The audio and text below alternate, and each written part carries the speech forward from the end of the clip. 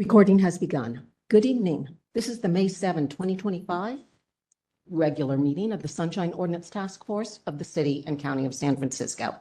The time is 4:09 p.m. The Sunshine Ordinance Task Force and its committees convene in hybrid meetings that allow for either in-person attendance or remote participation. Public comment will be taken on each item of the agenda. Meeting decorum. Any member of the Sunshine Ordinance Task Force may call for decorum due to the disorderly conduct of meeting participants. Persons who engage in threatening and/or menacing behavior may be asked to leave. Chair Yankee, that completes my announcements. Okay, let's go ahead and begin with item number 1 and call the roll.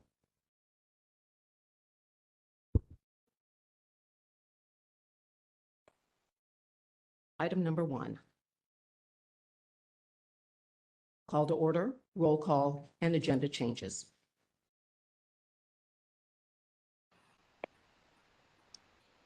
Calling the roll. Member Schmidt. Present. Member Schmidt, present. Member LaHood. Present. Member LaHood, present. Member Sugarman. Present. Member Sugarman, present. Member Kumar. Present. Member Kumar, present. Member Anderson. Present. Member Anderson, present. Member Highland. Present. Member Highland, present. Member Pilpel, absent. Member Sanchez, absent. Member Wolf. Present. Member Wolf, present. Vice Chair Stein. Present. Vice Chair Stein, present. Chair Yankee. Present. Chair Yankee, present. Member Livingston. Present. Member Livingston, welcome and present. 2 absent. Okay. And my understanding is that member Pilpel will be joining us momentarily, so we can note that when he arrives. Administrator Peterson, are there any agenda changes? Yes, item number 24064 has been rescheduled for June 4. The respondents, the complainants' supplemental documents for this evening were not attached. I did not attach them. That has been rescheduled. Members, do we want to take a formal vote to continue that? I don't know if anyone wants to make a motion just to memorialize that in the minutes. So moved. Second. Moved by member Highland, seconded by member Wolf to continue item number 11, file 24064 till the June meeting. Let's go ahead and see if there's any public comment on that.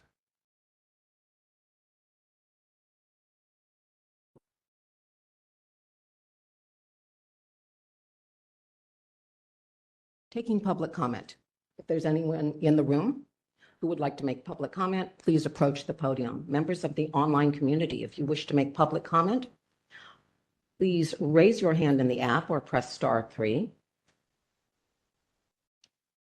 I'll give you just a moment. We have no one at the podium and no hands raised. Okay, we'll go ahead and close public comment and move on to a vote for that motion.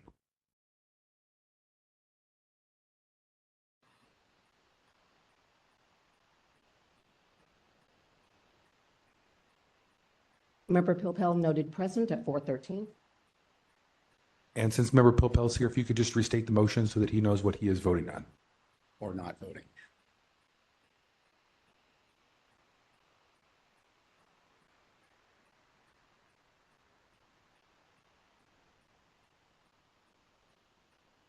Member Pilpel, we're taking a motion moved by member Highland, seconded by member Wolf, to move item 11, file number 24064, to the June 4 agenda.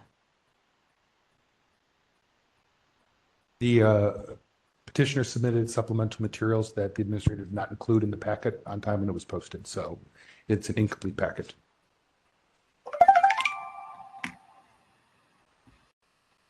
I could just add that from the complaint committee, those were materials that we requested be Okay. included to make Can't hear you. it so that we could. We can't hear you. Microphone.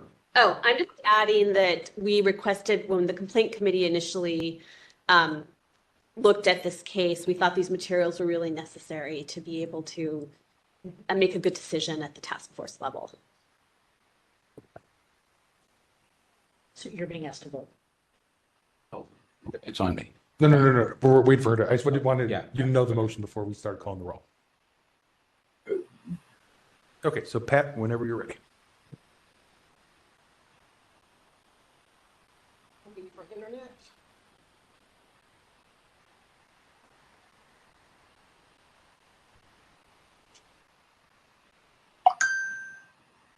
Taking the vote. Member Highland. Aye. Member Highland, aye. Member Wolf. Aye. Member Wolf, aye. Member Schmidt. Aye. Member Schmidt, aye. Member LaHood. Aye. Member LaHood, aye. Member Sugarman. Aye. Member Sugarman, aye. Member Kumar. Aye. Member Kumar, aye. Member Anderson. Member Anderson, aye. Member Pilpel. Aye. Member Pilpel, aye. Member Sanchez absent. Member Wolf, I seconded it. yes. Dirty call. Vice Chair Stein.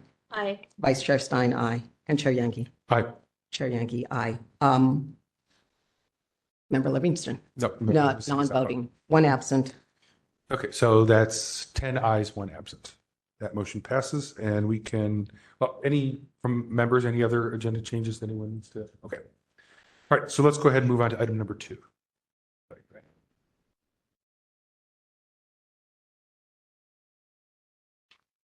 Item number 2, welcome new task force members and introductory remarks. Okay, Discussion only. all right, so I just want to give an opportunity to our new task force members to introduce themselves to the group. Member Sanchez was appointed by the Board of Supervisors to fill the seat that was vacant by Member Hill, although it appears that she wasn't able to make this meeting, so maybe next meeting she can introduce herself. And then our other seat is Member Livingston, who's joining us as the mayor's designee. We haven't had this seat filled in probably over a decade, and I met with the mayor's office and explained why it was important to have this seat, and they turned around right away and found Member Livingston to join us, and so I'll turn it over to him to introduce himself. I am Member Livingston, Jack Livingston. Honored to be here, honored to serve as a bridge or conduit to the mayor's office. Honored to understand how the process works, give feedback to the mayor's office as necessary, and I just see my role really observing, commenting when applicable, and just appreciating the process. So thank you all for having me here. And certainly feel free, like I said before, to join in our conversations, even though it's a non-voting seat. You're welcome to join all the conversations. So, Thank you. Anything else from the members? I have a question. Go ahead, Member Wolf. Yeah, welcome, Mr. Livingston. My name is Bruce Wolf. I'm in seat 11. Just wondering, are you familiar with the ordinance and, or have any experience around sunshine? Yes, I'm familiar with the ordinance. I have a bit of experience helping the office with records requests, so I have some knowledge, I would say. Okay. Yeah, I guess it goes without saying, if you have any questions about something, feel free to ask. I think we'll allow a pretty open forum for that for yourself. Thank you. Go ahead, Member Popel. Sorry, we haven't met yet, Member Pilpel. Can you just tell us a couple of things? Is your role in the mayor's office, you're on staff and you currently handle sunshine requests, is that correct? I have. It's being transitioned to another member of the mayor's office. Okay, but you will be involved as a backup, perhaps? For a time, yes. Okay, and can you tell us a little more about your background? You're relatively new with the mayor's office, as are many. Do you have past experience with public records and public involvement? So my experience is in compliance, legal compliance, and I spent the better part of 7 years specifically in immigration law and compliance on that side. So there are parallels. And there's no work to do there right now. It's kind of a quiet area. It is, to say the least. Yeah, okay. Welcome. Thank you. Thanks. Member Kumar. So since Member Livingston's position seems to be a non-voting position, I want to understand how we take his views into account in the meeting, since he cannot vote. So Member Livingston can join the conversations, offer input, either from himself, from the mayor's office. Hopefully he takes feedback from us back to the mayor's office, but when we actually go to call the vote on an item, he won't be able to actually vote on it. So he certainly can share his opinion on it, but ultimately he can't vote on it. So we could take his opinion into consideration when we cast our own votes, but he just won't be able to cast a vote himself. And that's just what's written in the Sunshine Ordinance. Okay, thank you. And for historical perspective to Member Kumar, in the past, when we've had someone representing the mayor's office in this non-voting seat, it's been just that they've offered opinions, joined in discussion where relevant, and not voted. But it's been, I think, about 20 years since there's been someone from the mayor's office. So this is encouraging. All right. Anyone else? Member, go ahead. Sort of related, since we're talking about who's here, do we have a DCA coming today? Oh, that's right. So our DCA at the last minute had a other engagement come up, so we do not have a DCA tonight. I don't think there's much that we'll need one on, but if we do, that's a good point. We would, if we need their input on something, we'll probably want to consider continuing the item if necessary. Thank you.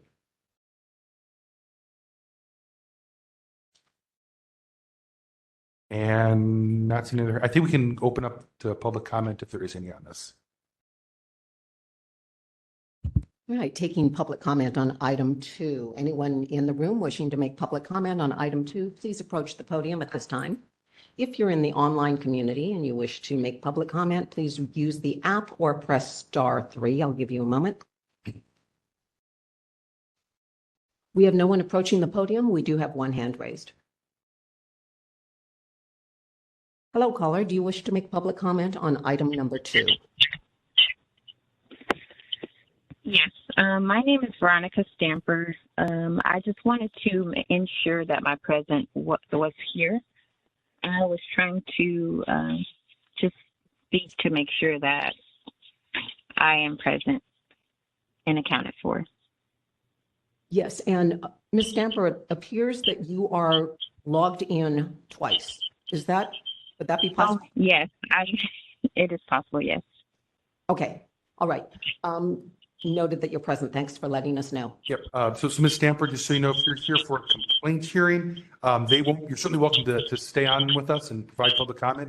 But just for your own reference, we will not start working on our complaints until 5 p.m. or later. Okay. Item is item 12. What's that? I see your item is item 12 as well. Yeah. So it might not be a little, it probably won't be at 5. It'll probably be sometime after 5. Mr. Chair. Go ahead, Member Wolf. Yeah, the person who was just speaking, if they have 2 phones running, they're feeding back. And it's a very high-pitched sound, very irritating. Yeah, so Ms. Stamper, if you're going to be on the line, you have to make sure that if you're using the phone, you have to make sure that your computer audio is muted or vice versa. If they're both on at the same time, we receive a lot of feedback. Oh, I think. Okay, I will log off of the other. Sorry about that. Okay. Or you could just mute one of them. That would work too. Okay. I think we're all set with that. Is there any other public commenter?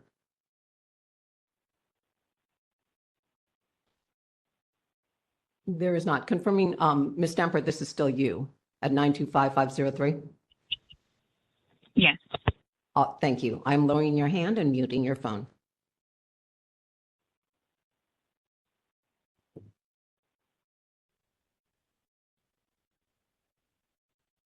No one at the podium? No other callers? Okay, we'll go ahead and close public comment and move on to item number 3.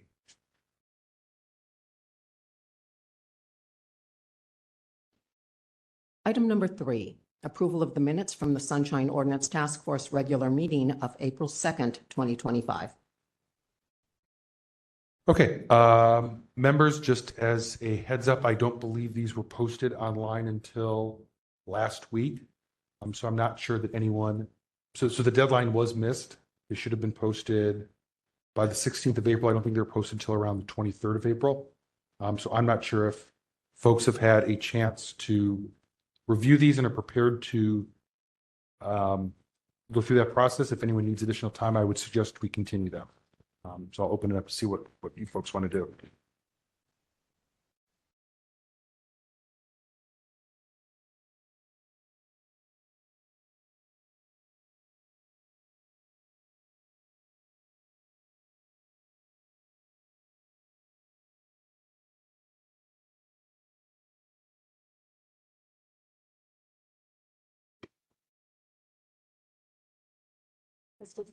Well, I did review them. Okay. And they looked good to me, and they matched my notes from our meeting. So I don't know how other people feel, but I would be willing to make a motion to approve the minutes. Okay. Member LaHood? I read through them. I did not reference the audio. The only thing I noticed is in the very first paragraph, we need a comma between the names of members Sugarman and Anderson, which is very minor. Okay, so I think we have a motion by Vice Chair Stein to approve the meeting minutes. Do we have a second on that? Member Highland, second. Okay, seconded by Member Highland. Any further discussion on that motion? Seen any? Okay, let's go ahead and open that up to public comment. Anyone wishing to make public comment on item number 3, please approach the podium at this time. If you're in the online community, please raise your hand in the app or press star 3. Here we have someone here at the podium. Item number 3 is the minutes. Yes. Yes. This microphone is pretty floppy. Excuse me. Oh, oops. You might be able to try the other one also. I think that one may work also, if that one's. The other microphone is on.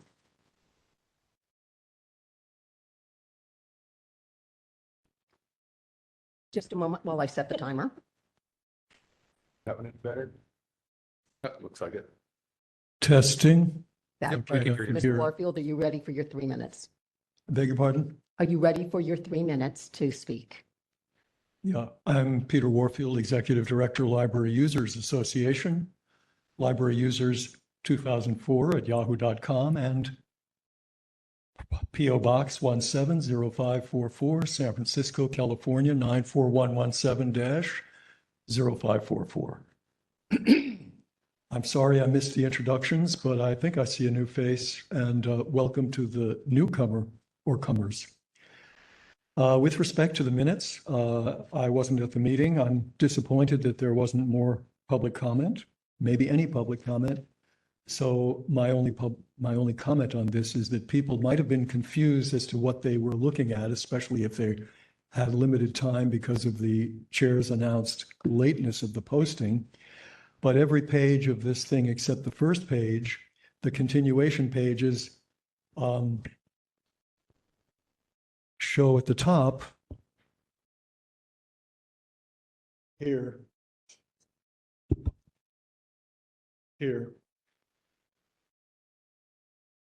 says meeting agenda. So I know that cut and paste can sometimes be a problem, but certainly the minutes of the Sunshine Task Force of all folks ought to be corrected so that every page shows what it's supposed to show, which is that these are minutes and not the agenda. Thank you. Thank you, Mr. Warfield.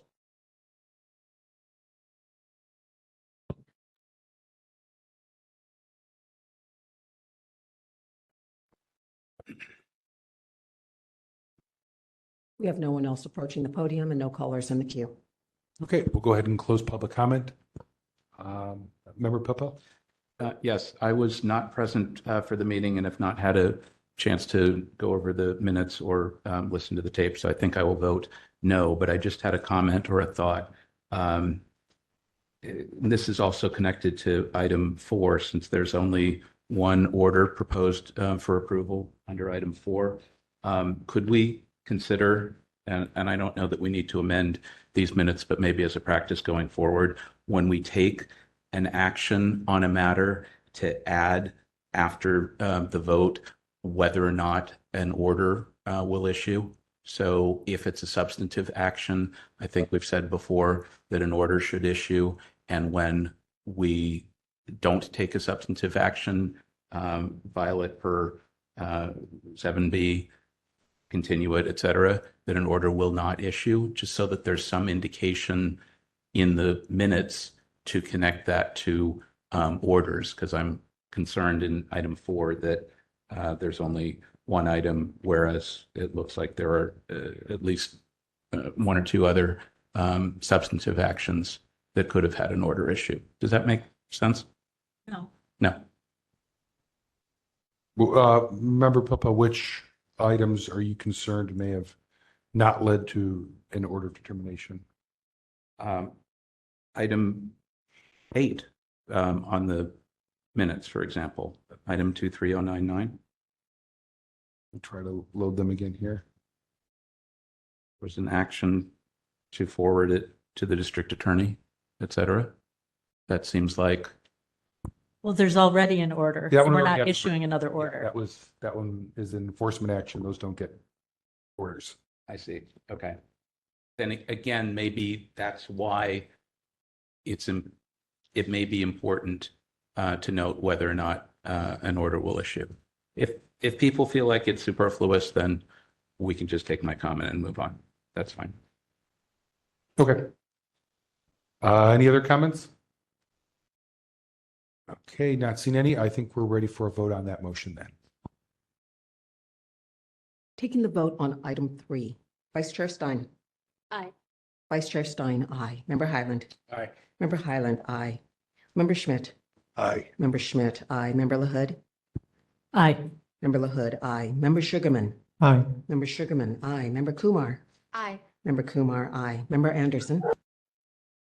Member Anderson, aye. Member Pilpel. No. Member Pilpel, no. Member Sanchez, absent. Member Wolf. Aye.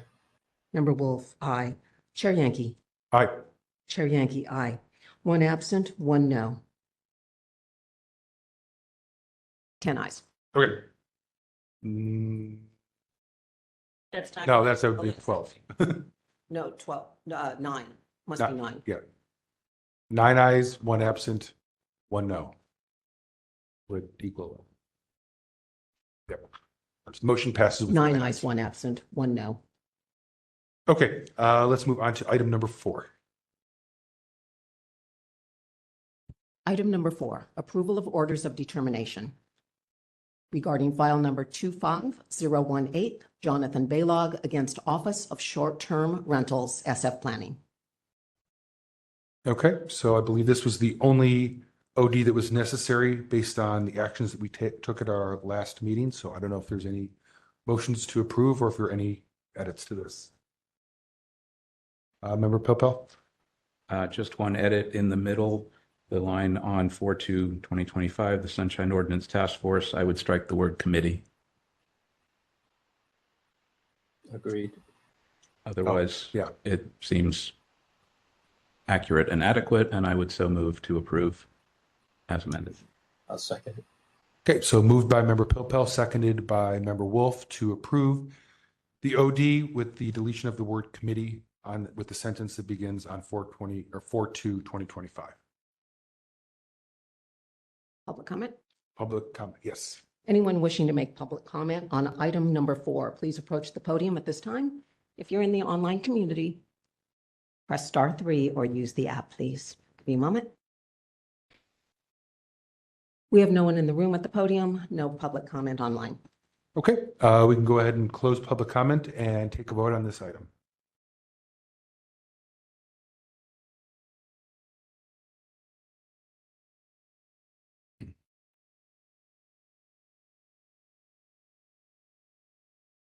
Taking the vote on item 4, Member Pilpel. Aye. Member Pilpel, aye. Member Wolf. Aye. Member Wolf, aye. Member Schmidt. Aye. Member Schmidt, aye. Member LaHood. Aye. Member LaHood, aye. Member Sugarman. Aye. Member Sugarman, aye. Member Kumar. Aye. Member Kumar, aye. Member Anderson. Aye. Member Anderson, aye. Member Highland. Member Highland, aye. Member Sanchez, absent. Vice Chair Stein. Aye. Vice Chair Stein, aye. Chair Yankee. Aye. Chair Yankee, aye. One absent. 10. Motion passes with 10 ayes and 1 absent.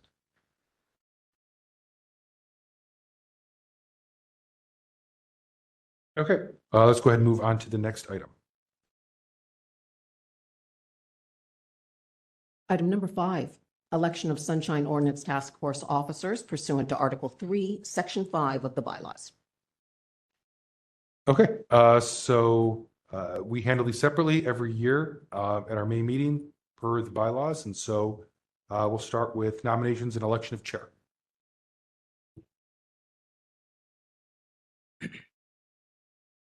Member Pilpel. If you're willing to serve again and silly enough to do that, then I so nominate Chair Yankee to continue in that role. I second that. Okay, yeah, I'll continue. I was so ready to pack up and move. No, I'm fine. I'll keep doing it. Are there anyone else? No?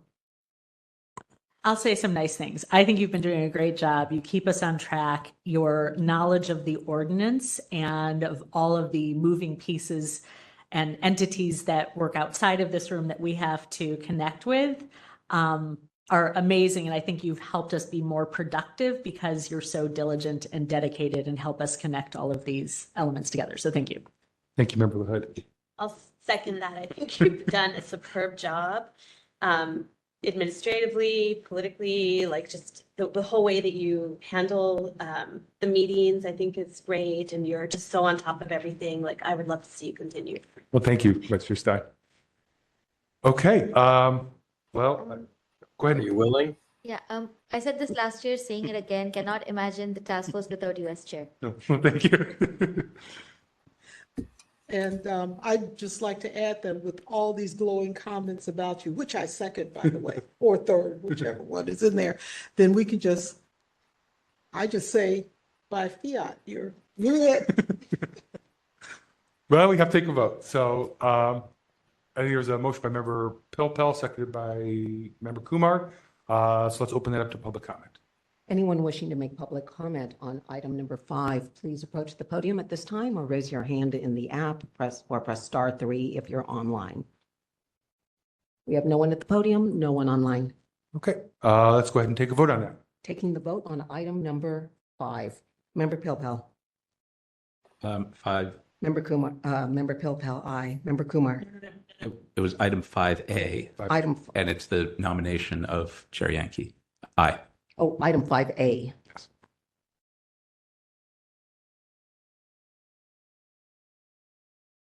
Anyone wishing to No, make, we did that. we called it on just A? Yeah, Okay. we're going to do B after this. Yep. All right. It's the election, not the nomination. Yeah, it's the election. Taking the vote on item 5A. Member Pilpel.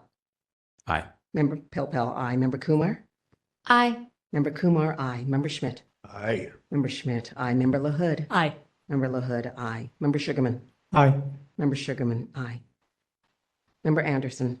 Aye. Member Anderson, aye. Member Highland. Aye. Member Highland, aye. Member Sanchez, absent. Member Wolf. Aye, emphatically. Noted. Member Wolf, aye, emphatically. Vice Chair Stein. Aye. Vice Chair Stein, aye. You can call it, yeah. Chair Yankee. Aye. Chair Yankee, aye. 1 absent, 10 ayes. Okay, thank you, everyone. Keep working. And hopefully we can get someone else to do some work for item 5B, nominations of vice chair. I would certainly renominate Vice Chair Stein if she's interested and willing in doing it again. Yeah, I was just gonna say that. So it sounds like we have a motion by Member Sugarman, seconded by Member Kumar. Vice Chair Stein? Yeah, I mean, I'm happy to do it again, but if somebody else wants to do it, that's okay too. You know?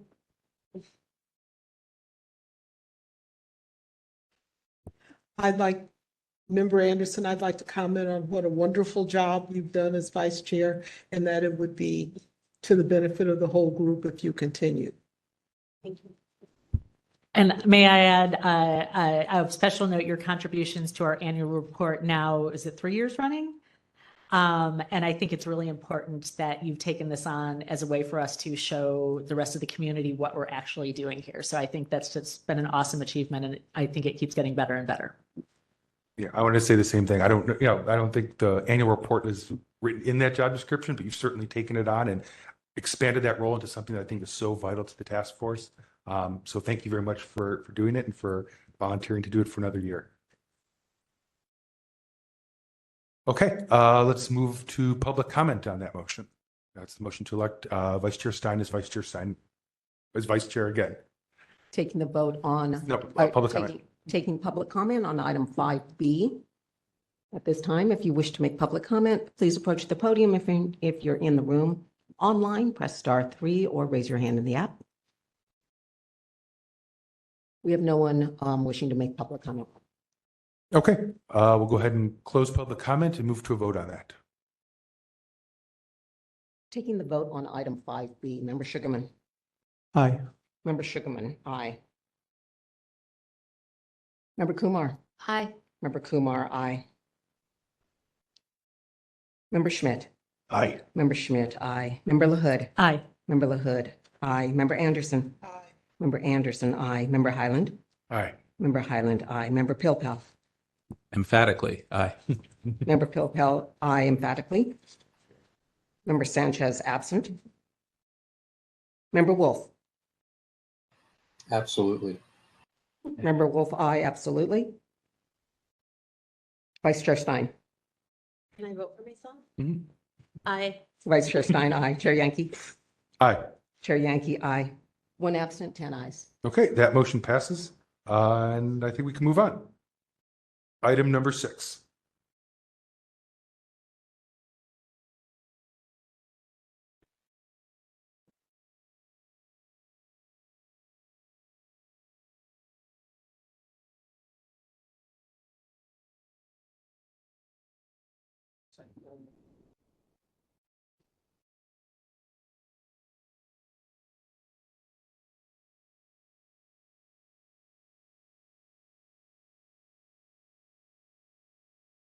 Item number 6, Administrator's Report. It includes the task force and committee tentative hearing schedule with potential adjustments, complaints and hearing requests, pending petitions and complaints, Sunshine Ordinance Task Force member attendance, and communications received. All right, so why don't we start with the first part, the upcoming tentative hearing schedule. Does that look okay to everyone? I think, Member LaHood, you had mentioned you're going to be absent for the June. That is correct. I will be away at a conference on June 4th. I will not be at that meeting. And that's been noted. Well, safe travels. We'll miss you. But it looks like we're going to have a special CAC meeting. Right. We're having a special CAC meeting on May 15th, and I know Administrator Peterson will do all of the machinations that need to happen to announce that special meeting. And the room has been confirmed. Charlotte. Great. Thank you. Great. And thank you to the clerk's office, everyone, for arranging those special meetings. I know it takes extra work on there. Yes, thank you. Member Kumar, go ahead. I wanted to let you know I will be missing the EOTC meeting in July and the task force meeting in August. I'm going to be doing a course, so I'll be out for a month. Oh, really? Well, Yeah, that's I'm exciting. going to be doing a course at UCLA for a month. Oh, So okay. I won't be there. So we'll, go ahead, Member Wolf. Yeah, I was going to also give my upcoming absence, but I don't think it'll affect anything. I'll be in London from June 16th to the 23rd. 16th to 23rd. Okay. That's June. Yep. And will you be all that traveling ready to go on June 24th for CAC? I should be back. Yeah. Okay. And members, may I request for our records just an email to the administrator, sotf@sfgov.org, regarding absences, and we'll keep it in the record. So as we get closer to the July EOT, we can do is see if maybe another member wants to fill in. Maybe even Member Sanchez will want to use that as an opportunity to start trying committees out. So we'll see. Okay, everything else looks good. All right, let's go ahead and move on to the next part. So I'll turn over to you, Administrator Peterson. All right. Oh, go ahead. One quick thing on the special meeting for CAC, if we can really be sure that the notice, the WebEx link, that all of the particulars are handled so there are no hiccups for the special meeting. That would be great. Thanks. And Chair LaHood, I believe I sent a request for attachments. Yes, I will get those to you by tomorrow. Thank you. Thank you. Member Schmidt. Yeah, our committee, I just want to make sure we're going to have quorum. I know Member Stein is going to miss a meeting. What was the date on that? Was that this month or June?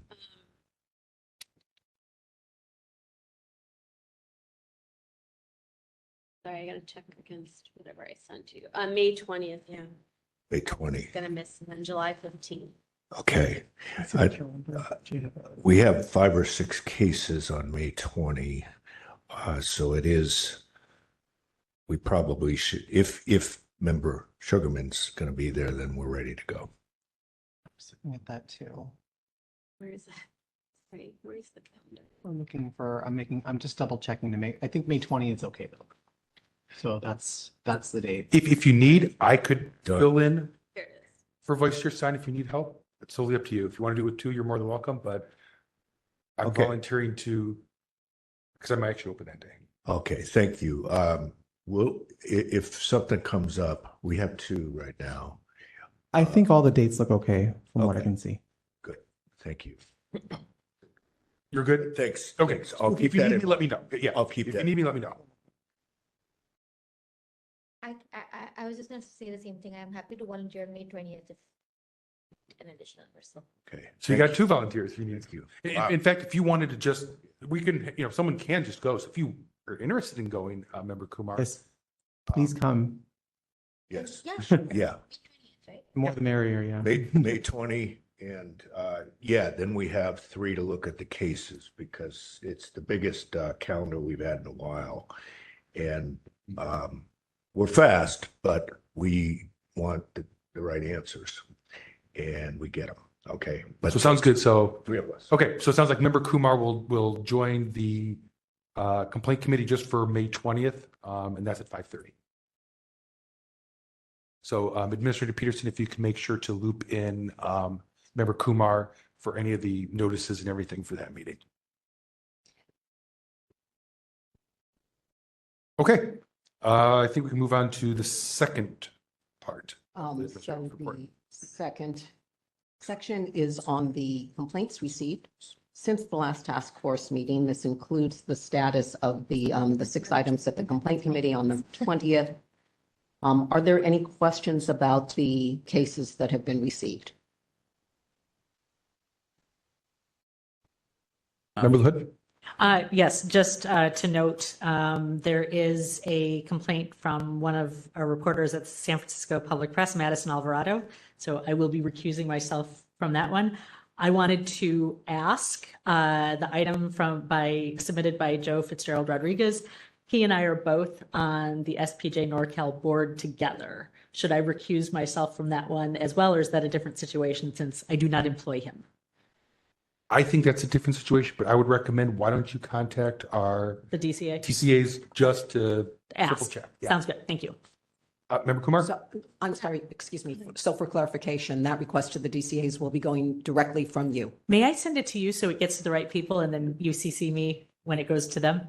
I don't know who, because there are several of them. I don't know who needs to get it now. Yes, I just wanted to know what. Why don't we do this?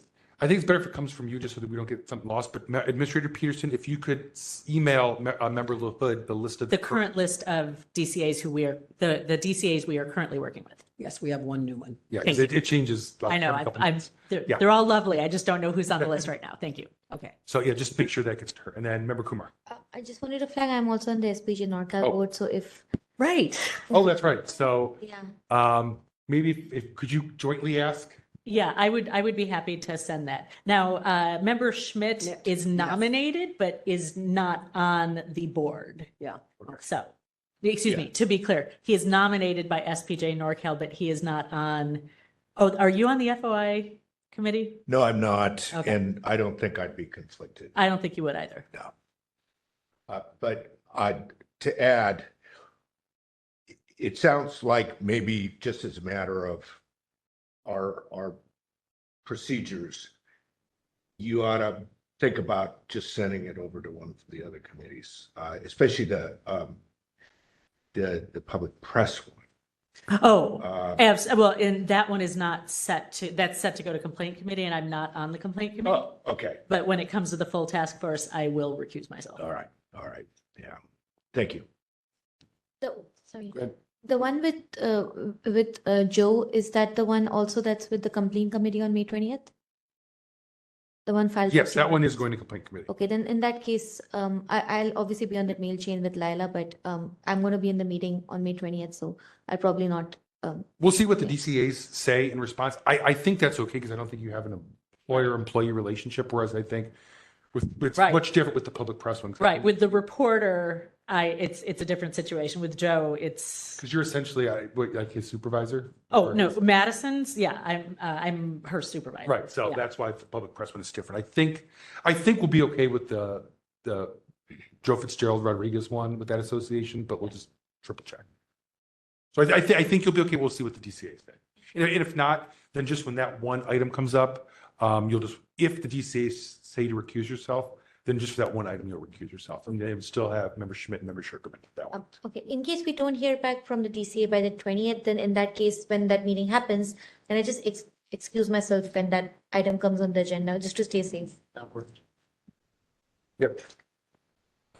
On both of those points, I would agree to get advice, but when these items come up, either at committee, full task force, or if they're referred, I think it's important to either recuse if appropriate, or disclose if it's a personal relationship that requires disclosure under the applicable code section. So I would be careful to get the correct language, and it may be that it's only a disclosure required in Joe's case.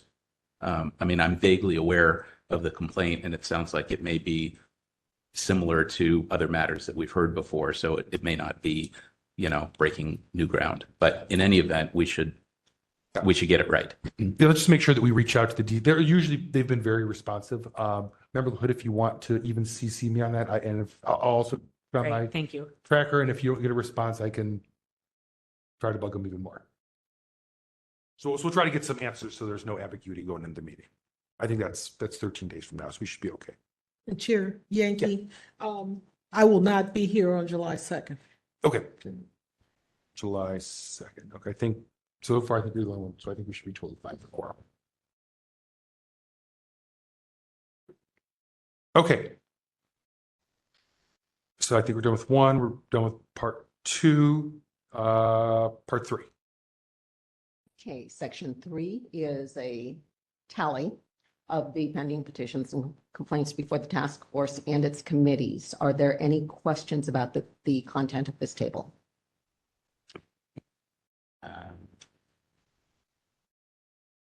I had one question. Have we received confirmation from Mr. Carnazes, since he's the one who has the majority of the old complaints, that he will indeed be attending and participating in the process going forward? We have not received any communication from Mr. Carnazes.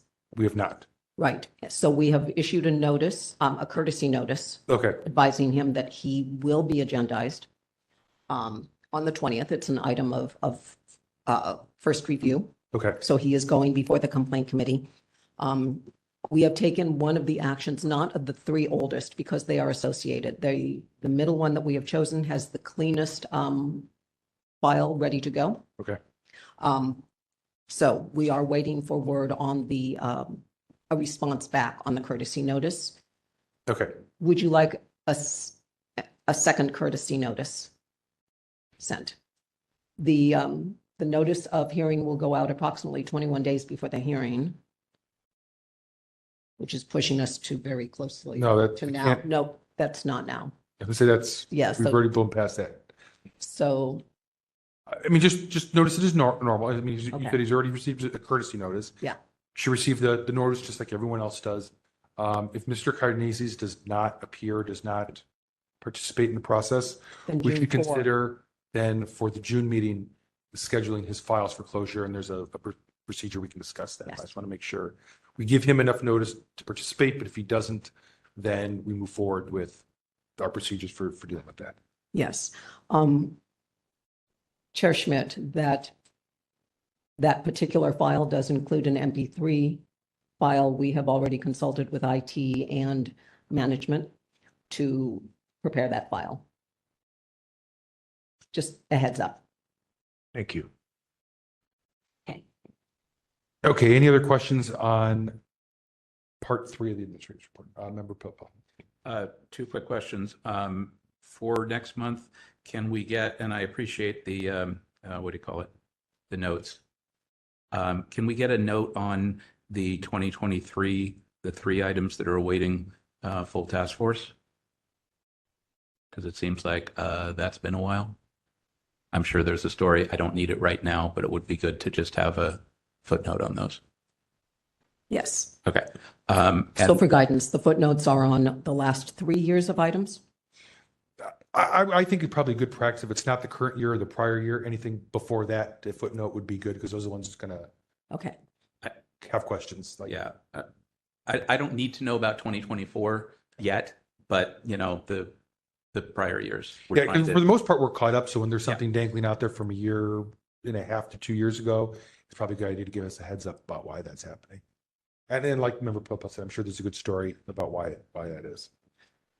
And then my other question, and I don't know if this relates back to the Alvarado complaint, given the news from this morning and the pending referral at ethics, is there anything that we have in any of the baskets that relate to Police Chief Scott?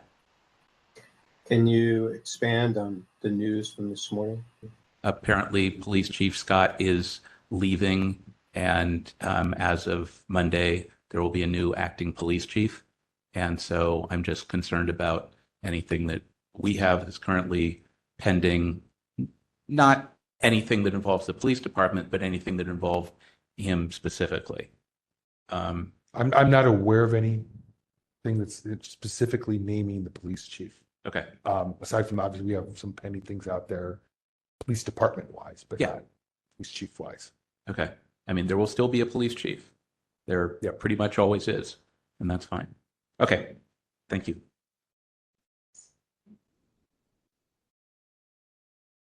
Anything else on part 3? See any hands? Okay, let's move to part 4 attendance. Turn Part back over. 4, attendance records for the last 12 months of regular meetings. Any corrections needed?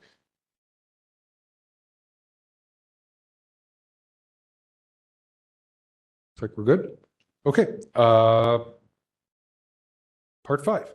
Item number 5 is communications. Note that the last 2 items were actually presented at the last meeting. They were inadvertently duplicated on this particular report, but this section has communications received since the last staff meeting, task force meeting. And Mr. Peterson, I understand there was one that was missing from this from Mr. Sullivan that will then appear on our next one. That is correct. Okay.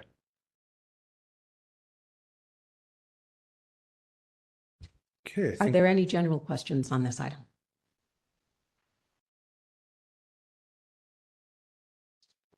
Like no, so we can go ahead and open up to public comment.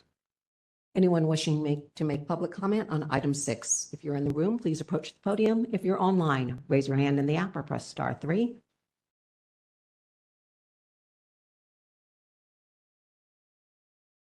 We have one individual at the podium. Mr. Warfield? Yes, I'm Peter Warfield again, Executive Director, Library Users Association, Library Users 2004 at yahoo.com. And for those who care about more privacy, P.O. Box 170544, San Francisco, California, 94117-0544. I don't recall, excuse me. I'm glad to see that there are communications included here. I guess I don't recall seeing those in prior or in some prior, perhaps with the previous administrator, but I'm glad to see communications included. It seems to me good to have some feedback with respect to what's happening from folks and also what is sent to folks who contact the task force. With respect to the Sullivan note, page 8 of 13, he talks about an excellent job that he says the San Francisco Rec and Parks Commission does with agendas and minutes for their clarity and full transparent accounting of their meetings. I think that is something that's very important for any agency and any entity that is a public one. And it's very important for the public to have a really clear understanding of what's happening, what's going on, both in agendas and minutes. And I certainly think that that's something that the task force can greatly improve. There are times when one sees over and over again the same violation from this complaint, that complaint, another complaint, without any sense of the details as to what people are seeking, what they've been denied, and even what the offense is, whether they never got it or whether it wasn't fully responded to or timely. With respect to the administrator's response on page 6 of 13 to a Colleen Wentworth, I'm glad there is essentially a rejection for not providing a complaint about violations of open government law, but the provision of some general additional information. And in this respect, I want to say something that I'm pretty sensitive about that I think has gotten worse and worse and more difficult for the public, and that is access to agencies in person and in other ways. 30 seconds. The response to the communicator, Ms. Wentworth, does not mention that more information can be found, for example, at the Park and Rec or at the supervisor in person. I think that the Sunshine Ordinance is very clear in section 67.21 that people can expect to get into the offices and have a look at material. Thank you.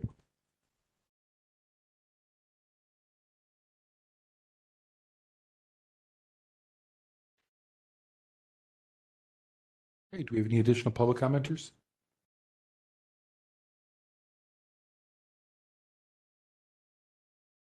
We have no one approaching the podium and no one with their hand raised online. Okay, so we'll go ahead and close public comment. No action taken on item number 6, and since it's now 5:03, we can move on to item number 7.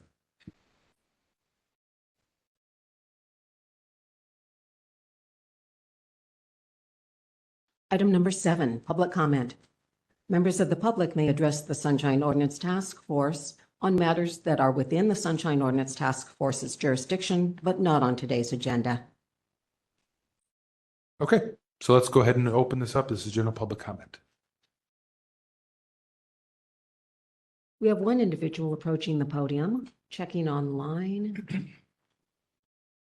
We have Mr. Warfield, and we have no one online with their hand raised. Okay, so we'll give Mr. Warfield 3 minutes. Mr. Warfield, are you ready? Yes, thank you. Thank you. Peter Warfield, Executive Director, Library Users Association, Library Users 2004 at yahoo.com and P.O. Box 170544, San Francisco, California 94117-0544. And I include these ways of getting in touch because pretty well people know how to get in touch with you, but they might not know how to get in touch with us, especially if they are participating remotely. I touched on in a previous comment something that is of great concern, and that is the decreasing accessibility of public agencies throughout the city, at least in the places that I have gone. And it's gotten much worse as a result of COVID. First of all, a lot of offices that used to have and still have spaces for reception, for greeting people, for having them having their office open for public inquiries about what the agency does, making requests for information, and so on. Some of the reception areas are quite extensive and look like they've done quite a bit of effort, and yet are completely locked or closed part or all of the time. Additionally, and the Sunshine Ordinance particularly says one of the ways people can make requests for information are in person and orally. Also to examine information and presumably have questions answered about the material. Access to personnel is shrinking. More and more one gets messages that nobody's in the office, or somebody who one wants to speak with is not in the office. I've gone in person to at least one office and a number of times heard that somebody who's in charge of something is not in the office today, but working from home and presumably inaccessible. I haven't been told that the person is available on the phone or in any other way. And I've been told I have to come back another day if I want to speak to that person. And I think that's a huge degradation of public service. Again, when we expected pre-COVID, certainly, for folks to be in the office where we could talk to them, where we could ask them questions, ask them for material, and where there might be an expectation of backup. I've heard there's no backup for this person, and I'm thinking this is an office of considerable numbers of people. There's no backup. There's nobody who can get at the material that I might be interested in, or that might even have already been requested.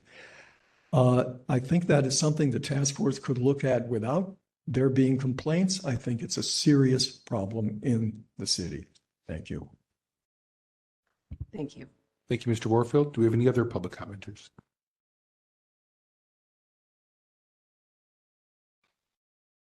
We have no hands raised online and no one in the room. Okay, we'll go ahead and close public comment on item number 7 and move on to item number 8.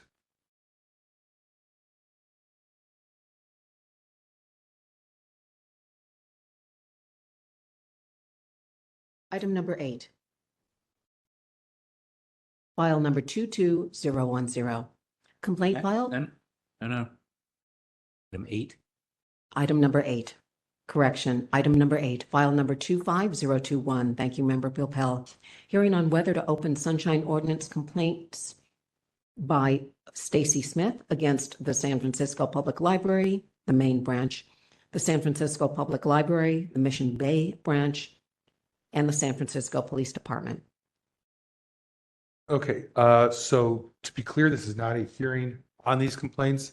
My understanding is that Mr. Smith had submitted some complaints that the administrator and the clerk's office deemed to not have sufficient materials or didn't go through the process correctly to have complaints be open for them. I believe Mr. Smith then still wanted complaints open despite receiving that feedback from the administrator. And so we could settle this. I asked the administrator to put this on the agenda for us to help provide guidance or make a decision on. So I will turn it over to Ms. Peterson to brief us on this and let us know what it is she needs from us to proceed on this item.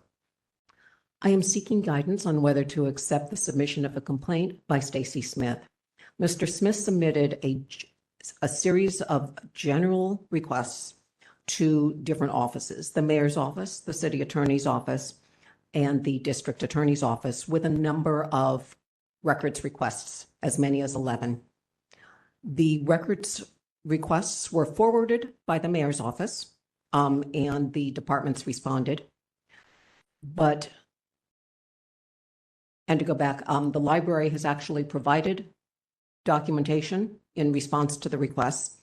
However, Mr. Smith is still concerned about whether or not his requests are being addressed, despite being asked by our office to follow up directly with the departments to discuss whether or not the records are available.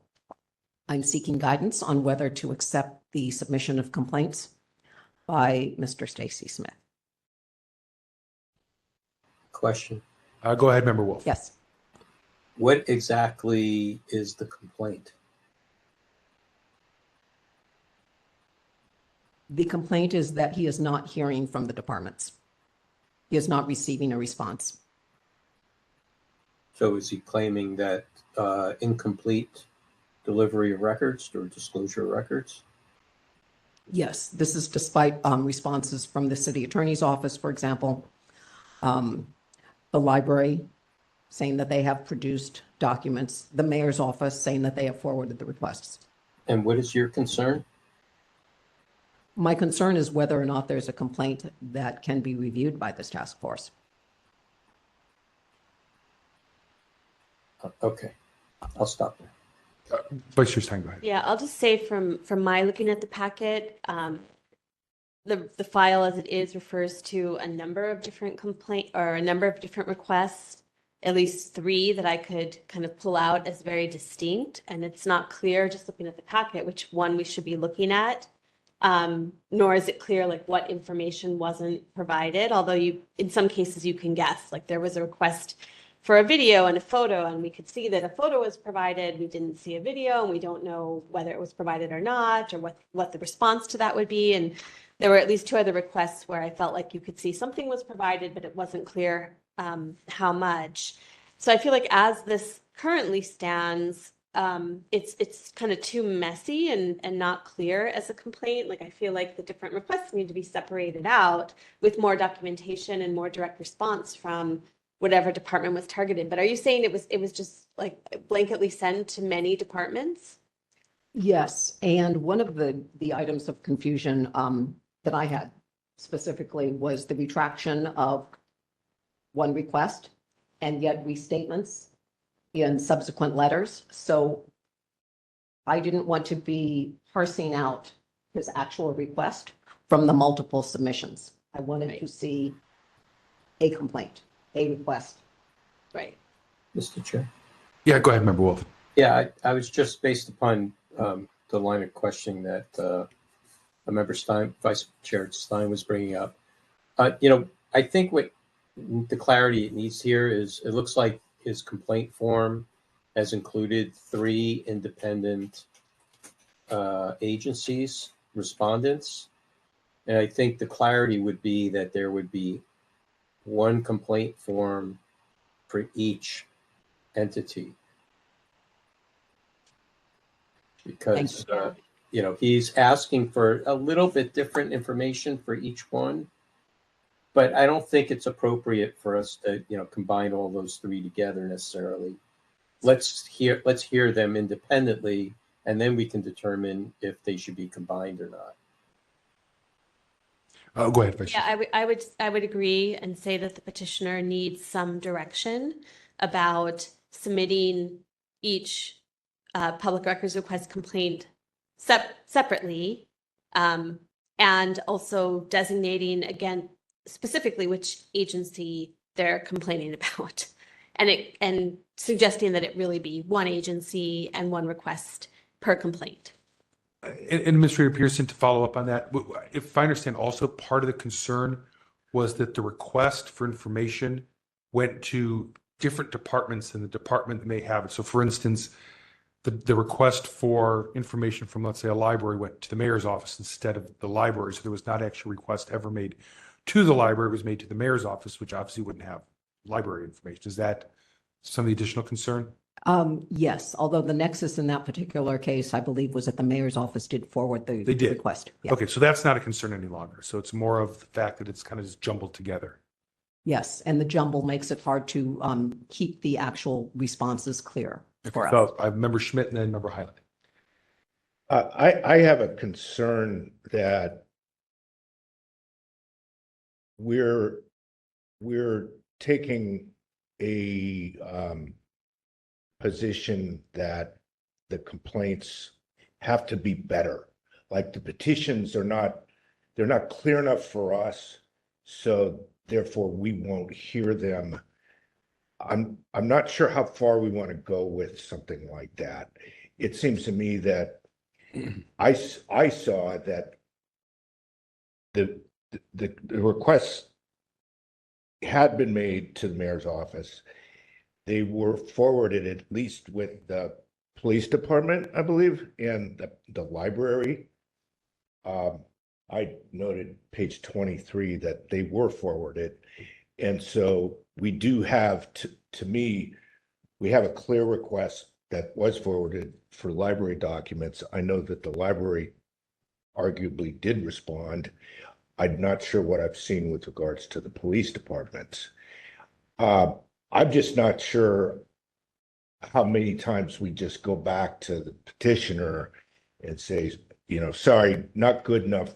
Sorry, not good enough. It's got to be more clear. We can't do anything for you. That's a concern I'd have here as to, you know, even there is sort of a precedent here of we're even discussing this here today. Does this mean that we're going to be, you know, talking about whether petitions are even written well enough for our purposes? That's, I don't know the answer to that, but that is concerning to me. Thank you. Member Highland? I certainly appreciate Member Schmidt's concerns there. But I want to back this process up a stage or two. And let me start by acknowledging the work that our administrators do in triaging hundreds of cases, of getting them to where they need to be for us to see them and hear them. I think this is an example, because there have been in recent history cases that come before us that have multiple questions to multiple people incorrectly stated, and we've collectively spent way too many hours on this task force to try to untangle that. So to that end, you know, I commend what the administrators do. I think that triage is a very important part, you know, that's not recognized maybe by many people. I think this kind of thing should probably go to the complaints committee first to help sort apples to apples, oranges to oranges. But more than that, this might be something that EOTC can take on as part of that. I know we've worked on our intake form pretty carefully, but maybe add another section in the intake form, say something along the lines of, you know, if your cases are precise with one request or limited requests to a certain agency, they're going to proceed much more quickly through our system. We can help you that much more quickly. Try and help craft or help a first-time requester of records to show them the most efficient path to get what they need in a timely fashion. So it kind of goes back to part training and part initial intake. So, you know, I don't think we can ever turn down a request, but we can certainly help craft it at the early stages. That's all I wanted to add. Thank you. Member Sugarman next. I was just going to add that I do think that at the complaint committee, we could probably help with that, given that our calendar is so full this month, though, like then in June. And that's it. So in response to that, Chair, I mean, any committee, maybe this is a good one for other committees to take on a complaint committee and help kind of coach that person at that stage and say, okay, what is it you're really after? Let's set it up like this. How about you want to do 3 separate ones? Fine, we can only hear 2 at a time. What are the most important 2? And just help craft. I mean, I know our admins do a lot of that all the time, but maybe these kind of tangly ones, give it to EOTC, and we'll hear as a complaint committee as a first, and then we'll go into our work. You know, I'm happy to take that on. Thank you. Vice Chair Stein?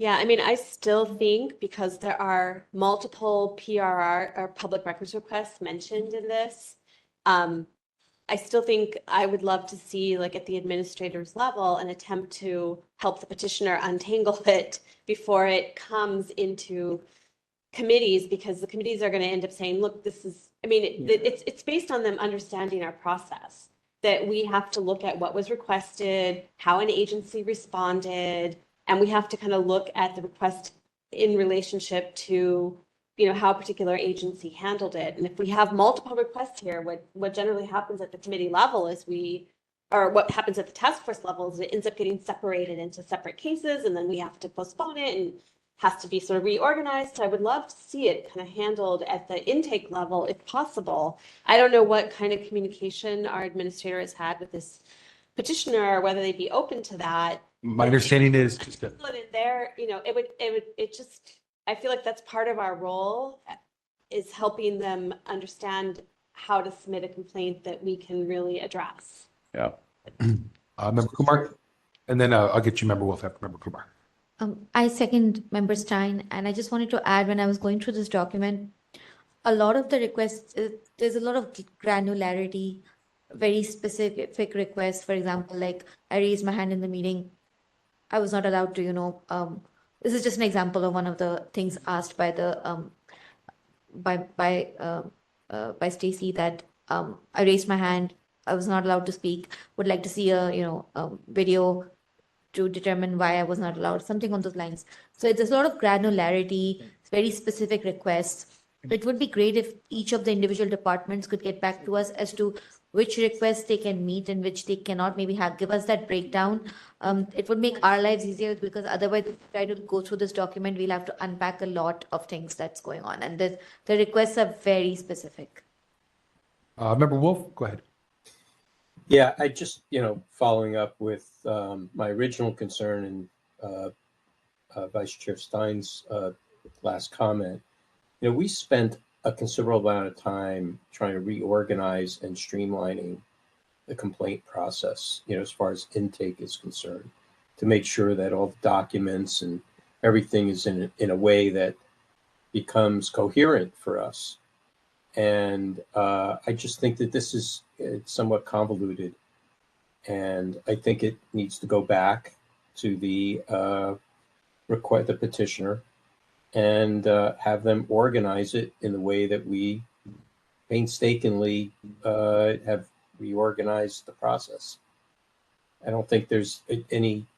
I think there's nothing more to it than just that. Let me turn it over to Administrator Peterson just to provide some feedback. So I think she also spoke with Mr. Smith quite a bit on this already. Can I just add one thought? Go ahead. Before I lose it. I'm happy in EOTC to draft like a standard response for you for cases like this. Along the lines of, here's our intake form. In particular, we highly recommend, if you have a lot of questions to a lot of different departments, try and order it this way. It'll help you, it'll help us. And you can just send that as a standard response. And then they're going to come back. And if they follow that template, you're going to save a lot of time. I think that might be an easy first step. Just like a corollary, a second document that if the regular intake form isn't clear enough, send that out. Or just send it out to all of them. I mean, just get it into the format that works best for you and for us from the early stages to stop the back and forth. Would that be of use? That would be useful. Thank you. Okay, thank you. Member Hood. To be clear, I hope that this is what we're asking for, that we're essentially trying to guide them in providing a cover sheet that would say, this is my complaint about the police department, and this is the information I'm looking for from them. This is my complaint about the library. This is the information I'm looking for from them, without asking them to parse through this sort of combined. I don't think this person or anyone else could go back through this and disentangle the historical record. So I hope we're not asking them to change the file to meet our request, but essentially to provide an overlay that helps us going forward. Is that correct? I would agree with that. Let me restate this. So we've got this big packet, but really it's complaints about 3 or 4 different places. It's the library, it's the police department, it's 311. So we need 3 different complaints. And we need the person to say, my complaint about the police department's response is they didn't respond to these points that would apply to the police department. My complaint about the library is they didn't respond to these points that apply to the library. My complaint about 311 is they didn't respond to these points that apply to 311, without saying, now you need to go back into this record and separate it out, which would be impossible since the conjoined complaint was sent to all of these places multiple times with amendments. It has to be compartmentalized in some way. But Member Wolf, this person cannot undo what they already sent to these departments. So even though the initial requests were convoluted, their complaints, and even though we would say, well, we're sorry, you can't complain that the police department didn't send you that the library didn't send you police video files because they were never going to be able to do that. But knowing what we know now, your complaint about each of these entities is what? Right. And that has to be compartmentalized. Yes. So compartmentalizing now, not trying to compartmentalize this record that we have here that I think cannot be disentangled. The question then becomes, will the petitioner be able to untangle it for us when we ask questions? Member Popel? I have some thoughts, but I'd like to hear from. Yeah, why don't we give our administrator a little time? So if she can, that was a lot of information, a lot of feedback. So Administrator Pearson, let me give you a little time to see what more you need from us. Thank you, members, for the feedback and the offer to improve processes and expand on them going forward. I have a question without thinking prospectively about this request to submit complaints, which has already been submitted in the facts before us. I think there may be an intermediate set of facts, and that is that the departments have responded. So I think that data also has to be captured. In looking at the file as it exists, I think it's possible to take the individual requests, track the responses back, and identify the requests within a single item, and at least document them. Look for overlap, discuss them with the petitioner, and then ask, what is your complaint? To help shape what is presented in the file to the complaint committee. Otherwise, it's going to be potentially a combined list, and it won't get us down the road. Chair Schmidt? Oh, sorry, through the chair. Member Popo is in the queue next, then we'll go to Member Schmidt. Just some brief thoughts, and I don't really want to get into the substance of it. I mean, it sounds like we're sort of somewhat there, but I'm not really interested in that today. Just looking at the complaint form on page 12, it seems to me like there are complaints against the library, PD, and it says 911. So I'm going to take that as DEM, emergency management. So it seems to me like it's just an A, B, and C to those three departments. I appreciate the city attorney's response from Ms. Coolbrith and Hank Heckel's response from the mayor's office. I thought those were actually the right type of response. And Mr. Livingston, you saw that. Okay. Where somebody kind of doesn't know the process, departments, I think, are under the obligation, I think it's 67.21C, to help and advise and direct them to the correct office. That's all good. Whether or not the library, PD, and 911 DEM did it right, we would get to in the fullness of time. I understand that it's a little complicated. I appreciate Chair Hyland's suggestion to send this to DOT, possibly end of May. That may be a good approach. And maybe there's some other things that we can do with templates and on the website to say that, you know, if you've got concerns about the city, you don't just send everything to your supervisor or to the mayor's office, or if you do, that'll take longer. If you really have a concern about MTA or planning, send it to MTA or planning. They have people that will deal with it. That's how that works here. And as to the rest, I think we will just get through it in time. It may well be convoluted, but we've had convoluted complaints and requests and petitioners with issues for as long as this task force has been here, and I'm sure that'll continue. So there's only so much we can do. Those are my thoughts. Member Schmidt, then Member Kumar. Yeah, I've heard a lot of good points here. And I think Member Hyland is on to something, that some of what we're talking about is maybe it's sort of the committee job to sometimes straighten things out. I am trying to think just from the petitioner's side of things. And I do think that our administrator, there's no complaint from me about how the administrator is doing the job here. I think that the administrator, there's a role in sort of squaring it up. If it needs to be broken into 2 or 3 cases, yeah, that ought to be done. If it's got to be stated on a different sheet, well, I shouldn't say gotta be.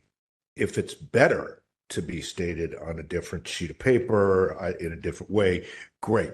I think that could be done in many cases, and it is a process that is being done right now, and it's good. But I think that there's got to be a point where if they're not making it better to our satisfaction, to our administrator's satisfaction, or to our satisfaction, and time is ticking, and we want them to do better, I don't know if we can keep the brakes on then. I don't know if we can impose some kind of a requirement before moving on to the next step. I think we give them a shot.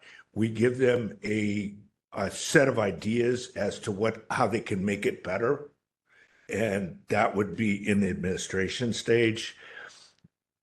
And then give them a chance to respond to that. But I don't know if going past that is going to.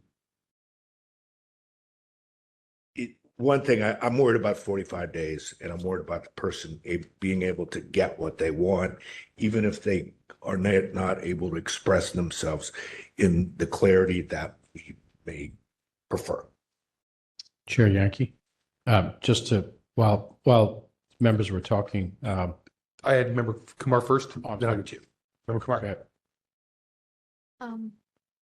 I just wanted to say that I feel that whoever is working on this document, even I think it can go to a committee, but the thing before it goes anywhere, I would suggest breaking down the complaints by the department, so that we at least, because right now the way the current document is structured, I am personally getting very confused as to there's a lot of requests, there's a lot of explanation for why the petitioner wants those requests. I don't think I need to know the explanation. It's more like what does the petitioner need, and whether the department can provide it or not provide it. I can see some of the requests are legitimate and should be provided, but is it that the way the current document is structured, it's very confusing for the task force. So I think it should be organized. Whoever can do it can sit down. I'm happy to do it. If that helps. But yeah, I think somebody should do that before we even look at this document again. Go ahead, Member. So while the members were talking, I took the content, I dropped it to ChatGPT. I asked to separate it. It took about 8 seconds. I did. And it's pretty clear. So this is a tool you can use, Patricia. I don't know the city's policy is on ChatGPT. We might be going down a rabbit hole here. However, and we have to do this carefully. The content's there, the history of what has happened is there, but you can say, in an effort to streamline your request into 3 requests, this is what we understand that you're looking for. From the mayor's office, this, from the public library, this, from the DCA, this, whatever it is. Send it to them and suggest that be the basis of a formal complaint. I mean, the technology's here. That took very little time. Clarification, if I may. Clarification, send them a ChatGPT result or run it through ChatGPT and I mean, interpret it. many people don't know how to use it, but if that's We are in beta so, testing. I don't know what the city's policies are on ChatGPT. Ask your superiors Beta testing. whether you can use Yeah. it, if you can. Short of that, this is the kind of organization you're going to have to do, I think, to send back to them. So I'm trying to help you. Yes. I mean, we can send them a document, say, go to ChatGPT on your own, try and streamline this. It'll help us. You could do that. That Or, I can or, do. or another sort of training form. I know the journalists are going crazy over here, but I'm trying to tread a very narrow high wire here, but I'm trying to. Bright yellow. She already was yellow, but what she's wearing, that is. But anyhow, so now that I've opened that can of worms, have at it. Okay, I'll let you sit back. I think this is overkill. Honestly, I think we've spent more time talking about this than it would take for any one of us sitting here to come up with a list under those three headings and say, number one should be in this category, number two should be in this category, number three should be in this category. And I do not think we should turn to ChatGPT for something like this. Although I know it may be fun and interesting, I don't think we should be doing this with public records requests or telling members of the public that they should be using these tools that they may or may not understand to solve our problems. I liked your earlier recommendation that it go to EOTC or the complaint committee, whichever has more time and availability to help walk this person through that sorting process. That also came from ChatGPT. Oh my gosh. I think that's cleaner. I think it serves the public better. Yeah. I'm done. Member Anderson?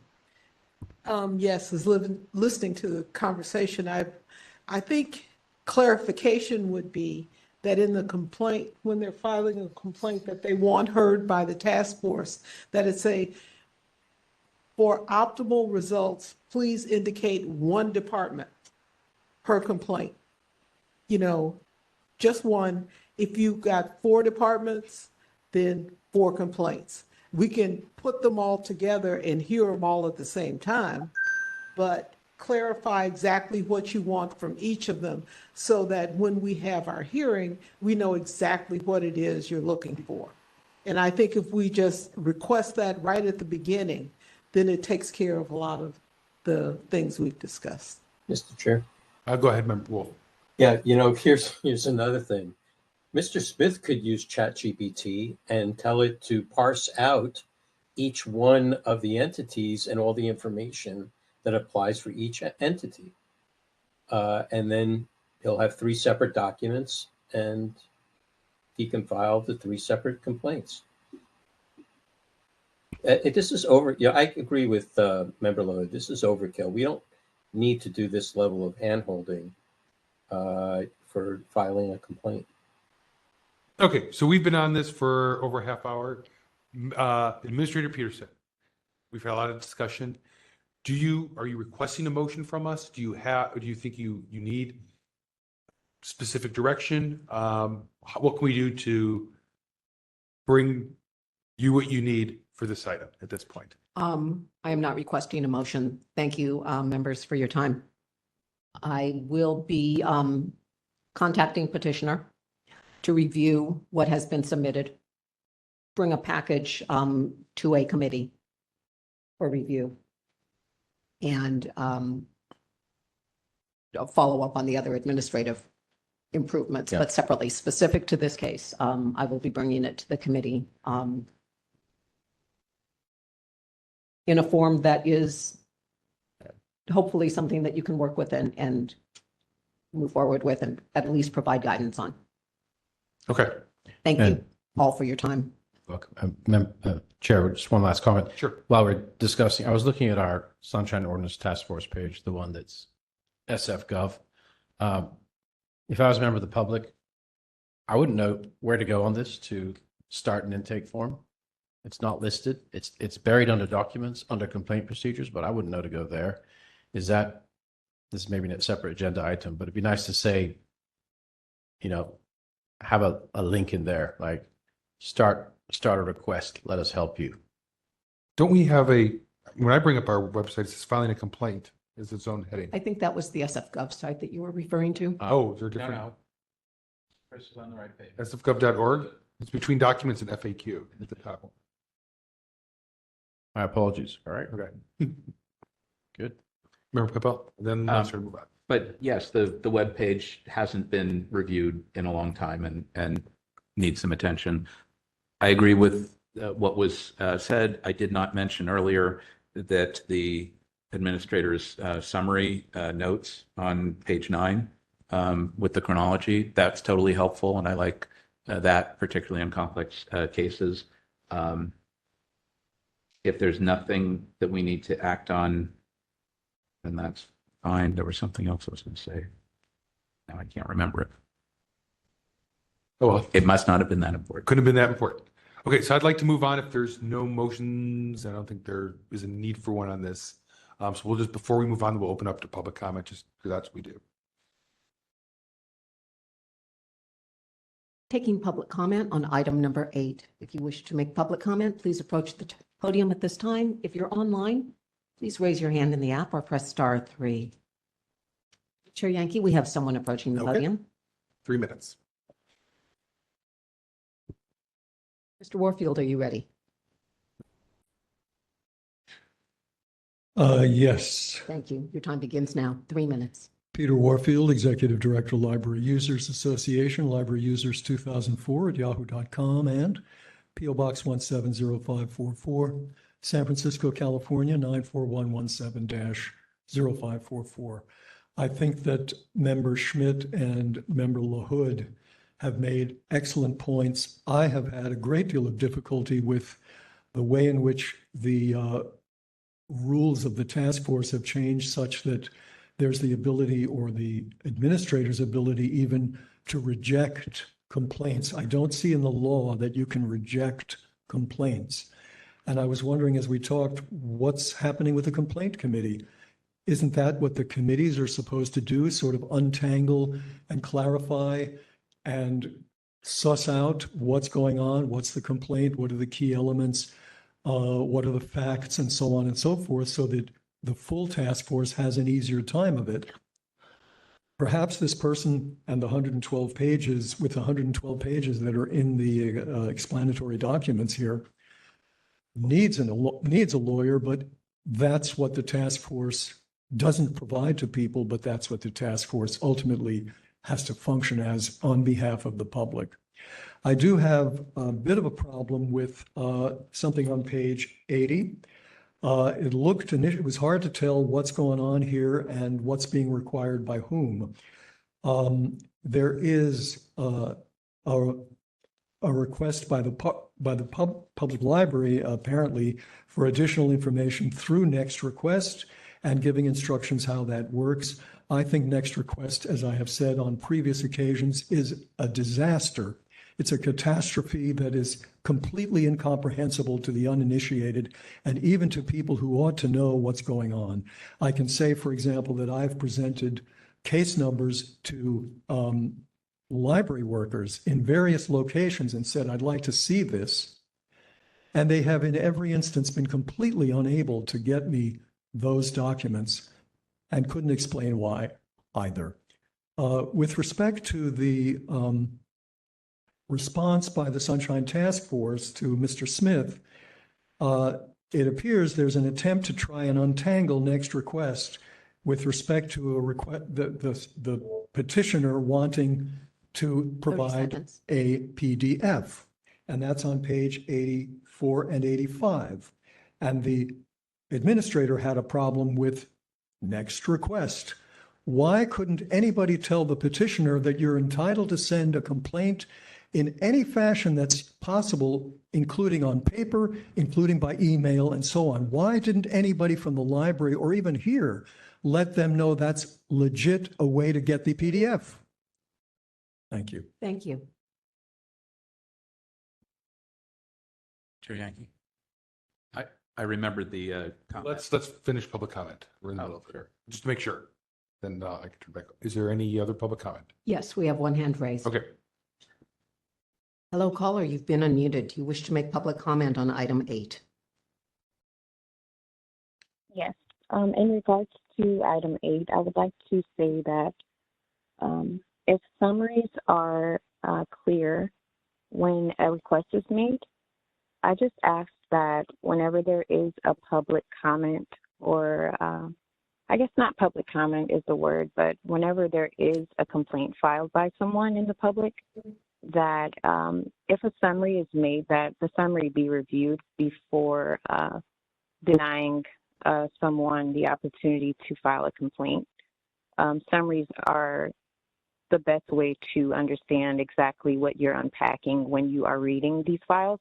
If there is a file that may be 100 and so pages long, the summary is the best place to start.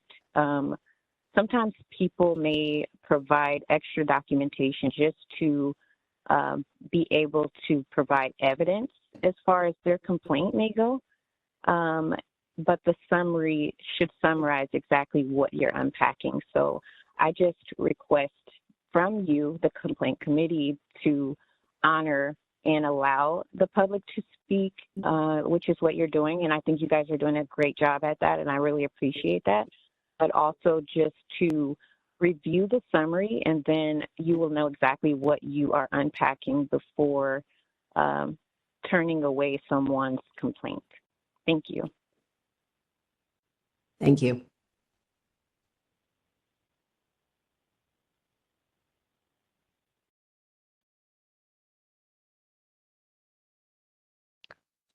Is there anyone else online who would like to make public comment on item number 8?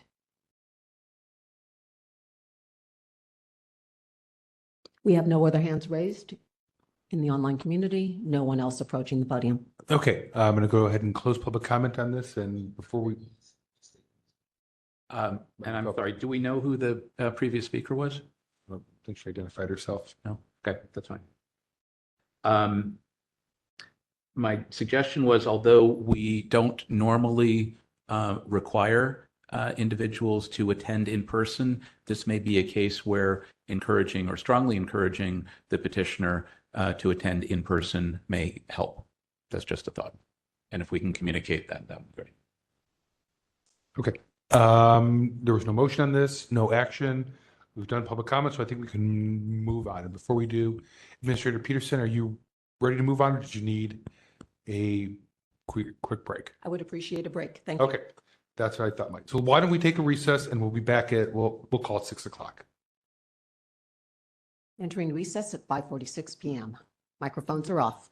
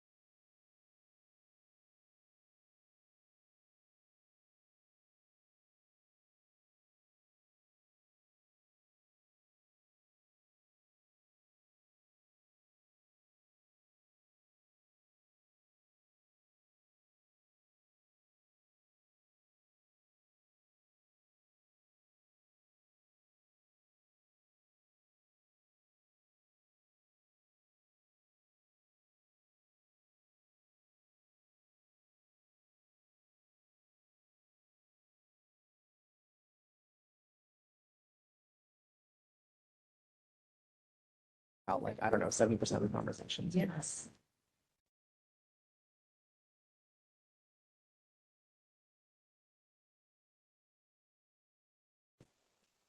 Members, microphones are on. Thank you. Okay, so we're back at 6:01 PM. Member Schmidt is not here, but I'm sure he'll be back momentarily, but we do have quorum. I'm here. All right, and Member Wolf is here. So it's still 8 of us for now. Or more. Nine of us. Okay. So let's go ahead and move on to item number, and we're back at, I don't know if we said it at 6:01 for the record. So, okay, so we can move on to item number 9. Item number 9, file number 22010, complaint filed by Ron Cicero against the Police Department for allegedly violating Administrative Code, Sunshine Ordinance, Section 67.21, by failing to respond to a public records request in a timely and/or complete manner. On January 3rd, 2024, the task force found that Chief William Scott, Police Department, failed to discharge the duties imposed by the Sunshine Ordinance and referred the matter to the Ethics Commission pursuant to Administrative Code, Sunshine Ordinance, Section 67.34, for willful misconduct. On February 4, 2025, B.C. Matthews, Director of Enforcement for the Ethics Commission, informed the task force that the Ethics Commission dismissed the complaint's allegations pursuant to Enforcement Regulations, Section 4B3, because the allegations, if true, did not constitute a violation of law within the Commission's jurisdiction. Okay, so this is a more specific agenda item that came out of our discussions last meeting as part of the chair's report, where we talked about the communication received from the Ethics Commission about the referral we did for Chief William Scott. So if you recall at the time, I mentioned that the enforcement regulations as they're currently written, and I understand that they're working on revising them, so I'm not sure if there will be changes going forward. I hope there are. But as they're currently written, anything that is sent over as a willful violation is first reviewed by the enforcement staff of the Ethics Commission. If the Ethics Commission does not find, for a variety of reasons, that the complaint should go forward, they essentially dismiss it at the staff level, and it never makes it before the Ethics Commission. Okay. And just for the record, 604, Member Schmidt is back. That strangely stands in contrast to a non-willful violation, which does in fact get a hearing before the Ethics Commission, regardless. In fact, I don't even think that the staff does an investigation. It's scheduled. In any event, willful violations can be essentially administratively stopped, whereas non-willful violations proceed forward before the Ethics Commission. I think collectively we felt this was something in some way that perhaps the Ethics Commission should have looked at. So I forget who asked me to put it on as a potential action item for this meeting, so that's why this is here. A couple things just to keep in mind as we move forward with this discussion is, number one, and I believe Member Pilpel alluded to it earlier, Chief William Scott has indicated he is retiring from San Francisco Police Department, and I'm not sure when his last day is, but I would assume it's going to be before this ever makes it through a process. Like weekend. Yeah. Secondly, if we do a non-willful referral, it does not in fact need to name a specific department head. A non-willful violation can just be the department as a whole. So we could modify it in that way if we choose to do so. Number three, the important thing that when I met with Director Matthews, when they consider non-willful violations, is having an order of determination. I think this was kind of the sticking point on this one, is we issued an initial order of determination. Basically, when we were receiving feedback from the police department that they couldn't find the boxes of records in this file. So we said, no, you have to look harder. You have to find these things. You can't say 3 years from now, maybe we'll stumble around upon the box, right? And so we issued that OD. And then they found the boxes actually within a few months. And it sounds like we're prepared to turn the materials over, and then decided to invoke an entirely new reason for not turning the materials over, which was there's some type of active police investigation. And so even though now we did find the materials, now we're going to invoke this essentially new exemption for not turning it over. We posed a bunch of questions to try to get to the bottom of whether or not these exemptions or the exemption that they claimed is a valid exemption under the Sunshine Ordinance and or Public Records Act. And then they went through another change of custodians of records, and the questions weren't passed along. And by that point, I think we had held 7 or 8 meetings on this, and we decided, at this point, that's why we're going to refer it over for a willful violation, because we had already spent many, many hours, many, many meetings on this, and we were hoping that the Ethics Commission could bring some resolution to this. So that's where we're at now. My concern would be if we package it, we're just essentially try to resend what we already sent and just say, consider it non-willful. The concern I would have is we don't necessarily have an OD that speaks to what the current exemptions are that are being claimed by the police department. Separately, my understanding is that Mr. Cicero is considering litigation to compel the release of these. So I'm not sure if he is even interested. He might be here today. I don't know. We'll see in a moment here. I'll see if anyone's here for him or from the police department. But I'm not even sure if this is something he necessarily is requesting at this point.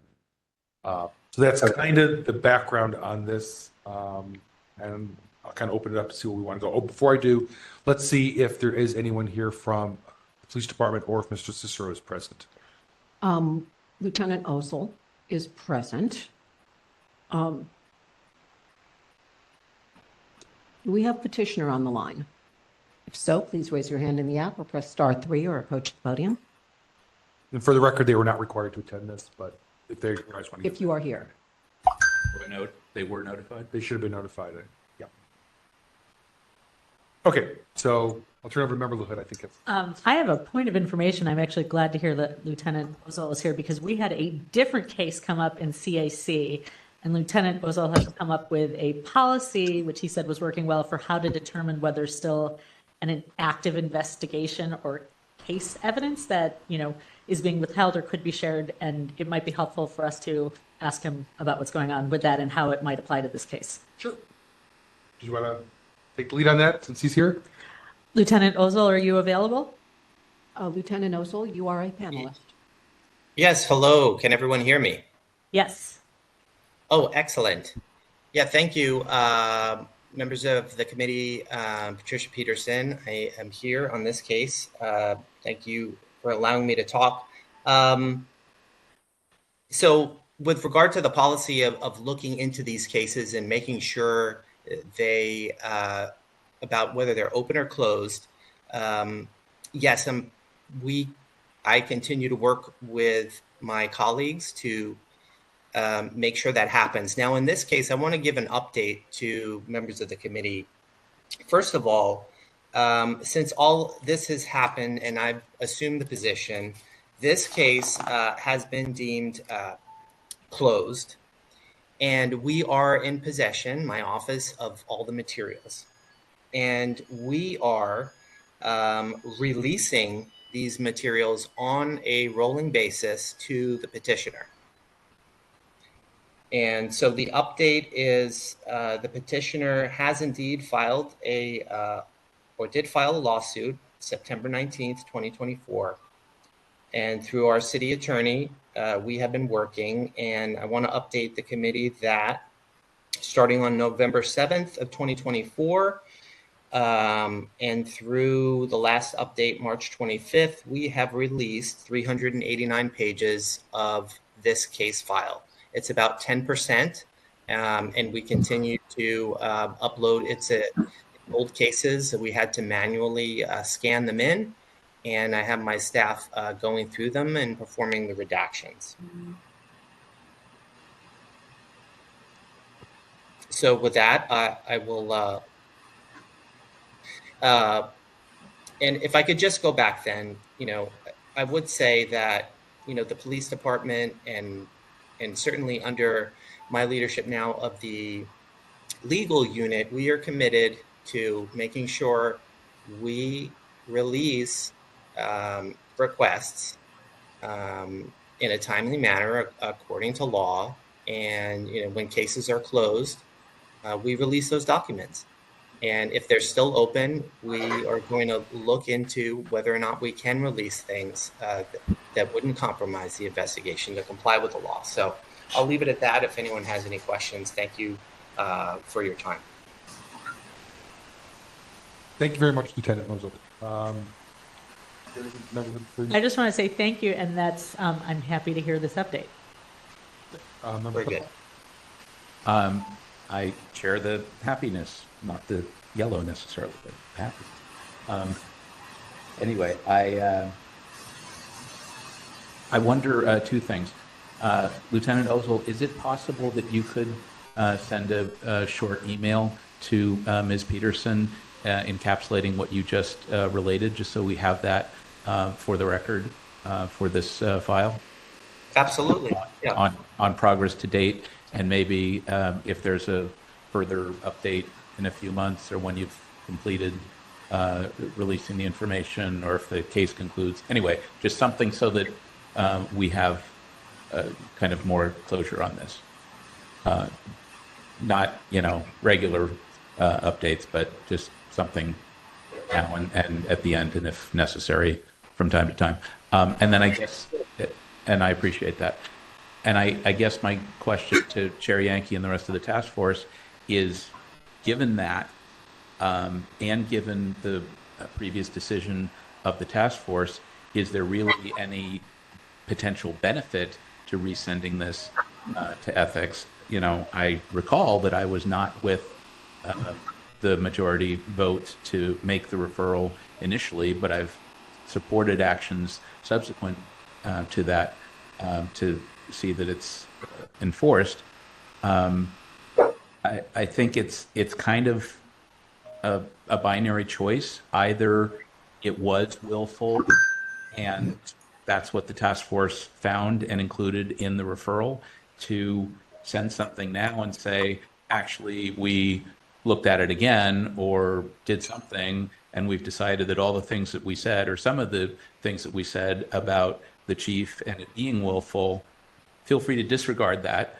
Now we're interested in pursuing this as a non-willful violation. Again, it seems to me that either it is or it isn't. I might have been okay with finding it as a non-willful violation over a year ago. I don't know. I'd have to think about it some more. But I guess I don't get the idea of sending it again as non-willful.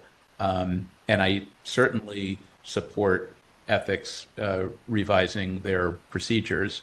And if we haven't communicated officially, I think it would be good to communicate to ethics, either the commission or staff, that in the course of their review and update of their procedures, that they should, that we would request that they consult with us, as they have in the past when they've reviewed their procedures related to handling of sunshine matters. Those are my thoughts. Thanks. Mr. Chair. Member Wolf and Member Anderson and Member Schmidt. Okay, so I have a hand raised. May I check to see if that person is here for item 10? Sure. I think it's Ms. Stamper again, but go ahead. Hello, caller. Your hand is raised. Are you here for item 9? Yeah. Item 9 is, Good afternoon. excuse me, just a moment. Oh, sorry. Item 9 is file 22010 regarding Ron Cicero against the police department. Are you here for item 9? No, I'm so sorry. Thank you. I'm going to lower your hand and mute your phone. Thank you. Thank you, Chair Yankee. Okay, Member Wolf, Member Anderson, and Member Schmidt. So I want, if you can kind of help my recollection here, the response that you got from Busy Matthews, the Director of Enforcement Ethics, they cited that pursuant to enforcement regulations 4B3. Was there any specific detail that they cited, that person cited, that it didn't constitute a violation of the law? Like, what constituted, what was specific that didn't constitute a violation? Yeah, she would not disclose any of that with me. The best I got was that I believe I forget the exact wording, so I don't want to misquote her, but to paraphrase, it was an extremely high bar to meet the threshold for a willful violation. And so then I asked, like, are we looking for like a tape of someone saying, I refuse to, violate the Sunshine Ordinance, something that blatant? And she said, well, I'm not saying that necessarily, but it's a very high bar. That's paraphrasing the conversation. That is unhelpful because we have a direct relationship based upon the Sunshine Law to be able to make referrals. And if they're not willing to tell us, I mean, it has to be public information. They can't just like put up a wall and a one-way mirror. It just doesn't make sense. It doesn't compute. It doesn't make sense to me. No, I remember, Wolf. Feels like a cover-up to me. I think, and that's when we were talking about this last month, and I think that's part of the problem, that these types of, I would say when we come to a willful violation decision, that's the most egregious type of thing that we can come to, and we do it extremely sparingly. And the fact that that can be killed, stopped, whatever you want to call it, at an administrative level, and then essentially a claim that all the investigative materials are exempt from disclosure, so we don't have any idea why it was dismissed, other than the very brief written response that we received, doesn't help any of the parties, right? And I think that's why at least my opinion is, and what I personally expressed to Ms. Matthews, is that I'm not understanding why these need to be stopped at an administrative level. Let me just, in my last point on this, if this does not reach the commissioners, so they have no knowledge that this even exists, I think, chair to chair, I think it's important for them to know how their operations are working and how this is kind of foiling our ability to do our job. So Member Wolf, I did in fact contact all of the commissioners directly, precisely for that reason. Right. And then the only response I received was from Ms. Matthews. Oh my goodness. Okay. So it seemed to be kind of punted. I don't know. But for the only response I received was from her. So we kind of seem to be going in circles here. And I believe Member Pilpel attended a meeting also and gave public comment, mainly to the effect that this is going on, and he can briefly speak to that. So we've tried to reach the commissioners directly, recognizing exactly the problem you stated. Okay, I stopped there. Okay, I have Member Anderson, I think, and then Member Schmidt. Two things on this one. It appears that Mr. Cicero went ahead and filed a lawsuit, which is basically above even going to the Ethics Commission.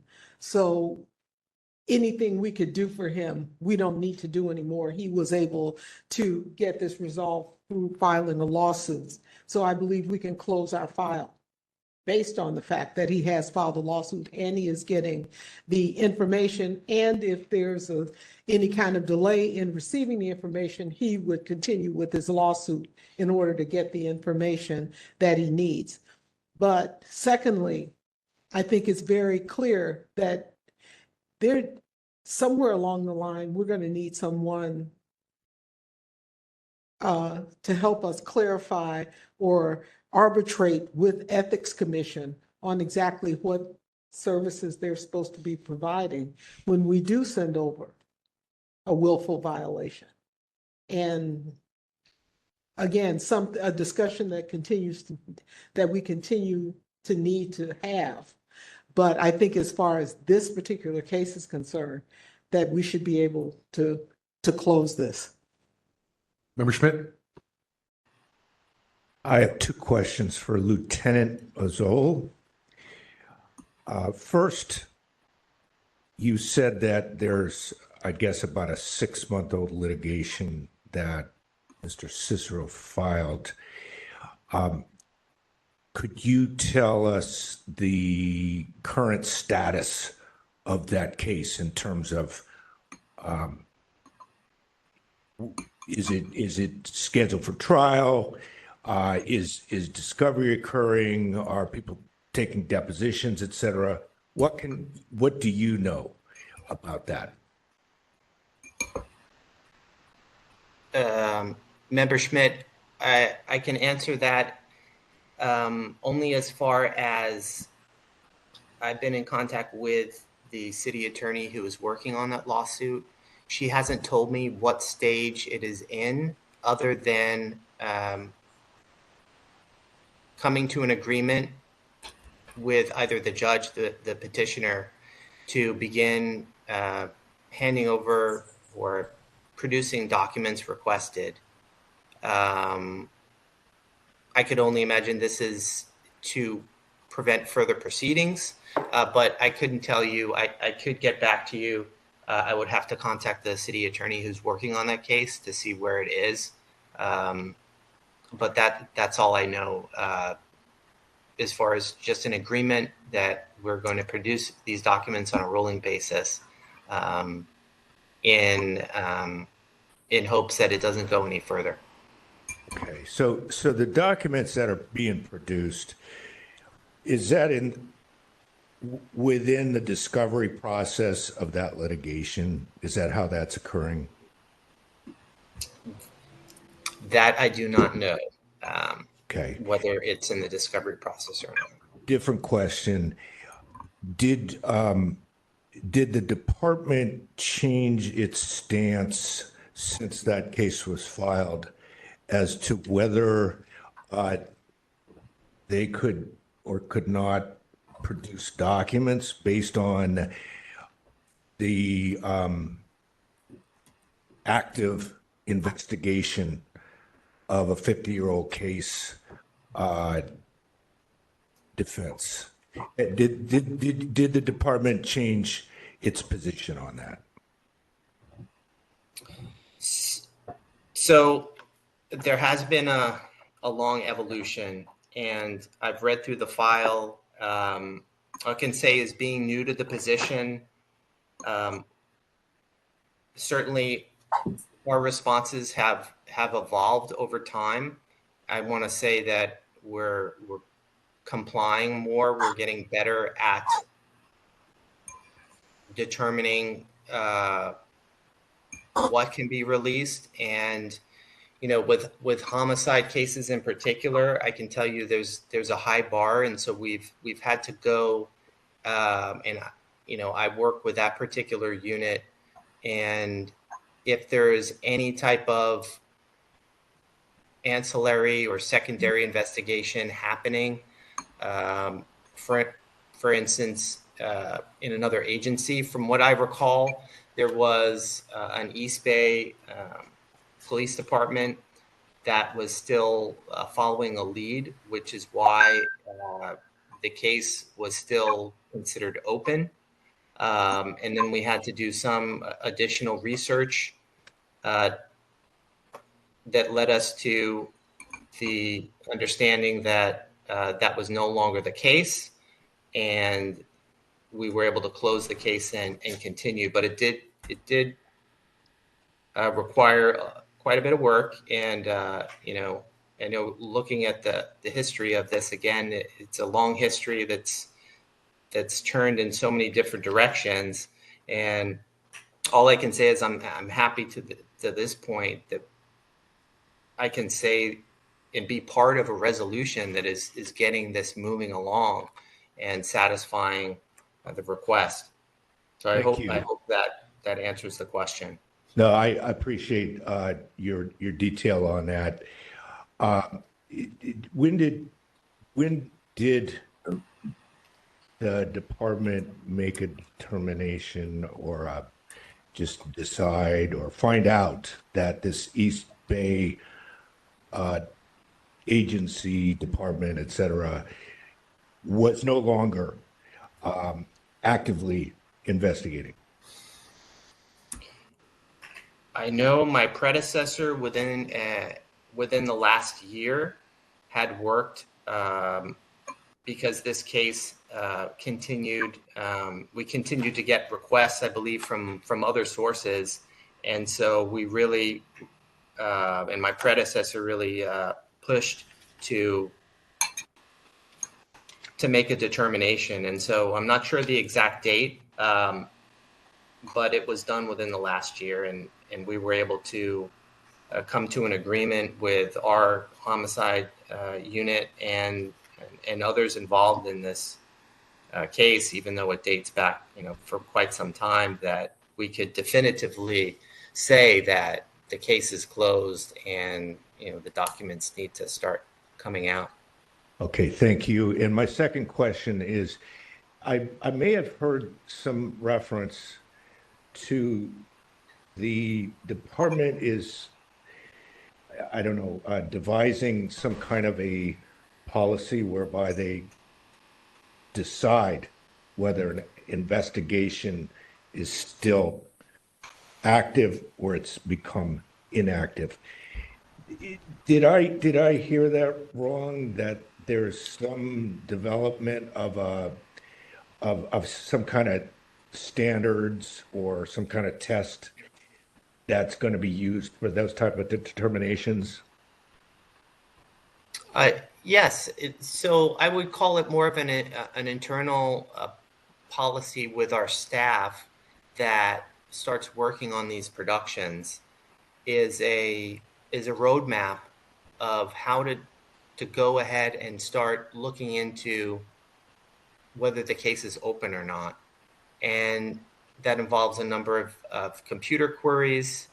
It involves reaching out to our investigative units. And then sometimes it involves reaching out to the district attorney to get a clarification. Okay. And so, oh, go ahead. Yeah. Sorry. And so that sort of roadmap, continue to refine it so that we're more accurate when we make a determination that a case is either open or closed, and we can say that we've looked into all avenues and we've contacted our investigators and we've contacted the district attorney's office if needed to make that determination. So then with more certainty and with more precision, we can go ahead and go forward with releasing documents. So that's what my predecessor began and what I continue to enact, and we continue to refine it. And I think it's working well so far. You're calling it an internal roadmap. Is it in written form? Yes. As I shared during the last meeting with the task force in an unrelated matter, the email written by my predecessor that was disseminated to all the staff that receives these requests and then has to go in and look and produce documents. So that is provided. It's not, the legal unit and the body-worn camera unit are the main units that are searching for these documents in the police department. And so our members need that internal guidance and roadmap. It's not disseminated to everyone because they're not doing public records requests, but within our unit, yes. Thank you. No more questions. Member Lohood. Yeah, Chair Yankee, would it be more appropriate to ask Administrator Peterson, or since we have a copy of it, I could tell everyone where to find it in our last CAC agenda attachments, or would it be helpful to have Administrator Peterson to just email that out to the task force? Because I do think it's a useful document and it shows a methodical process that I think was previously lacking. So at least we understand these are the steps that they are going through. And I think this is something that is definitely going to apply to future cases, and for everyone to have awareness of that, even, as it changes, this could be a starting point, because I know, sometimes there's changes in positions because people get moved to different parts of the police department, and to know that something like this is an internal policy that is being followed is extremely helpful. I think if we could have Administrator Peterson email that out to all of us, that would be super helpful. And I think you're absolutely right. I think this is in fact one of the things that led us to the willful violation was that it just seems to be, at the time, seemed to be randomly evoked as some type of exemption. And when we tried to ask, well, are you sure it's an active investigation? There was no way to. Right. We didn't have enough clarity. Exactly. Whereas if they can say to us, we went through this procedure and, at point number 5, this is where we found out there's an active investigation. So I don't think we were trying to be, I don't think unreasonable and say, try to ruin an investigation. But when we asked, well, what exactly is stopping it? We weren't able to get any answer. We weren't getting clarity on what that meant. Right. Exactly. Yeah. Right. So we didn't really know that anyone knew what it meant other than someone somewhere said something that there was an investigation and we had no idea if it was current or anything. Right. So I think that's a great point. And I was one other point I was going to follow up on, but I can't think of it. So did you have something, Member Pilpel? Yes. So 2 things. This was an example where there appeared not to be a policy. We asked that a policy be developed, documented, and sent to us. And that's exactly what the police department did. And we were appropriately appreciative, particularly to Lieutenant Ozil and his predecessor. So yes, that was good. Can I just ask Lieutenant Ozil, I just did a quick query to try to find the case number. Do you happen to have just the 6-digit case number from the Superior Court handy? If so, that would be great. And if not, that's fine. Okay, just to clarify, the case number of the original police report? No, the current, the Ron Cicero Superior Court case. Let me see if I do have it. You just give me one moment. It would just be the 6-digit number, 505-123, something like that. Okay, if you have it. And thanks again for all your work and for responding later on with a summary. Oh, absolutely. Yeah. You're welcome. All right, so while he's looking for that, I have some thoughts. I think, Member Anderson, I totally agree with her. I think that at this point, both sides have confirmed that the lawsuit's been filed. I don't think that there's any value that we can bring. I don't think there's any value that the Ethics Commission can bring to this. I mean, even for a non-willful violation, the Ethics Commission's what they can do is largely mirrors us. They can send a letter that says you're supposed to comply. They can post it on their website, and we can do that too. So I'm not sure that that's going to get anywhere. Mr. Cicero hasn't asked that we resend this. And like I said, both sides have now confirmed that the lawsuit's been filed and that, the Sunshine Ordinance certainly allows that. And so I think if we could get, some type of, confirmation in written form, like Member Pilpel suggested, just so we have a file. And once we receive that, if we close it, I think that's probably the best way to handle this.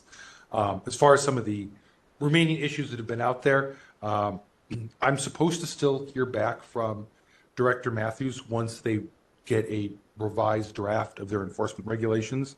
Like I said at the last meeting, she said she was going to take to the working group, whoever it was that was working on it, my request that these types of willful violations be seen before the Ethics Commission in some form, that it's not like staff secretly, and I'm not saying secretly in a way that means trying to be disparaging to her, but I think it's not a public process, that they are, being closed. We don't receive a particularly detailed reason why. I'm not convinced the ethics commissioners are seeing any report of this or have any feedback on this. And so I'm going to continue to push for that and have those discussions. Hopefully she reaches back out to us. And then I did hear feedback from Mr. Cicero that our comprehensive report that we were able to send over to the Ethics Commission is actually what led him to be able to find a lawyer to take this case. So I don't want any of us to think the work we all did on this was unnecessary. I think that we did give Mr. Cicero the groundwork he needed to proceed to the next stage in this, which is actually getting him the results he needs. So, I think, we didn't waste hours and hours on this. But I agree with Member Anderson. I think trying to now send this over again, I think would be not a productive use of our time. Just the chair. Member Wolf, go ahead.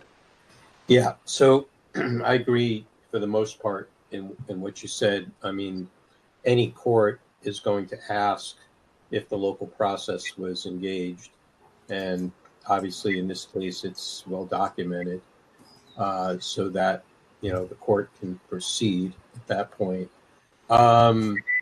Mike, I'm just thinking, maybe it would be helpful to have our legal counsel to contact the Ethics Commission's Enforcement Division, because they're all lawyers there, and maybe, come to some understanding, and they can represent our interests to them and have a lawyerly talk about it.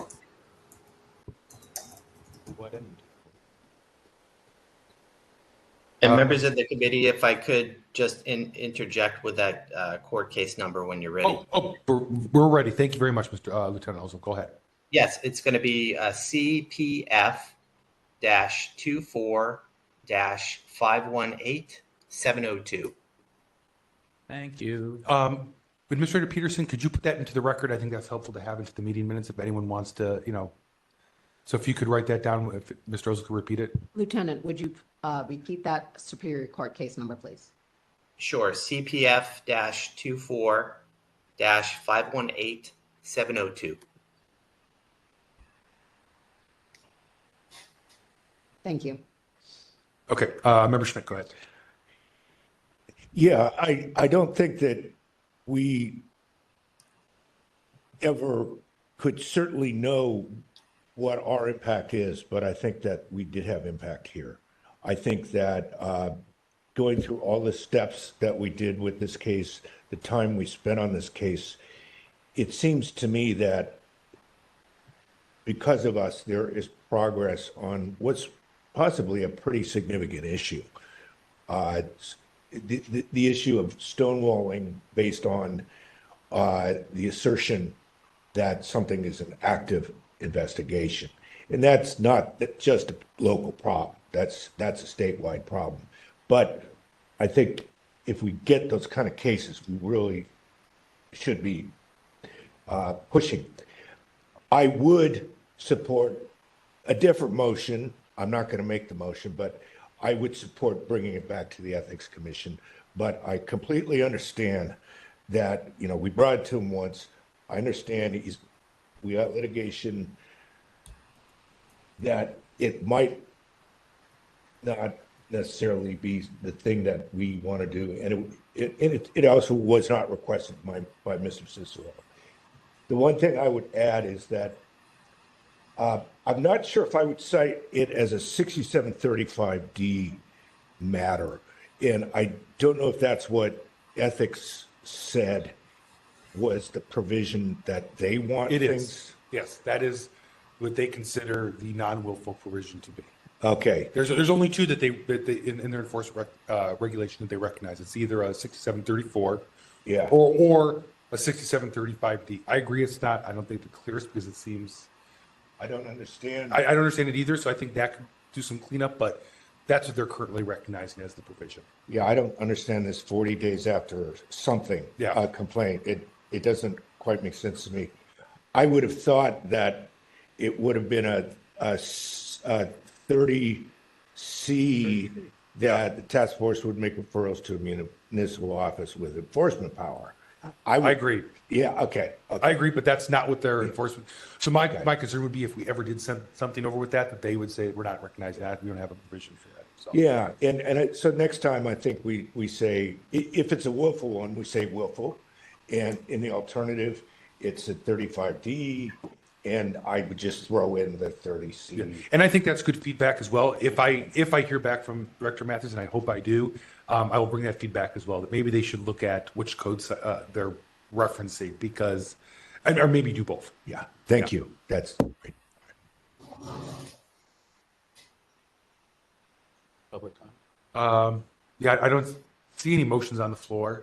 So let's go ahead and take public comment and then we can move on. Anyone wishing to make public comment on item 9, please approach the podium at this time or raise your hand in the app by press star 3. We have no hands raised, no one approaching the podium. Okay, so we go ahead and close public comment. And then Administrator Peterson, just for your own record keeping purposes, since there are no further actions on this file, it just administratively you can close this. But hopefully, if you receive anything from Mr. Ozel or Lieutenant Ozel on this, if you just add those documents to the file, just so we have them into, if we ever want to reference them in the future, I think that's helpful. Thank you. Okay. And with that, we can move on to item number 10. And thank you very much, Lieutenant Ozel. We really appreciate your feedback and your help on this. That was enlightening for me to know that there has been that much movement on this. Thank you, Lieutenant. Thank you. Removing you from panelist.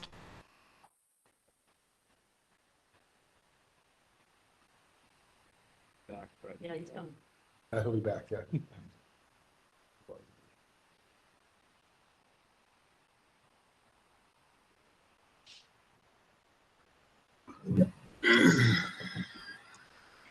Item 10? Yep. Item 10, file number 25003, complaint filed by Justin Barker against San Francisco Zoo for allegedly violating Administrative Code Sunshine Ordinance, Section 67.21, by failing to respond to a public records request in a timely and/or complete manner. On March 5, 2025, the task force approved the order of determination regarding file 25003 and instructed that the Joint Zoo Committee work with the Education, Outreach, and Training Committee to comply with the Sunshine Ordinance going forward.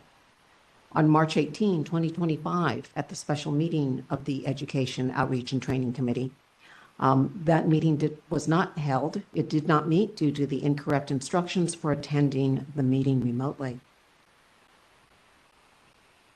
On April 2nd, 2025, the task force found that the Zoological Society had not complied with the February 5, 2025 order of determination to produce records, and that the Zoological Society is subject to the Sunshine Ordinance under the SF Zoo lease and management agreement of 1993.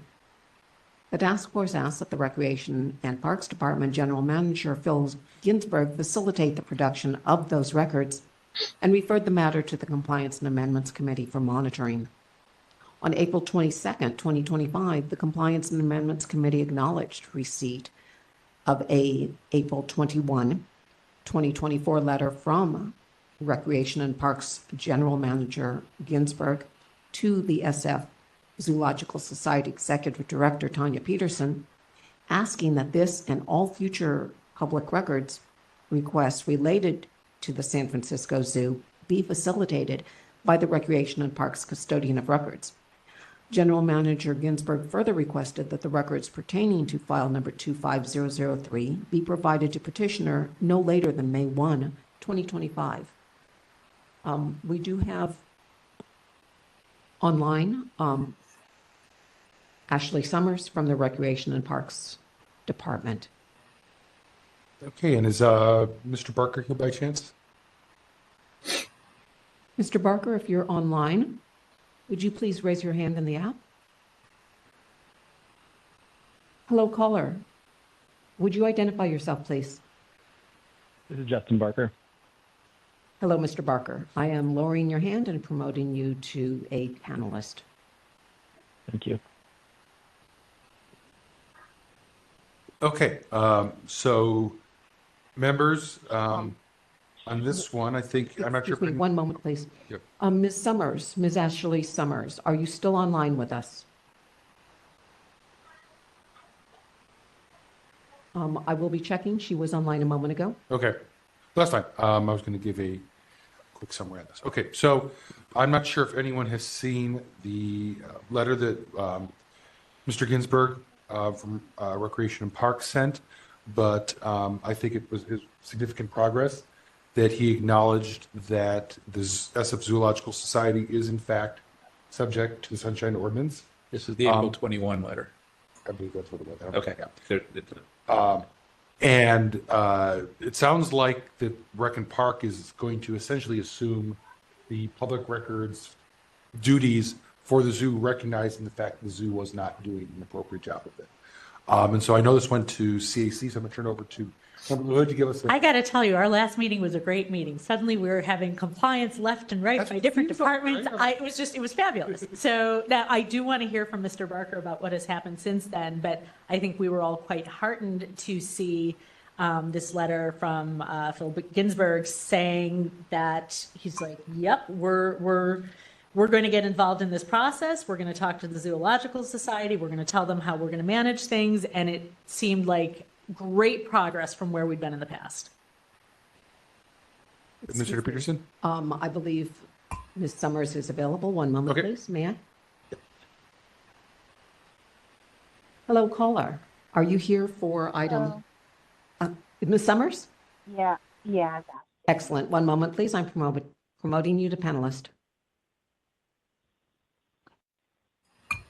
Okay, so thank you, Member LaHood. So I think there was it was in the letter, I believe, right, of May 1st? Correct. Kind of So deadline we need an update on that. Yeah, so why don't we do this? Why don't we give each side 3 minutes just to kind of give us their version of where things stand now, and then we'll figure out what to do. So why don't we start with Mr. Barker for 3 minutes? We'll give Ms. Summers 3 minutes, and then we'll kind of talk about it and go from there. So Mr. Barker can go first, and Administrator Peterson, if you could let him know when you're ready. Mr. Barker, are you ready for your 3 minutes? Yes, I am. Perfect. They begin now. Hi, thank you, Task Force. I just wanted to give you an update that I've received no records from the San Francisco Zoo from my initial initial request, despite that letter from Rec and Park. So nothing has been received, and I really wanted to, because I was also pretty happy about the progress, or the seeming progress with this new process where we would go through Rec and Park. So I wanted to kind of stress test that, and so I submitted an additional, a separate request. And unfortunately, the zoo, I've requested records for Oscar the gorilla, who died prematurely at the zoo, a few months ago. And unfortunately, the San Francisco Zoo, through the Rec and Park, said that they were not going to release the records for Oscar's, anything regarding Oscar, because he was not owned by the zoo, despite Oscar living at San Francisco Zoo for 21 years and dying there. So while there was some optimism around a new process, and I'm still hopeful that there'll be some movement, unfortunately, the zoo continues to refuse to release records, and continues to stonewall in regards to it, and not following through on the laws. I will say I really would encourage the task force, wherever we proceed, to not only include that the zoo is in violation of its contract, but also the local and state level laws that they're violating, so that I could potentially pursue other means to move this case forward. I think that I don't want this to be only a violation of a contract. I want to make sure that there's clarity that there is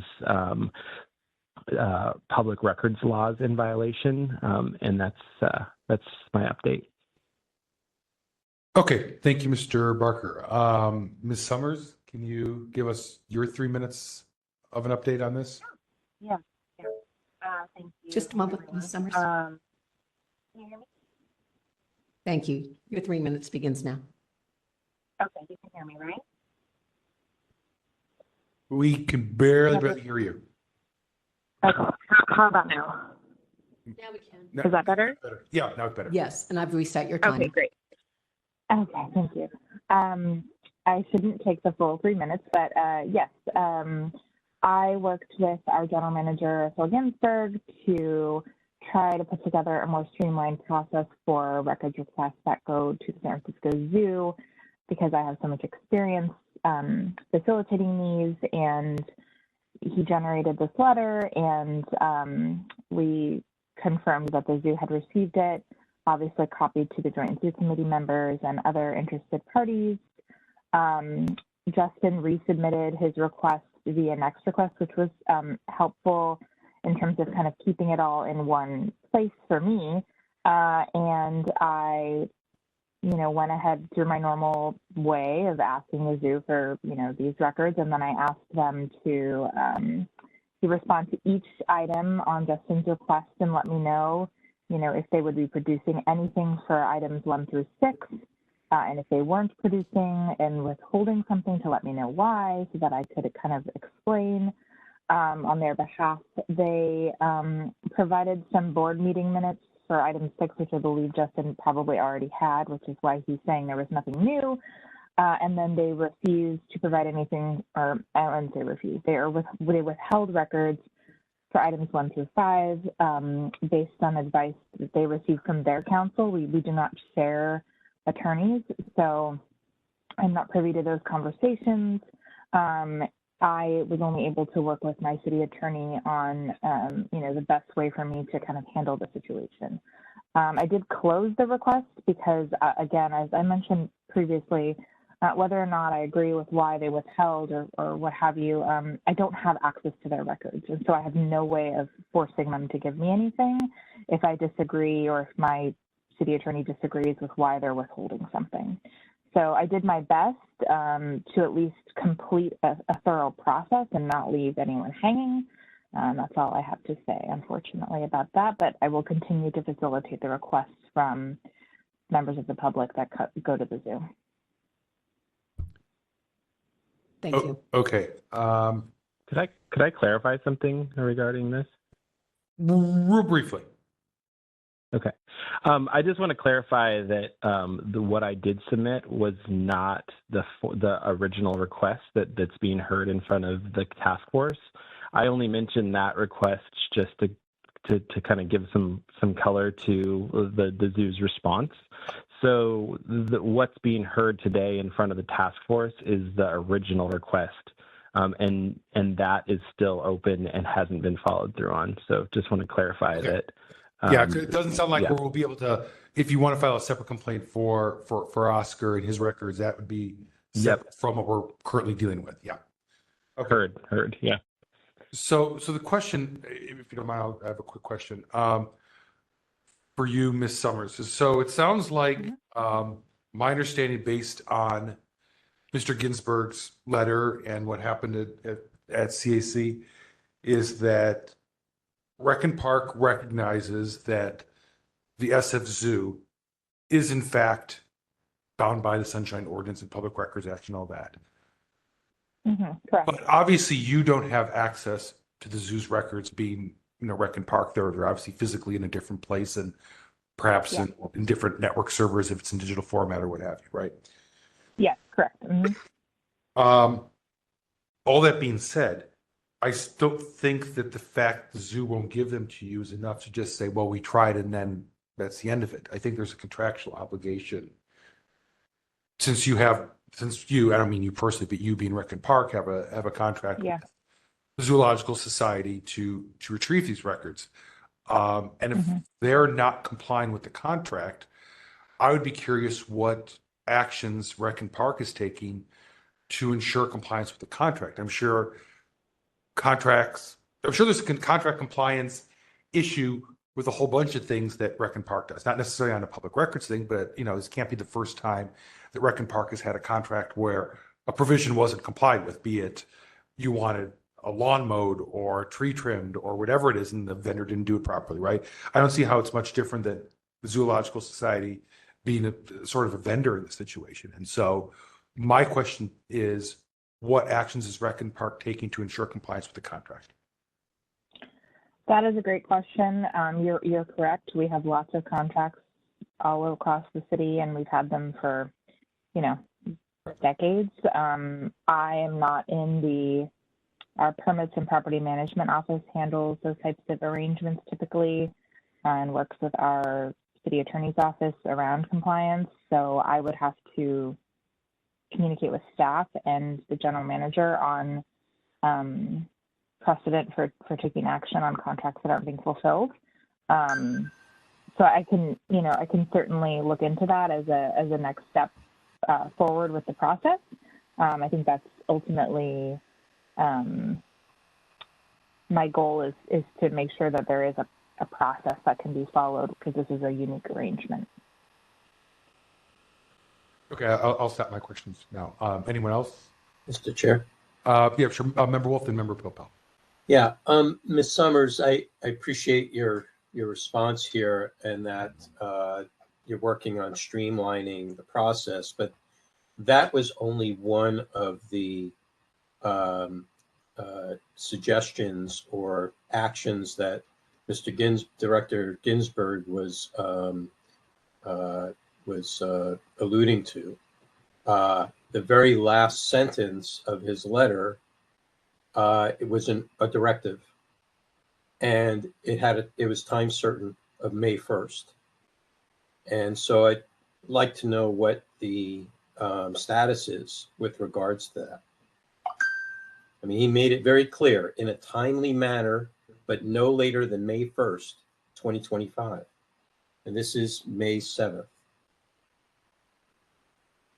Yeah, and my apologies. I must have made a mistake in terms of the two separate requests. So I'll have to go back and look at Justin's original request. But you're correct. They didn't provide them in a timely manner. And like I mentioned previously, I'll have to go back and speak with the general manager and other folks on our executive team and find out more about how they've dealt with things like this previously. Okay, not quite the answer I was looking for, but I'll take whatever you're offering at this point. Thank you. Member Pilpel, were you next? Yeah, I think we're fairly aligned on this. I too appreciate Ashley's work. I think Rec Park is doing the job as being the middleman, essentially. To Mr. Barker, it's a little hard to follow in the next request notes that we have, but on page 17 and 18 of the packet, did you actually receive the documents on May 1st or 2nd, the relevant board minutes for item 6? Did that get to you? I received any records that had been requested from the initial complaint that I filed with the task force. No Okay. records have been received from my initial complaint that's being heard. Okay, but at least for the new request, did you receive those board minutes? Yes. Okay. Yes.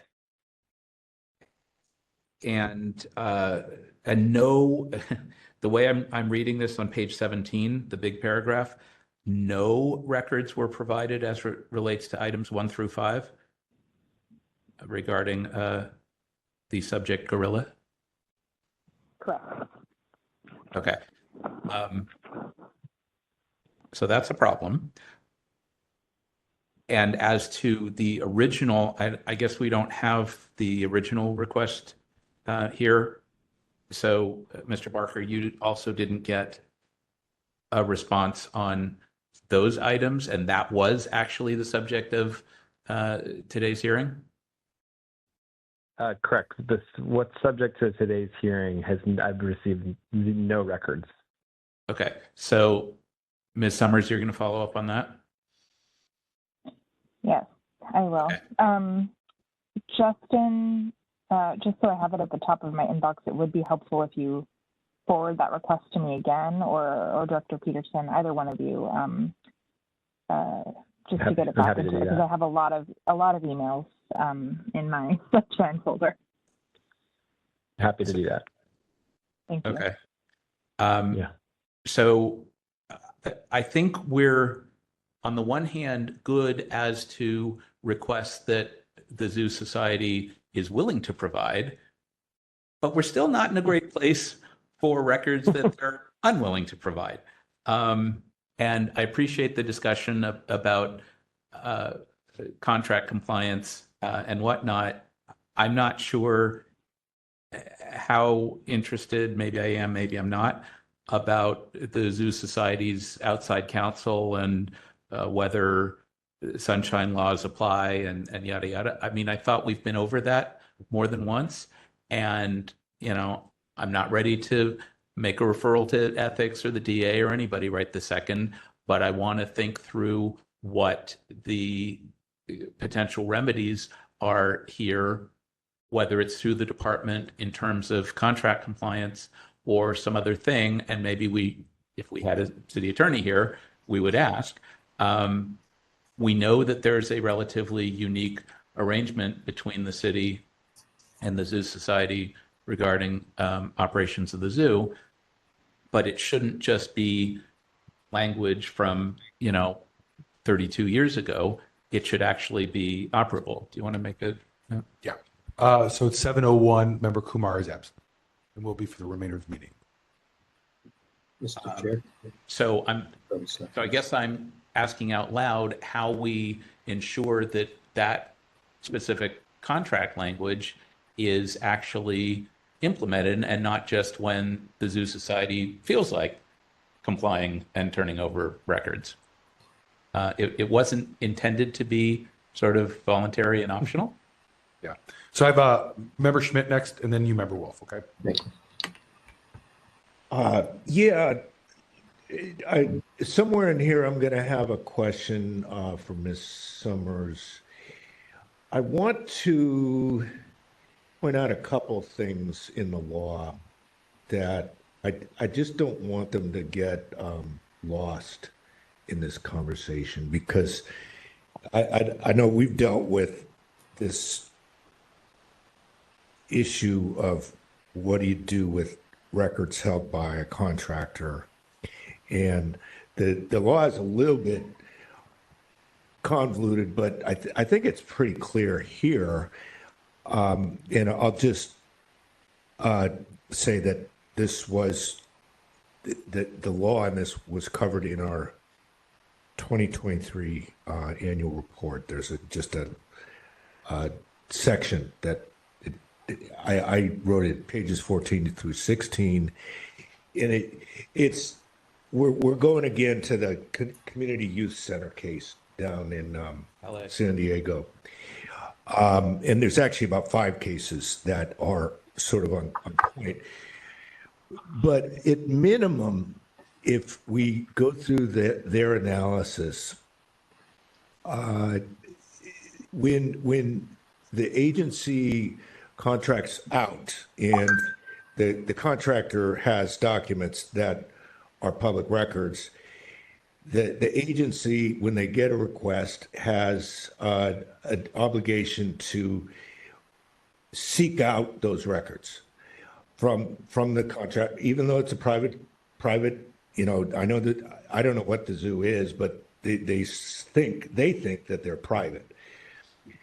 The government official has to make, quote, reasonable efforts to obtain those records and to get them to the requester and to go to the private entity or the allegedly private entity and say, you need to give those records to us so we can produce them.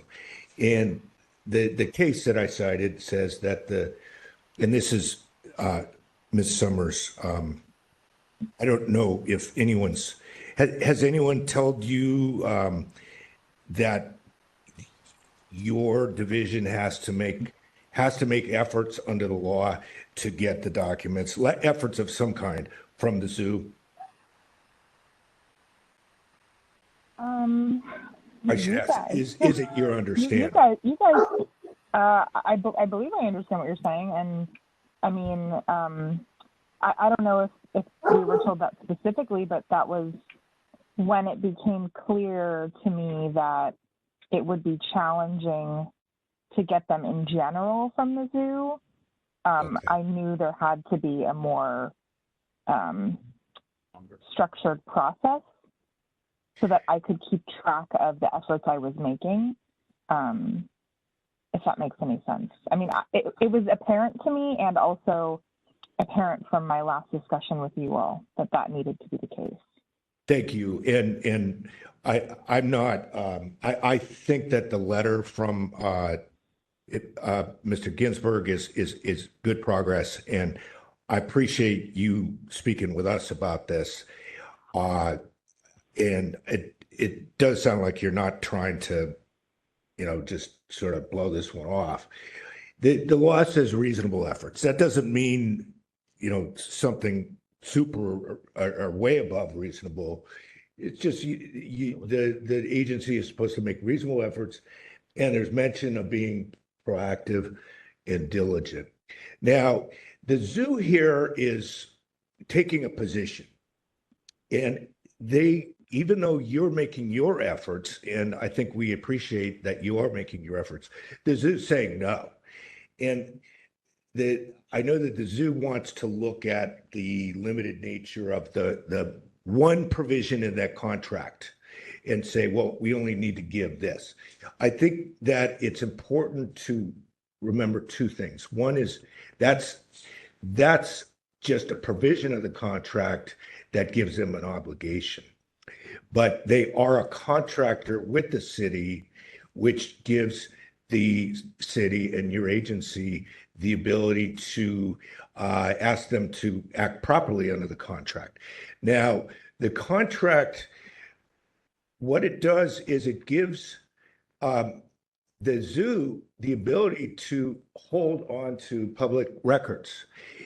They are a custodian in this case of public records.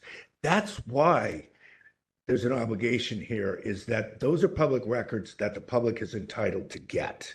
The zoo has public records. I didn't see in their letter any acknowledgement that they even are recognizing that they're not just holding their own records as some type of private entity. They are holding public records, and any custodian under the law 67.21, any custodian who's holding on to public records, they have an obligation to respond to these requests. So I would ask you, and this is my last question to Ms. Silvers, have you mentioned to anyone at the zoo that it's the records that are public that you're seeking to obtain on behalf of Mr. Barker? Yes, I have mentioned that. I don't think I have it in writing for you, but I do know that I have had that conversation with a member of director staff in explaining how I could support them in responding to public records. Okay, that's all I've got for you. Thank you. Member Wolf, I think you were next. Yeah, I'm sorry to maybe sound a little adversarial here, but the Rec and Park Department is not an enterprise agency, so I believe their contracts are overseen by the controller, not controller, but city administrator's office. And so I'm wondering if there might not be some facilitation through that office to get things moving. I trust that the Rec and Park Department, having, overseeing dozens of contracts, has had problems or issues in the past and has experience with dealing with recalcitrant contractors. But, this particular contractor is governed by a very special set of laws also. And the seriousness of animal caretaking goes back much farther than actually the caretaking of children. And so I'm a little concerned that, how kind of slow this is working and is becoming now a more complex issue after a very simple directive has been given to just get the documents and release them. I mean, I don't know what the department needs to do. Go to court, get a subpoena for their own contractor. to get the records released. I mean, if that has to happen, then so be it. But this has got to move, and we do need to get it off our table and move it forward somehow. That's it. Member LaHood. Not to put anyone on the spot, but I don't know, is this an opportunity to get the mayor's office involved? You know, we have a city department that's trying to work with a committee or an organization that has a contract with the city that's not complying with the terms of their contract and not complying with the Sunshine Ordinance. We're trying to do as much as we can, and here are, you know, city employees who work for Rec and Parks trying to do their job and are being thwarted. Do you have any thoughts on this? I will navigate my available channels and see if I can get any movement pushed. Yeah, so Member Livingston, if I don't know if you have the packet open on your laptop, but if you go to page 11, this is a letter from Mr. Ginsburg. And just to give you some background on this, because I know it's a lot to take in at this point. This case has been back and forth, and this is one of many that we've heard on this topic. But apparently back in the early 90s, there was a contract between the city and county of San Francisco, namely the Rec and Park Department, and the SF Zoological Society, for the SF Zoological Society to take over a large portion of the running of the zoo. They have very specific provision in that contract that's not often seen in contracts. And that's the part that's referenced in this letter that Mr. Ginsburg acknowledges, where when the zoo took over this function, they also assumed all the sunshine public records laws to go along with it, right? And that's that provision of the contract here. For whatever reason, it sounds like the zoo doesn't want to follow that provision. And it sounds like Rec and Park has done largely what it is they're able to do, aside from, like Member Wolf, we don't know at this point it is that the city can do to ensure compliance. But this is actually a really unique contract. It's not, every contract doesn't have this very specific language that this one does. That's why we're spending so much time on this one and really looking into it closely, because the language is so specific in this matter versus a lot of the other ones. And so, you know, as Member LaHood brought up, you know, when good opportunity. At the top of this letterhead, it says Daniel Lurie Mayor. So maybe Rec and Park being under the mayor's office, maybe the mayor can, I don't know if there's a contract compliance unit office person who can advise next steps. But that's kind of the background on this one and why this one may be unique compared to a lot of the other contracts, understand. as far as the sunshine portion goes. Okay. I'll chase down all the leads I can and try to get this into the hands of the right people. I will potentially controller's office too, see where that goes. Did you have something? Yeah, agreed. I mean, could be controller, there's OCA, CMD, city attorney. I mean, frankly, whether it's Member Livingston, Ashley, somebody hopefully is going to have a chat with Manu and say, all right, you know, what can we do here, right? City's doing this stuff, the zoo is doing that stuff, you know, people aren't completely happy. What can we do about this? And I don't know what the result of that conversation is, but perhaps we will hear in the future. I did understand from the minutes of our April meeting that the related item about the Joint Zoo Committee was sent back to EOT. Then that might be heard this month, maybe not. Is it possible to send this with it so that both of those items are heard together? I mean, it sounds like we might have a further update in a few weeks. You know, it's probably going to take more than a 5-minute conversation, but perhaps in the next few weeks we'll have a better sense from Rec Park or other actors in the city, and perhaps a more coherent position from the Zoo Society as to what, you know, we're doing going forward. Because I think there was both from Mr. Barker an interest in records and an interest in meetings, and our interest in sending it both to CAC and to EOT was to establish protocols going forward. And I think the April 21st letter went a great distance in that, but seeing that that's actually happening is kind of the next step. And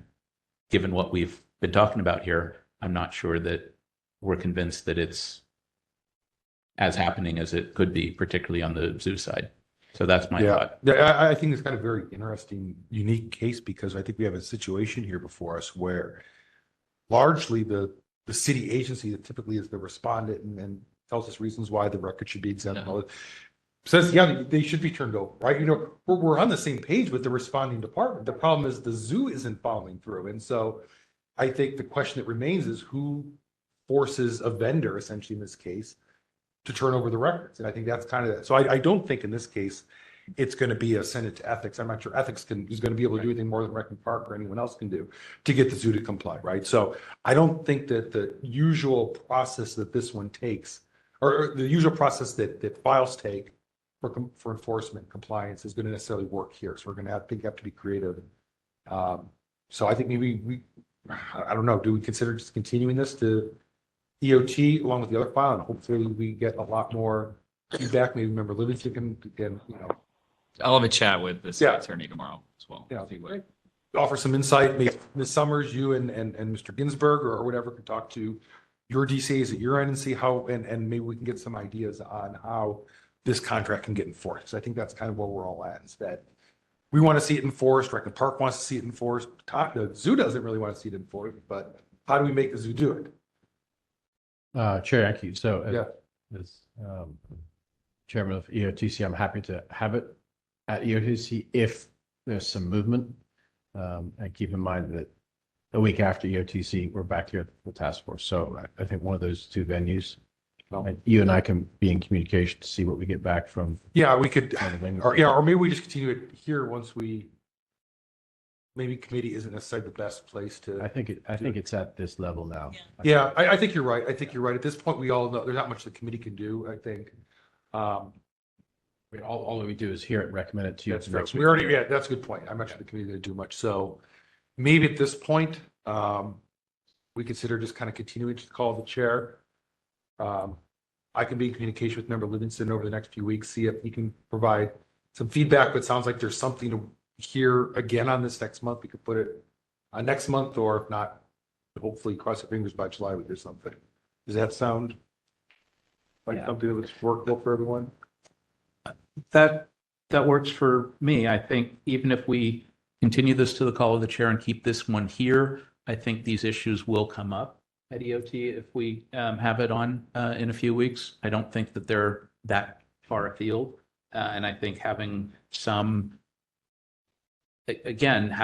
way going forward that this is actually working. You know, I've heard from Ms. Summers that she's doing her job. I believe that. And I think Rec Park is probably doing what they reasonably can to date. I'd like to hear from Mr. Barker that he's happy that stuff is working, and I don't think we're there yet. So, Member Schmidt? Agreed. I think that the fact that there's a letter that Rec and Park sent to the zoo saying, you know, cough up the documents, and then the zoo saying no, that's where we're at right now. And so the kind of the it's sort of in Rec and Park's court. Like, do you accept that? Do you accept just a refusal of what you told them you wanted them to do? So there may be some, something that will happen with that. And the requirement of reasonableness in pursuing the documents, that's something that doesn't end at any point in time. I know that we heard that, I don't know if this is the one where we heard that no, this one's not the one where it was closed. I don't think it's closed. This is an open request. And so they've got a sort of a continuing obligation to pursue this. And so we should keep it in our court, I think. Okay, so Does anyone have a motion to continue this? Motion to continue. Okay, moved by Second. member Highland, seconded by member Pilpel. Let's go ahead and take public comment on that. See if there's any additional feedback. Was there a date for the continue? No, because I'm going to have to work with member Livingston. We'll wait and see with Ms. Summers. Please, as soon as you hear anything more, if this motion passes, let our administrator know what potential actions Rec and Park can take to comply. That would be great too. I mean, not to ensure that the zoo complies, I should say. Yeah. And if there are status reports back and forth, even from member Livingston, it might be good to put it in writing so that we have a record of this. Yeah, absolutely. This might actually go somewhere or, not. Anyone wishing to make taking public comment?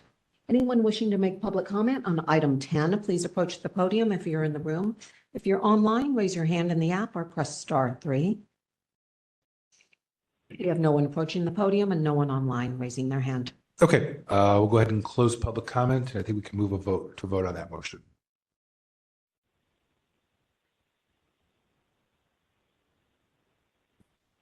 Taking the vote on item 10. Member Highland. Aye. Member Highland, aye. Member Pilpel. Aye. Member Pilpel, aye. Member Schmidt. Aye. Member Schmidt, aye. Member LaHood. Aye. Member LaHood, aye. Member Sugarman. Aye. Member Sugarman, aye. Member Kumar, absent. Member Anderson. Aye. Member Anderson, aye. Member Sanchez, absent. Member Wolf. Aye. Member Wolf, aye. Vice Chair Stein. Aye. Vice Chair Stein, aye. Chair Yankee. Aye.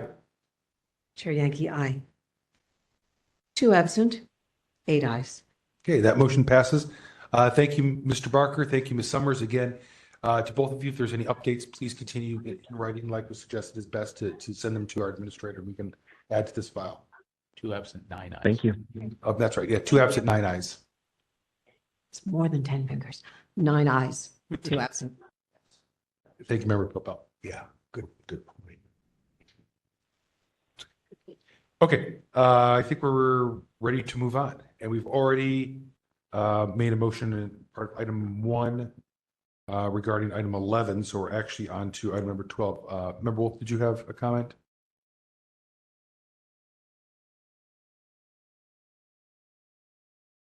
Member, Oh, no comment. I'll put. okay, I saw your hand up still. Okay, Could we just state the action if anyone wasn't listening under item 1? sure. So item 1 was continued. No, in item 1, we continued item 11 to the June full task force meeting. Okay, that brings us to item number 12.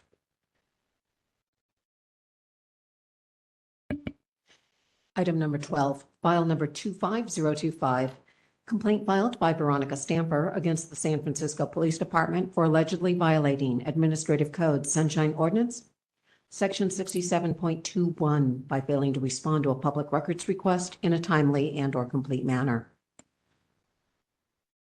Promoting Lieutenant Ozel to panelist. Ms. Yeah, Stamper. Mr. Chair, just a point of order. Yes. Are we going to be approving jurisdiction on this one? Yes, I was going to get to that as soon as Administrator Peterson was done. Ms. Stamper, are you still online with us? Could you raise your hand in the app, please?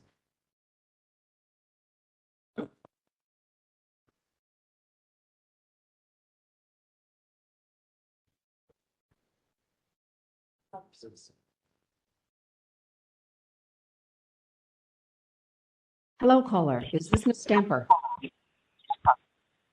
Yes, this is Ms. Stamper. Excellent. Would you hold on a moment, please? I'm going to be promoting you to a panelist position. You'll be able to mute and unmute your microphone. One moment, please. Lieutenant Ozel and Ms. Stamper are panelists.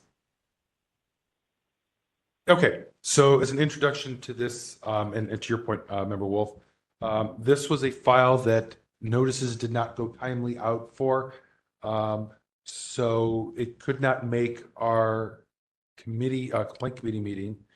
And if it missed the complaint committee meeting and went to the next one, it would miss the 45-day thing. So the only way to ensure compliance with our 45-day requirement is, again, unfortunately, to have it go to the full task force without the initial committee hearing. So that means that we will be both doing part A, which is a determination of jurisdiction over the complaint that is typically done in the committee, and portion B, which is the hearing on the complaint. So we will be doing both parts. And unfortunately, like I mentioned, we do not have any summary from a committee to help rely on. So this one might take a little bit longer as we work our way through it.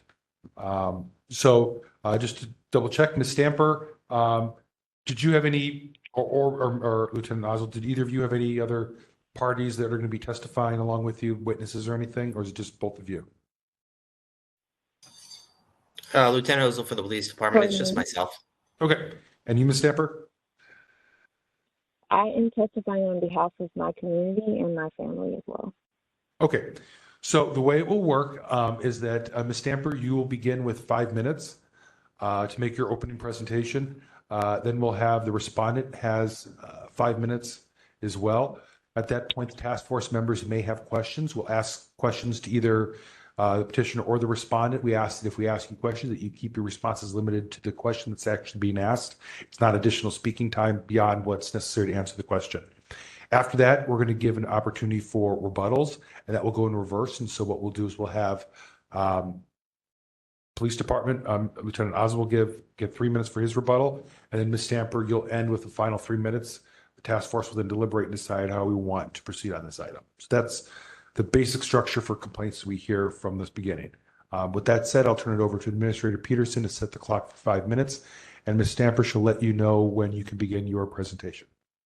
Ms. Stamper, are you ready for your 5 minutes? Yes. Your time begins now. I'm here today on behalf of my brother, Dion Stamper, and our family to speak on the complaint. On April 29th, 2004, I submitted a CPRA request. The reference number is P1541950422924. I was seeking body-worn camera footage and related records regarding any police interactions with my brother on January 3rd and January 4th. Over the next year, I received nothing but repeated heavy backlog notices from the San Francisco Police Department without any lawful exemption as required under the law. There was no legal reason ever given for the delay as well. On April 9th, 2005, a year later, I sent 2 written clarifications because it was just taking so long to make my request even more clear. First, I confirmed I was seeking footage from January 4th and 2nd at 7:38 p.m. I explicitly stated that I was requesting any footage from January 3rd when my brother was still alive and interacting with the officers. This date is critical because the medical examiner's report and catalog confirms that police made contact with my brother on January 3rd. The officers arrived, they staged medics, they canceled them, and then they cleared the scene, but no footage from that day has ever been produced. On April 23rd, 2005, almost 1 year later, several weeks ago, San Francisco Police Department released only partial footage from January 4th after my brother's death. And then they closed the request and marking it as complete. There was no exemption for the missing footage, no legal exemption, and no attempt to fulfill the full scope of what I clearly asked for. On May 2nd, 2025, Lieutenant Ozul claimed that the missing footage had already been released to someone else named Brandon Beverly. And I appreciate him trying, but that was a completely different request. And I would like you guys to know that the attorney that requested that no longer represents me. So I am doing this by myself as a citizen, just trying to request footage to understand what happened to my brother. This request was not mine. I never received that footage, and I'm Dion's next of kin, and I lawfully submitted a request, and it was never fulfilled. To make the matters worse, I requested an incident report at first, but that was denied. But they did release that after they confirmed with the medical examiner that his death was ruled an accident. So I appreciate them for that. When this report was finally released, it only covered events from January 4th ignoring the confirmed interaction on January 3rd entirely. My original request was wrongfully closed without providing the January 3rd footage. I do want to say that they have released footage, but it was only from January 4th when my brother was already deceased, and that was just 2 weeks ago. I still don't have the footage from the day that he interacted with the police. The catalogs that I provided and the evidence that I gave, it shows that officers interacted with my brother, which makes this even more significant that I need this footage. No footage has been produced to me from that day. I had to apply for another CPRA request just recently after they closed the case. So now the clock is starting over. So the January 3rd footage that I requested has not been provided. There was never an exemption. There was never a reason, only heavy backlog. And as a grieving family member, I'm just trying to understand what happened to my brother. I have faced nearly a year of delays, denials, deflections, and it should not have taken this much effort, this much follow-up, or a new request to access something that I had the right to in the first place. That's why I respectfully ask the task force and the San Francisco Police Department to see that they have been in violation with the Public Records Act and the Sunshine Ordinance based on delayed responses without lawful exemption, incomplete production of records, improper closure of my request, and an unlawful attempt to substitute another person's request for mine under a completely different reference number. I appreciate your time, and this case is more about accountability. It's about whether families like mine can access the truth, especially in cases involving loss of life. I thank you for your time and your commitment to transparency and justice. Thank you, Ms. Stamper.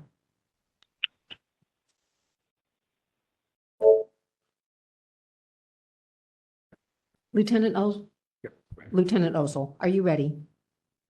I am ready. Your 5 minutes begins now. Okay. First, I want to express my condolences to you, Ms. Stamper, and your family for this incident. So first off the bat.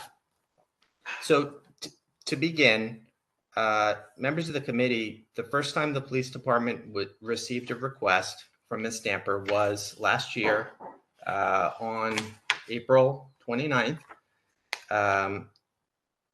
Ms. Stamper's request, and I quote, was the following: I am the next of kin to the deceased name in the requested report. That was it. Our staff interpreted this request to be a request for the incident report regarding this incident. This was forwarded to our records division, and an incident report was produced to Ms. Stamper. Now, in the process of transferring to the records division, a computer glitch in our system, which I apologize to Ms. Stamper for, was sending her a form letter which stated the following: the legal and BWC units are experiencing a heavy backlog of PRA requests. Documents, including photos, BWC, physical records, must be reviewed. We will release these on a rolling basis as soon as possible. This was a general form letter that should not have gone out to Ms. Stamper, so I do apologize for that. We did not hear back from Ms. Stamper until April 9th of this year, in which she clarified her request for body-worn camera footage. That request was put in to our system, and on April 18th this year, we provided with links to body-worn camera footage. We also provided that we did not have any additional surveillance video regarding the incident, and that if she wanted an additional police report, she could request that from our records division. For 911 records, she should submit that to DEM. Ms. Stamper then requested on an additional video from January 3rd, I believe. And our body worn camera unit, it's only been a week or so since that was requested last week. And we are working to produce all of that. So I would say we have responded to all of Ms. Stamper's requests in a timely manner. And we continue to fulfill all of her requests. And again, I do apologize, Ms. Stamper, for the form letters coming out to you. I'm implementing systems to make sure that those don't go out. However, according to all of my records, we have complied with your requests and continue to do so. That is all. Thank you, Lieutenant. Okay, members, do we have questions on this? I have a motion. Who's that? I have, oh, go ahead. No. Did you have a question, Member Wolf? I said I have a motion. We're in the questions. We're not in the motion stage. Okay. We'll get to motions after. We're doing jurisdiction, right? Oh, We can wrap that up. we've typically wrapped them up into one big motion. And we did these before that have come before us without going to committee. We've just included that as part of the main motion. You know, you're not starting with jurisdiction, so it puts it on the table for us. We're assuming it. If you want to do that, we can, but that's not how we've done it in the past when they've come before us. We've done a few of these. Okay. Well, I'll follow whatever procedure you've been going through, but I would suggest, I don't know, it feels a little uncomfortable for me to do it all in one shot. I mean, we do the jurisdictional stuff ahead of the meeting on purpose so that it gives us authority to more or less move it forward. Just sort of straw poll. Is anyone questioning jurisdiction? Member Wolf, we're getting lots of no nods. No, I was going to make a motion to find jurisdiction. Right. I'm saying everyone agrees with you. So I don't think there would be there's not going to be any objection. Well, I think that needs to be said ahead of bringing the item onto the table. Can I just ask, I probably missed this, but like, it did say in the agenda, like finding for jurisdiction and then discussing the matter. Like, why was that specifically in this instance? That's how our agendas are organized. Well, no, I understand that part. I mean, I know that we typically do that, but in this specific instance, we've been discussing it. Because it didn't go to committee.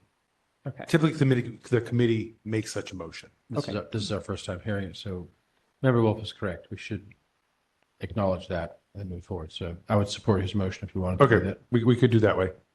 So I'll move to find jurisdiction. Second. Okay, moved by Member Wolf, seconded by Member Highland to find jurisdiction. Do we have any public comment on that motion? And that the records are public? Just jurisdiction. Just jurisdiction.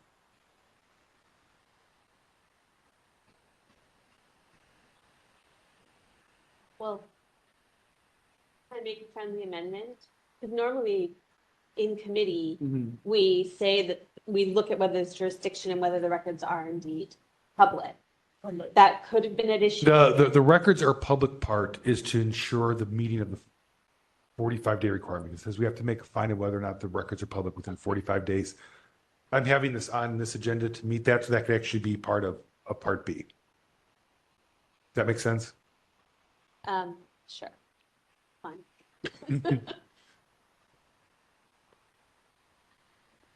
I agree with you. Public comment? Yeah, public comment on them. Taking public comment on item 12A. Would like to make public comment and you're in the room, please approach the podium. If you're online, raise your hand in the app or press *3. We have no one in the room and no one online. Okay, so public comments opposed. We'll go ahead and take a vote on the motion to find jurisdiction.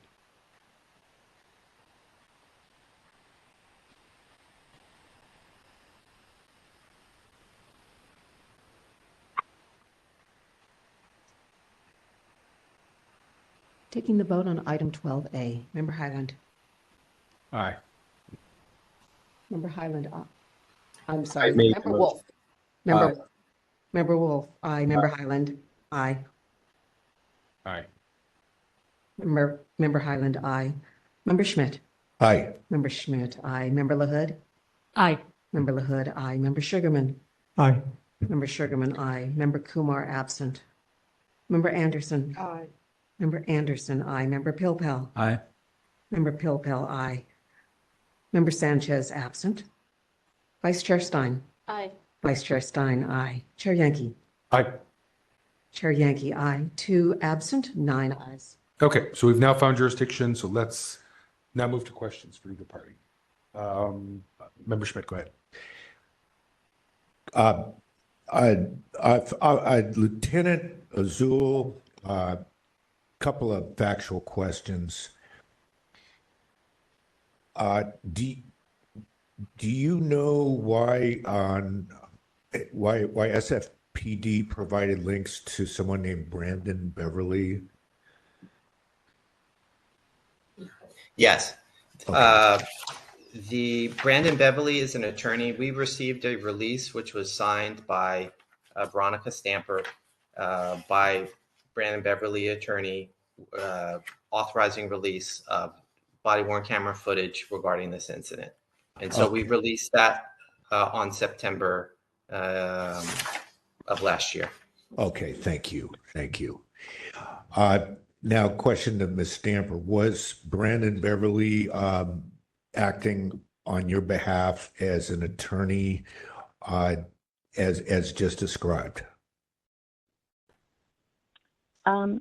Prior to when this was actually, I just want to clarify, that's a completely different reference number, but just to clarify, I did have an attorney who withdrew and is no longer representing me, which is why I don't have the footage. But the footage that they provided was from January 4th and not January 3rd, as in my request. The dates are specific, and I also provided evidence. Those dates are from January 3rd to January 4th. And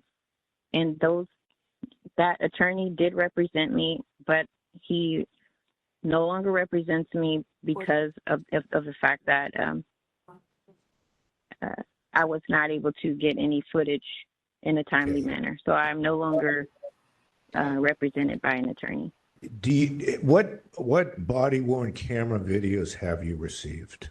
Is there The body-worn camera footage that I have gotten was 2 weeks ago, and that's from after my brother was laying on the ground when the police discovered him. The police are the ones who found him deceased. They're also the last ones who made contact with him when he was alive, which is why this footage is critical. And also the incident report that he's claiming that was a mistake, that's a completely different request. That's a CPRA request is specifically for body-worn camera footage. An incident report is specifically for an incident report, which are two different requests, and they both have different reference numbers as well. Okay, so you got one report, but you're waiting for an additional report, is that correct? It's still specific for the same CPRA request. I specifically specified January 3rd and January 4th. Okay. I also clarified it after not receiving anything but a monthly heavy backlog notice, which is unlawful. It's not an exemption. They just kept saying heavy backlog. And 2 weeks ago, they submitted incomplete release of records, which was the footage from January 4th when my brother was already deceased. The footage that they did not even provide an exemption or even elaborate on why they haven't provided it. They didn't fulfill the request. It was never fulfilled. And they didn't even provide an explanation as to why there was missing footage, which is I specifically explained. Okay, thank you. Sorry, I'm so sorry about that. That's all right. Were you told that you may want to submit a separate request for 911 records? Yes. So he did reference me to, not for 911 records, but for CAD logs in particular. I did request that I had anything that they could provide as far as like communications between the security or anything that they could provide, because I didn't understand why my brother made contact with police and then half of the footage is provided. So Can you please, mhm. the police department has given you the advice that you should separately seek out the 911 records. Right, and that was that's fair provided to to say, me. right? Okay, Yes, that was they advice did, and given that was to you. provided to me. Okay, so Yes, you already through a have different 911 agency. records. They did. Yes, they did. Okay. They did provide that to me, which is even more confirmation. All of everything in there that they give me in the catalogs confirm that the police made contact with my brother.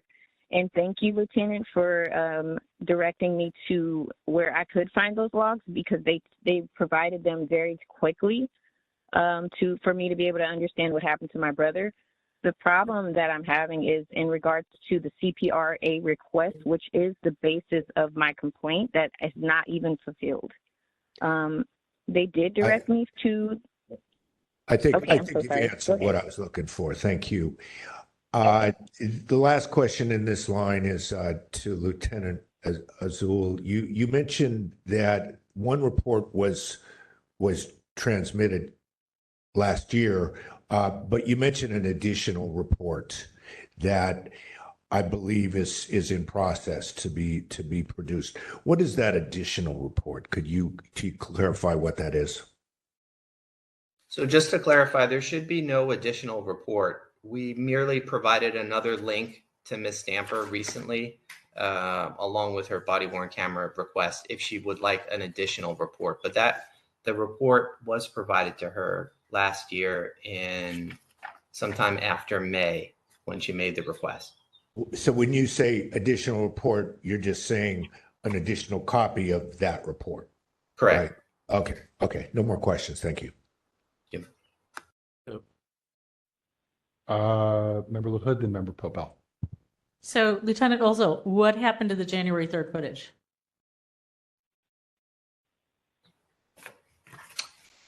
The January 3rd footage is being processed right now. Okay. Because that request did not come in until April 9th. Okay, and Ms. Stamper, is that correct that you submitted the request for the January 3rd footage on April 9th? No, ma'am. That's incorrect. I submitted that same request on April 29th, 2024. I clarified it because they were taking about a year to even say anything to me except for heavy backlog. So after I submitted the complaint to the Sunshine Ordinance Task Force, just basically pleading for understanding and maybe some help to get them to release this footage, they just kept reciting, excuse me. This is very hard. This is very hard for me. I just want to let you guys know that this is very difficult. But yes, it is for the same request. It was never changed. I submitted evidence, those emails, and there's about 25 pages, and you can see that it's the same request, and you can see that I provided a detailed analysis of what they are sending me every month and what they are responding to me saying. So it's in the same request. There was only a clarification on my part so that they could see that I already requested January 3rd in the initial request. It shows the dates, January 3rd and 4th. A CPRA request is for body-worn camera footage. So they knew that I was requesting body-worn camera footage. There was no issue because they were every month repeating heavy backlog with body-worn camera footage. So they knew that I was requesting body-worn camera footage. There was no misunderstanding on that part. Mr. Chair. Thank you.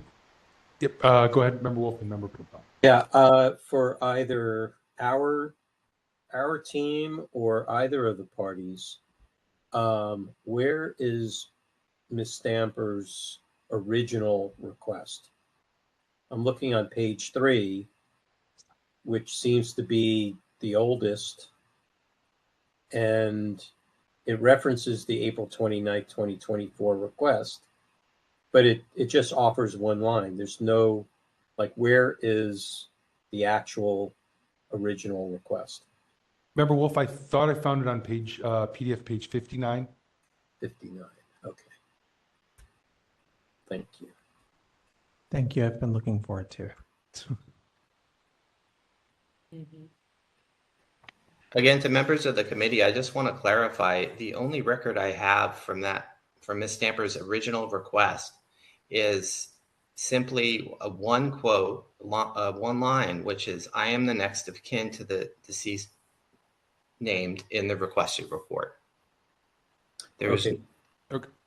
That's fine. So Ms. Stamper, can you expand on this a little bit? Yes. So CPRA request is for body-worn camera footage. And if they were uncertain as to what my request was, in the same manner that I was clarifying my request, instead of them repeating heavy backlog of body-worn camera footage, which was very clear on their part by saying heavy backlog on body-worn camera footage, they should have clarified that they didn't understand or give an exemption as to why they were taking so long. I waited about a year.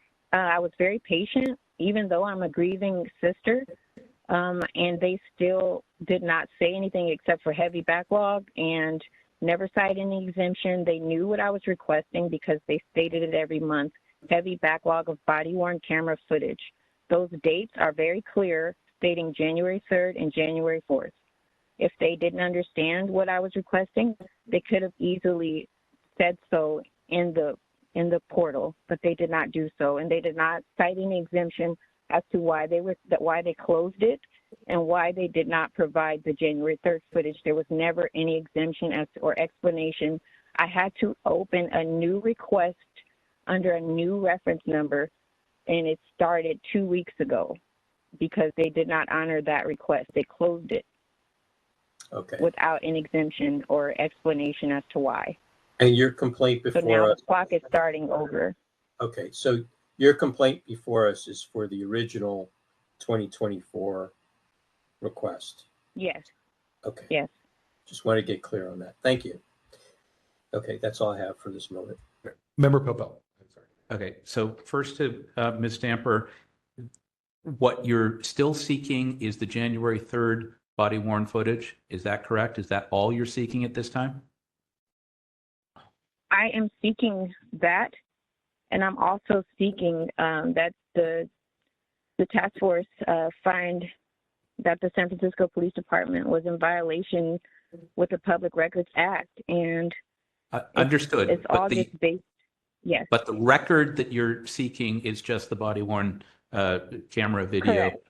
of Correct. January 3rd. Correct. I'm seeking from January 3rd, yes, because the CAD logs show that they made contact with my brother. The medical examiner shows You've they made explained. contact with my brother, but I'm sorry.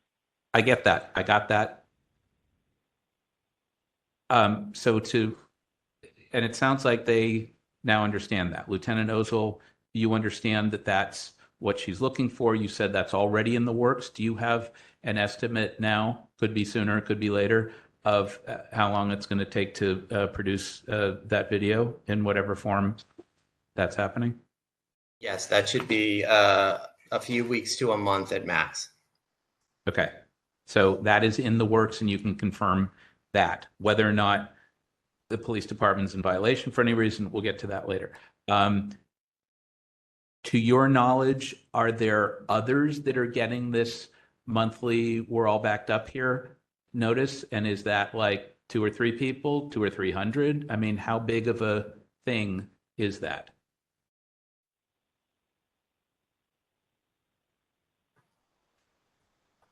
Yes. So we have a voluminous number of requests. I don't have the exact numbers right now, but we have hundreds of requests for a lot of body-worn camera footage, including from members of the community who are posting these videos online. So what is the typical turnaround now on a request for body-worn camera footage from the police department? The typical, well, it would depend on how many videos that they're requesting. If they're requesting 1,000 videos, it's going to take longer. If they're requesting a couple, it's less than that. But we do try to, our form letters are meant to advise folks that we've received their request and they're working on it. I just want to clarify, though, if I may, the form letters that were sent to Ms. Stamper. And as I stated earlier, she should not have been receiving. It was the wrong form letter. I got that. Right. And it was a glitch. But again, I just want to eliminate any confusion. And I know the committee probably is going to ask this again and rebut it, but the original request from Ms. Stamper was not a specific request. Right. And it was merely, a statement. And so we interpreted that to be a police report. So there was rather than interpret that, wouldn't the better course have been to respond requesting a clarification and say, we don't quite understand what you mean by I'm the next akin to the deceased named in the requested report. If you are making a public records request, please clarify what it is you're looking for. We're happy to go try to chase that down. Would that have been a better response? It would have. Okay.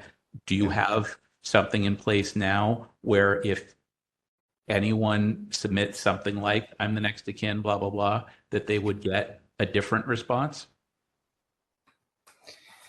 And yes. It's not AI that's processing this. It's an actual person that's parsing it out. It's an actual person. Right.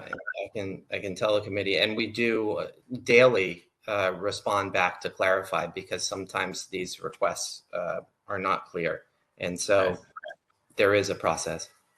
Okay. I mean, for example, it would not be obvious to me how to respond to I'm the next akin to the deceased name, blah, blah, blah. I would have sought clarification that it's not obvious to me what the person is looking for. I would agree. Yes. Okay. So can I also state that a CCRA request is very specific, which is Ms. why Ms. Stamper, yes. I understand you want to talk. You'll have a time for rebuttals, but as I mentioned before, we're going to ask questions to either the petitioner or the respondent. I'm asking that only the person who's asked the question responds to the question. You will get a time to provide a rebuttal, though. So if you could save your remarks until then. Okay. I think I'm mostly satisfied. I just wanted to be sure with Lieutenant Ozol that you've got new procedures in place. You're checking about clarification. You're not sending out the wrong form notice to the wrong person. You're working on the backlog, and hopefully you're also elevating or escalating the need for additional staff to reduce the backlog in body-worn camera video. It sounds like that is one of the actual sources of problem here. Most certainly, and I would love for us to get more staffing, and I put in those requests. But in the meantime, we'll do the absolute best we can with the staff we have. Okay. Well, there's a new police chief coming. We'll put that on the list. Thanks. Vice Chair Stein. Yeah, hi, this is Vice Chair Stein. I have a couple questions, I think, for Lieutenant Ozol. One is, if you interpreted this request as a request for an incident report, and you provided the incident report on June 12th, 2024, why did you not then close the request as having been completed on government QA?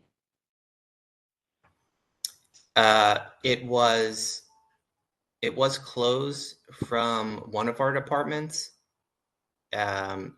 So logistically, when we transferred it over to our records division to produce the report, it was still left open on the GovQA portal from one of our other staff members, and that caused the automated messages to continue to go out. Whereas it should have been closed, sent to the incident report, the report was provided, and then the folks downstairs provided the incident report. They closed theirs, but unbeknownst to any of us, the staff member, was doing a diligent job, but just that wasn't closed on another end. Because we have to send this to different departments, sometimes it can get left open logistically, and I'm terribly sorry, and I could see why Ms. Stamper would be a bit confused getting those form letters. And I guess my second question is that when you say form letter, I'm assuming that you're referring to this notice that the legal and body worn camera units are experiencing heavy backlog, right? So is that something, are those separate units? Or, I mean, I'm just wondering why Yes. the body worn camera unit name is there. It is a separate unit. So this is just something you send out for any requests that you get, regardless of whether it's a request for a body worn camera footage. Correct. We are, since my tenure, we are going back to go through these letters and make sure they're more targeted and specific, so we avoid confusion in the future. And that's a project that I've started already. Okay, those are my only questions.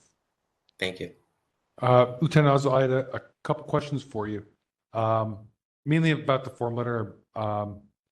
First one is about, and I realize you stated that all these form letters shouldn't have gone out, but since they're here in a record, I just had some questions about them. So the part that talks about the heavy backlog, is that essentially an exemption that the police department is claiming for not responding to any of these types of requests? You said you had potentially hundreds of them in a timely manner, that you have heavy backlogs and therefore are not required to respond by the statutory deadlines that are typically in the Sunshine Ordinance and or Public Records Act? Good question. No, that is so that we can show that we are responsive. Just we won't necessarily always be able to complete the entirety of the request within the statutory guidelines, and that we would be releasing on a rolling basis if it were such a magnitude that we simply could not go through all the video, which is the case from time to time from some of our requesters who are requesting thousands of hours of body worn camera footage. Right. Now that makes sense because, voluminous requests can, from an individual, and if I'm requesting, let's say me personally, 2,000 records, okay, body worn, video footage, I could see where that would take longer time. But when I was reading this form letter, it seemed, I was interpreting it as basically, you're in the queue, but we're not going to get to you until we get to you because there's a heavy backlog. Just that a lot of people, a lot of citizens, a lot of members of the public have submitted similar types of PRA requests. And I don't think that is really a reason that I can find for not complying in a timely manner. Does that make sense, the distinction I'm trying to make between the two? Yes, it does. And this is more of a within the month, a couple of weeks, where we would just trying to reach out to folks if we couldn't comply within the statutory guidelines, that at least we want some communication that we are trying to get through it and produce something, even if it's on a rolling basis, even if it's one of the 20 videos being requested. And that's great. I mean, it's like I said, this isn't exactly a key part of this case, but My suggestion would be using the heavy backlog part. I don't think is helpful because it seems to me, I would interpret it as the excuse is that a lot of other people submitted footage, similar requests, so it might take a long time. That's a lot different than your own specific request is of a voluminous nature. So and I have a couple other people with questions. The other thing is if you're looking at, I don't know if you're still using this particular form letter, but I also noticed that it says that the final line of it said, please contact Walter Ware at assigned staff email. I think if you're giving people contact information to follow up on, and I'm assuming Ms. Stamper may have wanted to follow up because she kept getting these, the form letter wasn't even providing a valid email address. It was a blank portion of the form letter. So my suggestion would be if you're still using these form letters or similar versions thereof, that you make sure that they're actually putting in contact information that people can follow up with. Because I don't see how I would contact Walter Ware based on this form letter. Send it to assigned staff email. Yeah. I'm guessing if I send something to assigned _staff email, nothing would happen. So anyway, remember, go ahead. Lieutenant, also, I have a question about what we're seeing on page 59, which I think we've identified as the original records request.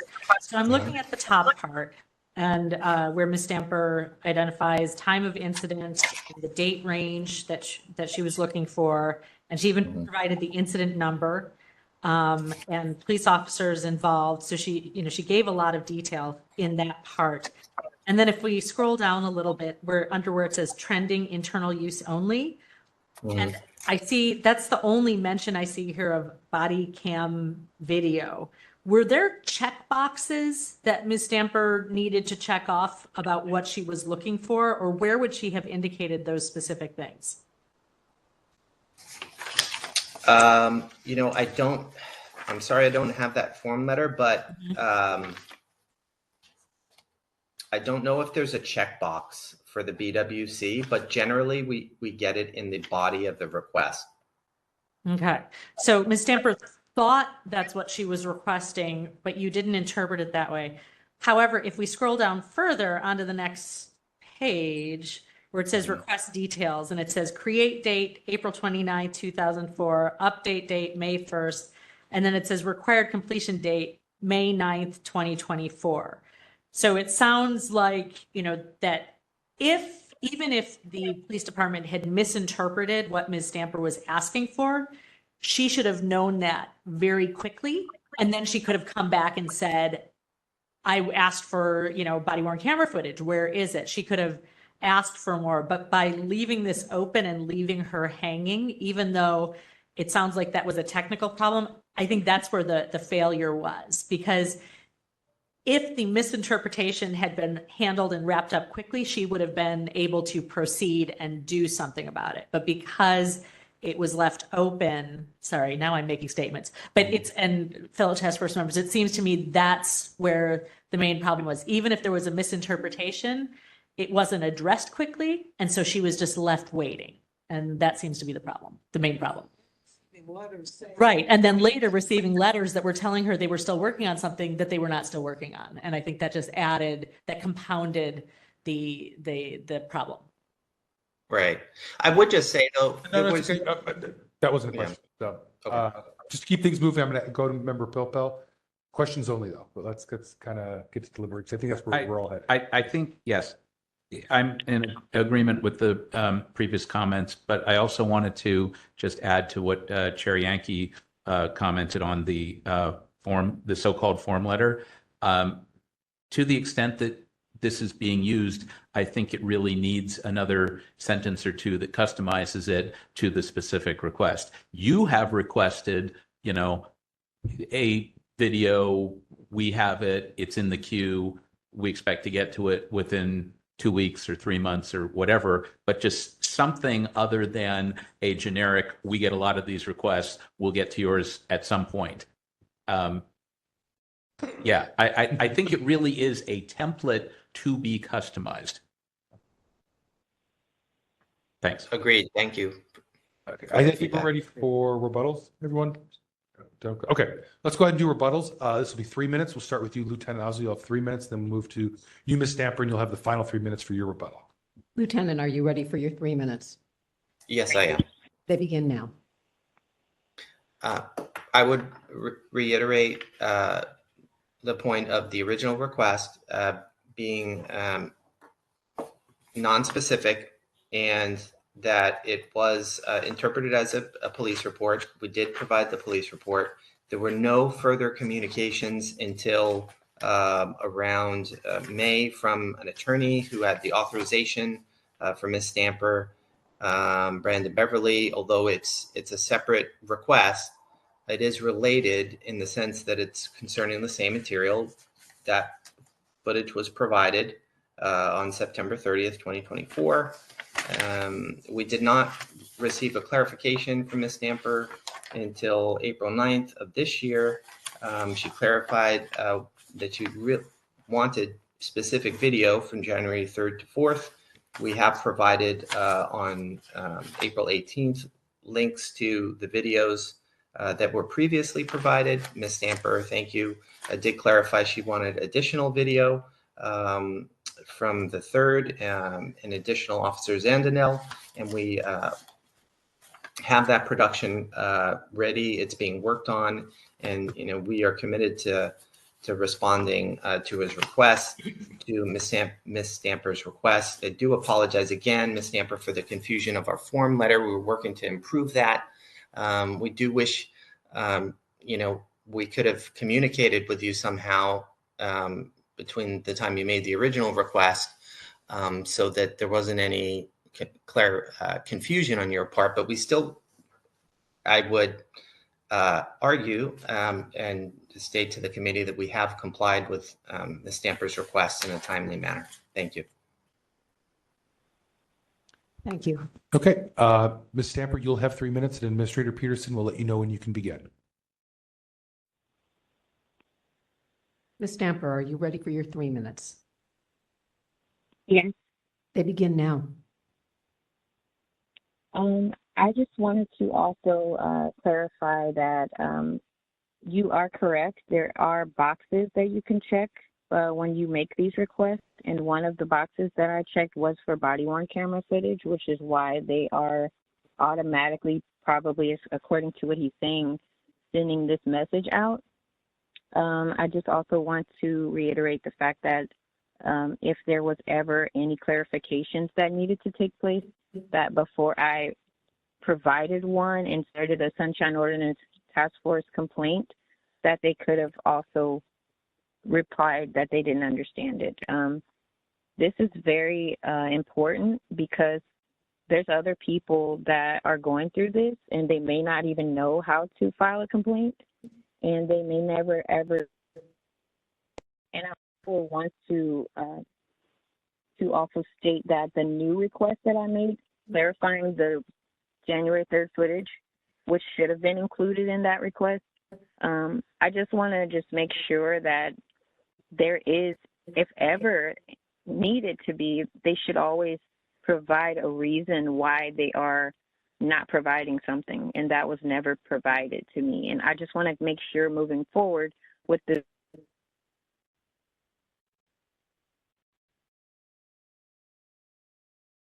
Ms. Stamper? I think we lost her.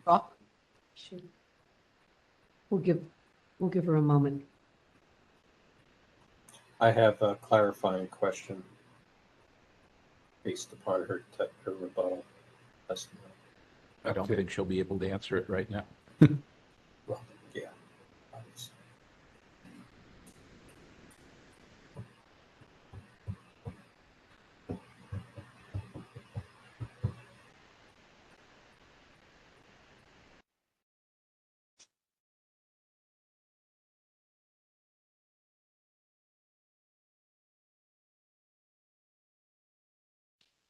By the way, Pat, the timer stopped. It was 1:33 when she stopped speaking. So, Thank you.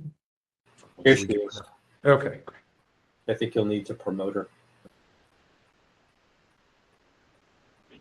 Hello, Ms. Stamper. Thank you for calling back in. We will reset your timer. 1 moment while I promote you to a panelist position. Thank you. Ms. Stamper, we're going to reset your timer for 2 minutes since you got cut off there. So hopefully that gives you enough time to finish up your remarks that you were making.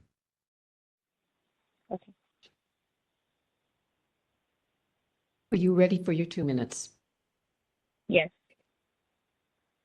They begin now. So as I was stating prior to the phone disconnecting, I was simply implying that there is an option for requesting body-worn camera footage when you make these requests, specifically for CPRA requests. It's very specific. So I shortened the phrases, but I made specific dates. I waited patiently, and I think that this is very important, what you guys are doing, Task Force. I really appreciate it. And Lieutenant, I appreciate you trying to complete this request. I just want to confirm and just make sure that moving forward with my next request, that you're able to, if you can't provide anything, that you can clarify what you're not providing, and also explain if you have an exemption, why there is an exemption, or anything that you are unable to fulfill, that you can please put it in writing for the public, so that we can understand what we need to do to help you help us. And that's all that I want to say moving forward. Thank you for your time. Thank you, Ms. Stamper.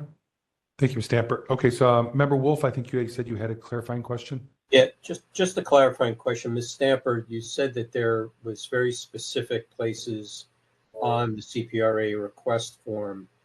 Are you saying that you filled that out in 2024 or in 2025? In the same request, 2024, whenever a CPRA request is starting, there is boxes that you can check. I don't know if it showed up on the paper that I provided, but there is a box that you can check. But a CPRA request is for body-worn camera footage, and an incident report is completely different. That is for a report. A CPRA request is for body-worn camera footage, etc. Okay, so, and Lieutenant Ozil, on page 59, what we're seeing is the, I guess, the first report of the request that's printed out. It doesn't seem to be any place in there for a checkbox or any response for, that checkbox had been chosen. Do you have any response to that? Yeah, unfortunately, I don't have the part of the form that shows any checkboxes, but my staff, all that the staff member that initially triaged this or received the request, and I've spoken to them, only was under the understanding that this was a police report request. Okay, And so that's why it was forwarded. I guess you can see my concern that if somebody makes a request online through, I guess you use GovQA. Yes. If it doesn't translate onto paper for what the original form online is, that is going to create a huge discrepancy of a problem. Member Wolf, if I may interject, 'cause I actually went through this process. There is not a checkbox for it. There is, okay. I wish I could share my screen with everyone here on my computer. We have it open here too. You have it open, yeah. Because if you go through that and click the one that says CPRA request, I just clicked submit anonymously to push it through, and then it asks you a series of questions, the same fields that we're seeing, and there's no checkbox I see for camera footage. Yeah, the report page on page 59, what you're seeing looks like it's reflected with the form that is filled out on the website. It looks like the top part of the form is what you fill out. Sorry, the top part of the page of 59 is what you fill out in the form, and the bottom part is potentially like intra-office, like communications or notes based on it. So then, Ms. Stamper, I have to ask, what form did you fill out? When I submitted the CPRA request, to my knowledge, when I went to the San Francisco Police Department, they told me in person that I can request it online through their portal, and they distinctly told me the differences between an incident report and a CPRA request. They told me that an incident report is for submitting a request for an incident report, and a CPRA request is for requesting body cam footage. I could be wrong about the checkbox, but to my knowledge, I do remember putting it, but it still states it's publicly seen if you type the differences between a CPRA request and an incident report. They're two different things. They're two different, completely different requests. I mean, I'm waiting patiently for deliberation, but honestly, like, it seems like there are two different public requests that can be made. And if this person received a response that said that they were looking for body cam footage like over and over again, it just sounds as though it would confuse your memory of what you submitted anyway. That's the end of my comment. Okay, I'll stop there. We can deliberate. Yep. Member Pelfo?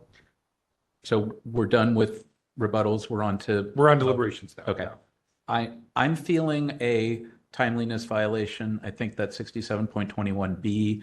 I think at a minimum, there should have been a response by May 9th, 2024, 10 days out, saying, here's what we have, here's what we don't have, here's what we're still working on. They could have clarified within those 10 days. And so I just feel at a minimum, there's that timeliness violation. I think we've talked about other concerns about the cam footage, the dates, the incident, all of that. We're not going to, we keep trying to fix the police department and we keep making, little efforts. I don't think we're going to fix the entire police department tonight or ever. I think the fact that there are at least 3 divisions that we've heard about, the media unit, the legal division, and the body-worn camera unit to deal with public records requests makes it complicated. And the fact that they use this portal that different divisions can have input on and check certain things off, but that doesn't close it out for everybody, or if it does, then it closes it out in a way that somebody else should have checked in. It's very convoluted, it sounds like. Maybe I'm misunderstanding part of it, but at a minimum, I'm feeling a timeliness violation, and I'm happy to make or support that when we get there. Member Sugarman? I'm fine with that. And I second what Member Pilpel said just about the convoluted element. It seems like I don't know what violation there is for it. It just seems negligent in some way, like that this, because not only are you dealing with this response that's coming over and over, but then they're providing January 4th data. And if you look at that, it's because the requested date ranges between January 3rd and January 4th. So it's like, let's provide, like, it looks like someone didn't properly read the very short request that was there, like the original one to begin with. And it just feels like it's a big oops in a way that it kind of stretches beyond like a simple mistake. Yeah, I actually really think that Member Hood summarized it perfectly. And that was the same takeaway I'm getting from it too, is that it seems like this over-reliance on form letters, and the form letters being so vague and inappropriately worded, and then sending them out over and over. If I was Ms. Stamper, I would absolutely think that they interpreted it as what I intended it to be. And they keep pushing me off month to month. And I'm thinking of being super patient and waiting a year. And frankly, I'm shocked that Ms. Stamper was as patient as she was before filing this complaint.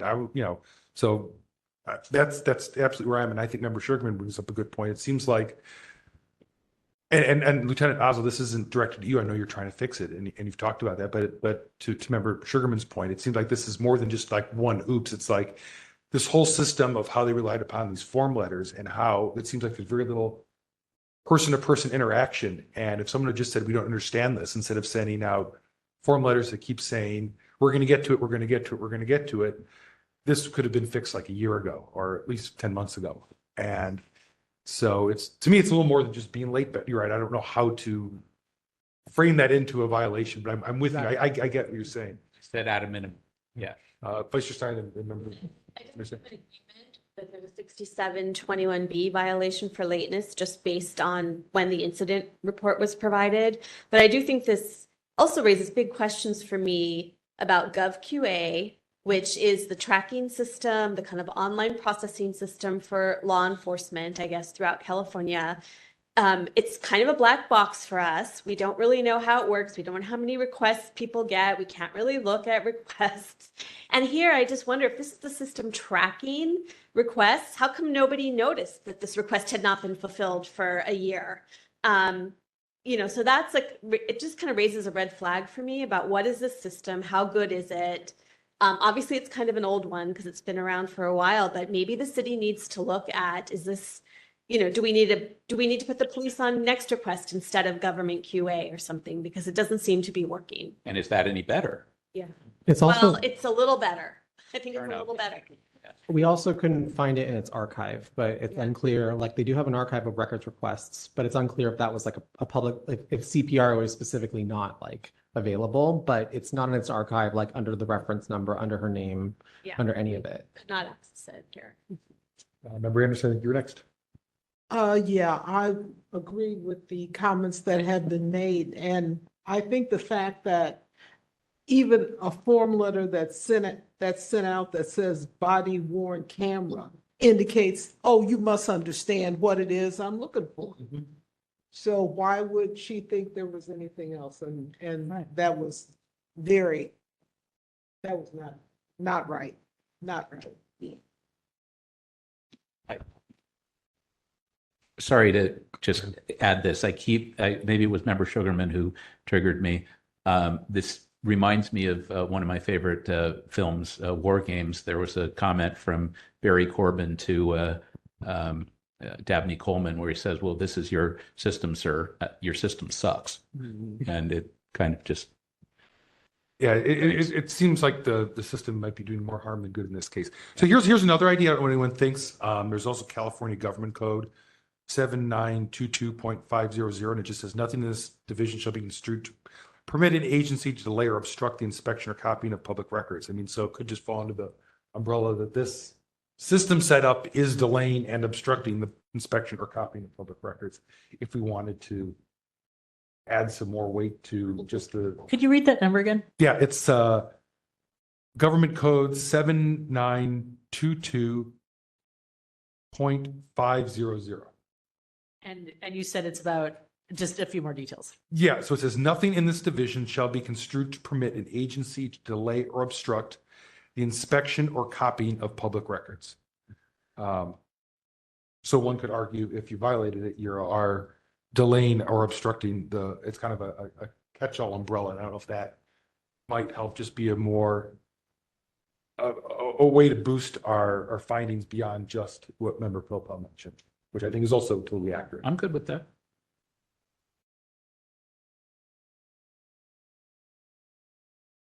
I'm not, I guess I'm struggling. We talked about all of these problems. I'm not sure that other than those two code citations, that there's a code provision that gets us a better answer other than, as it was late. Yeah. As soon as you can get this to Ms. Stamper would be good. If there are others in the queue that need to be fixed, if there are things to tweak within whatever, there are other things to fix, but at least on this specific thing, 67.21B and 7922.500. That works for me. And Member Livingston, did you have? Sure, go ahead. And I think it's just a fundamental lack of assisting a requester, at least in an adequate, reasonable way. That's 21C. If we Yeah, can do that's a that. good one. That's a good point. Yeah. Thank you. There you go. All right. So I think you have our feedback. Did you want to? Do you want to wrap that up into a big Go for it.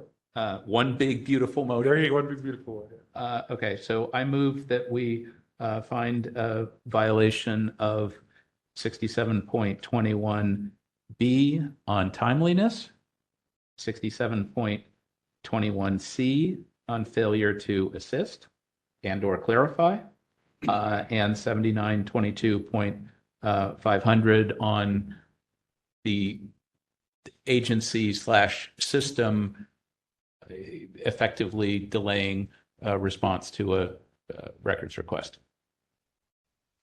Do we need to do follow-up on this? I think it's going to be turned over. Well, he said within a month, so it's possible. That was the only other thing. Like, I would recommend that we have Ms. Stamper follow up with our administrator. Fine. I think this is something that doesn't necessarily have to go to CAC, but if she tells the administrator she doesn't receive it by, we can put a date in the motion perhaps, then we can refer it to CAC. But if she does, then we can just close the file. I'm not sure I want to put 5 days on it. I'm not sure I want to close it, and I'm not sure I want to send it to CAC right now. I think exactly what you said, and I think Lieutenant Ozil understands the priority on this, that it's not necessarily first thing tomorrow, but it's sooner rather than later. This one's been sitting out. Yeah, this for a one needs to long be time. bumped way. Right, way, and it's not 1,000 files, it's just one. It's But, one. Yeah. One video. And you have it. You've isolated it. You already have it. It's just reviewing it. And Honestly, I think the 5 days is totally appropriate in this case. Lieutenant Ozil, would you be able to likely comply within 5 days? I would ask the committee for more time, that 5 days would not be reasonable to satisfy the request. What if we don't put a clock on it, but request expedited efforts? Oh, most sooner- certainly. The sooner you get this passed behind all of us, the better. Member LaHood? Here's my recommendation. If we were to say by May 26th, 27th, or 28th, which is it's three weeks out would be the 28th. And if there isn't compliance, you'd still have time to get it on the agenda for the next full task force. I would not. You would not. When would you need it? 21st. That's still 10 business days. That's double what the ordinance requires. I think the 21st. I leave it to you. I can live with that. 21st. Let's do 21st. That would give me time to re-agendize it if need be. And if they say they haven't, and here's why, we can hear that. But if they say, if 2 weeks is good, yeah. Doing it would be better than not doing it. Yeah. So do you want to add that to the motion? Sure. But can we leave it up to the police to inform us, not Ms. Stamper? The police should be on. Yeah. So. Yes, all of the above. Do I need to restate it? So that Administrator Peterson has it. You've got the 3 code sections, and it's to request. I was at order. I have 67.21B, 67.21C, and Government Code 7922.500. Correct. Can you restate what is to be produced specifically by May 21, 2025? I believe it's the body worn camera footage of January 3rd, 2024. To be produced, and a report, such as it is, a communication from the police indicating the status by close of business on the 21st. And that communication is to be directed to the task force? To you, to the administrator. And then Pat, make sure that when we talk to do the agenda for June, that's on your file that you check with me with, and we make a decision one way or another, whether it was complied with, we'll close it, or if it's still outstanding, we'll schedule it for a follow-up hearing. And immediately notify people so that they can respond. Yeah, and that's to be faster than even getting it to CAC. And they can send it to assigned staff email. Yeah. I need a second. Oh, yeah. Seconded by Member Anderson. Second. Thank you, Member LaHood, for your help as well. And everybody. Team effort. Okay, and that was moved by Member Pilpel, seconded by Member Anderson. That's correct. Okay. Public comment. Public comment?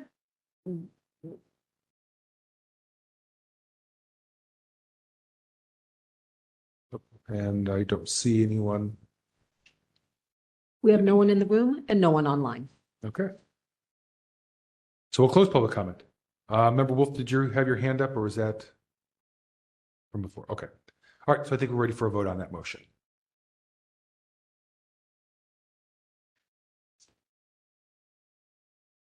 Taking the vote on item 12. Member Pilpel. Aye. I'm sorry, taking the vote on item 12B. Member Pilpel. Still aye. Member Anderson. Aye. Member Anderson, aye.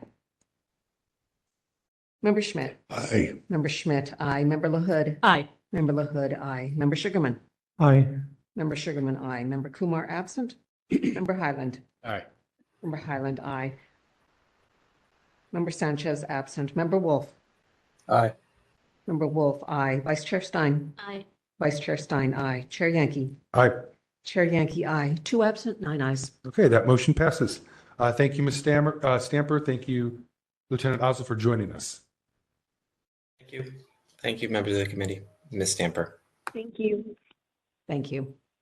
Okay, Pat, did you need any break before we move on to the final items, which are not complaint driven? We've gone through all the complaints. I would like 5 minutes, please. Okay, we'll do a quick 5-minute break. So we'll say 8:42.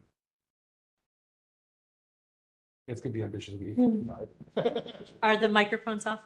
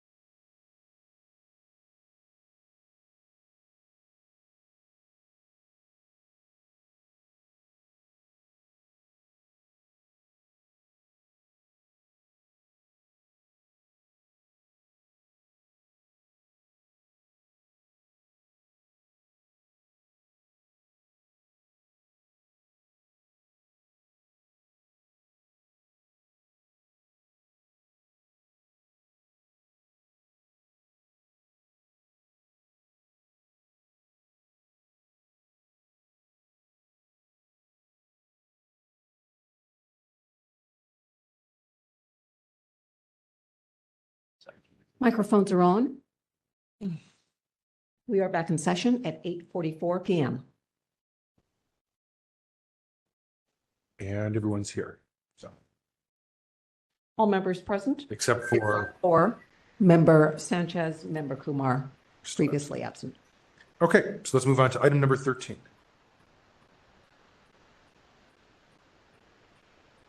Item number 13, hearing, time limits on agenda items and active complaints.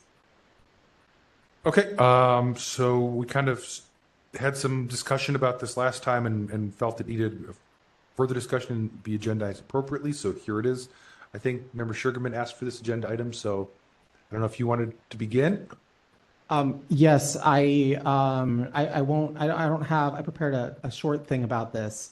I want to find some sort of amicable way of moving forward with it without something that's potentially like a softball approach to it, as opposed to like strict enforcement of something that we can't necessarily come to an agreement on. But as everyone knows, these meetings are often quite long. Often, as we're about to approach, stretching past 9 p.m., past 10 p.m., I want to say past 11 p.m. sometimes as well.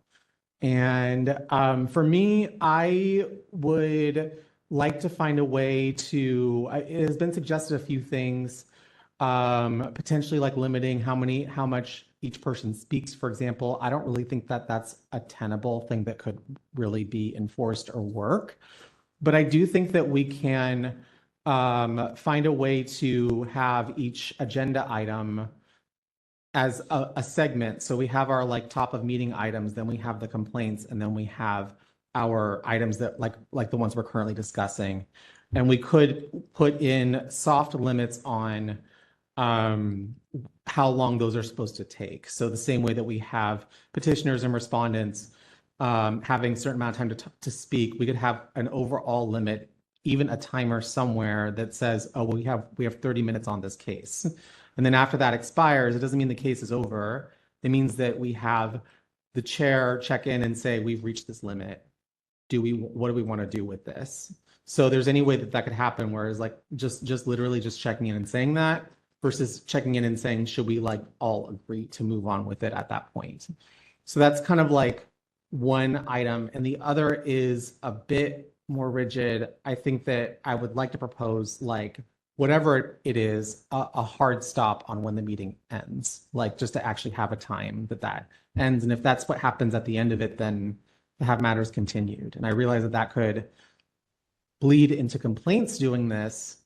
I would say that that's a better reason to have complaints, as they have been, be closer to the top of the priority as they have been, but at least starting only at 5 p.m.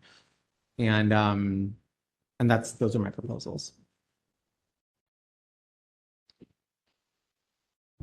Thoughts? Member Hood?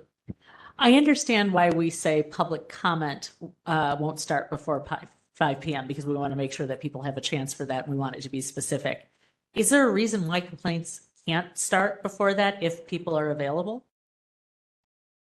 We voted to change this. Remind me why. Yeah, so I think it was a couple reasons. Number one, I think the main reason was a lot of people were having trouble just because of work priorities. If we felt that's 5 o'clock or later, that they can set it after work, because we're dealing with a lot of members of the public, right? If we're trying to get them to show up at 4:30, then that was conflicting a lot of times with people's work schedules. It also gave them a time that they could talk about, because what we used to do is we used to literally do minutes, and then first thing was complaint. And we did things like the administrator's report and all these other type of, we'll call them administrative items at the end of the meeting. And so I think the feedback we received at the time was that a lot of people weren't available then. We gave them 5 o'clock. That would give us that first hour to get to all of our administrative stuff. And then there was this suggestion a few months ago, I think we've been good about it, that if there are still pre-5 o'clock matters that we haven't finished up yet, that we stop, and then those are at the end of the meeting. I think we've been good about doing that, because I think before we got caught up in something, we didn't start hearing complaints until 5:30 or 6. And so after that, I know we've moved the administrator's report to the end of the meeting if we've hit our 5 o'clock-ish limit. So I think we've been good on that. That's kind of why it's set up the way it is. When we could go back, but I think that's was the feedback from complainants. I mean, I think that that can be something that could be arranged with the administrator if there are parties that want to appear before 5 p.m. and that's been confirmed by both sides. Like, it doesn't mean they all have to, we have to begin hearing all of them, but there could be some that we could hear. If we're going to do that, it's in the bylaws now, so we have to change the bylaws, and that's a thing. Okay. So it's unfortunately, it's not something because we wrote it into the bylaws that we can just on the fly change. I think we tried it before, and I think that's a good suggestion. We kind of moved away from it when Member Wong was here as vice chair. She used to kind of keep a clock, and I think it was something like, I forget, 45 minutes or something per complaint. And then she would, watch the buzzer, and then when she would notice it hit that, she would say, "Hey, we've hit X amount, whatever what we agreed upon, and we really want to keep going." And so maybe we kind of go back to that, just as like a soft reminder to everyone.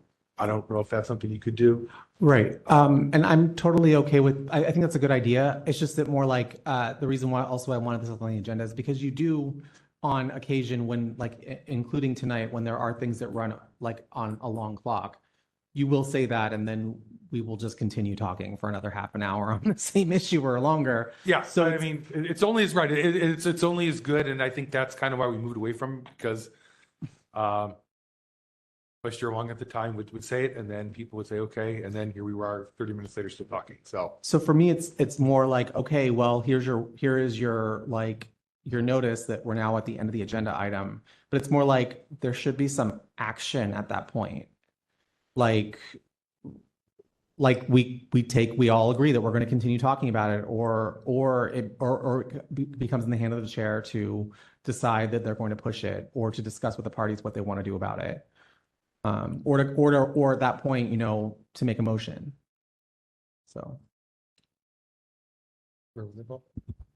I'm trying to say less. It may not appear that way, but I'm trying. I was not here last month and the meeting ended at 9:30. I'm here this month and we're before 9 and potentially we could end by 9:30. So hopefully I'm neither making it worse nor making it better.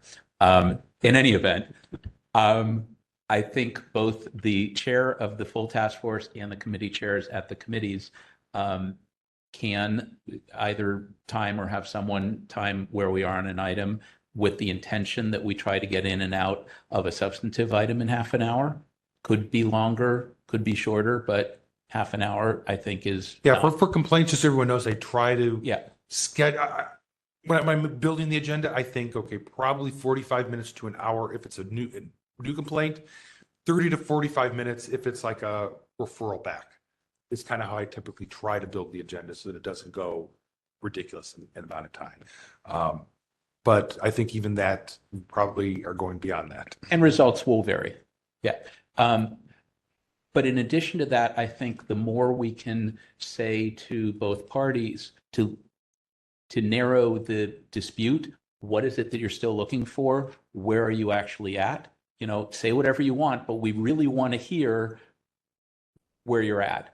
And the more that chairs can frame the kind of the range of options. Look, we can send them all off to Sunshine Jail, or we can find no violation. But, reasonably, we've got the, colors and flavors of these three things, which I think Chair Yankee and the committee chairs have been good at. But the more we can do that and get people focused toward making a decision rather than just talking is better. And I'll end there.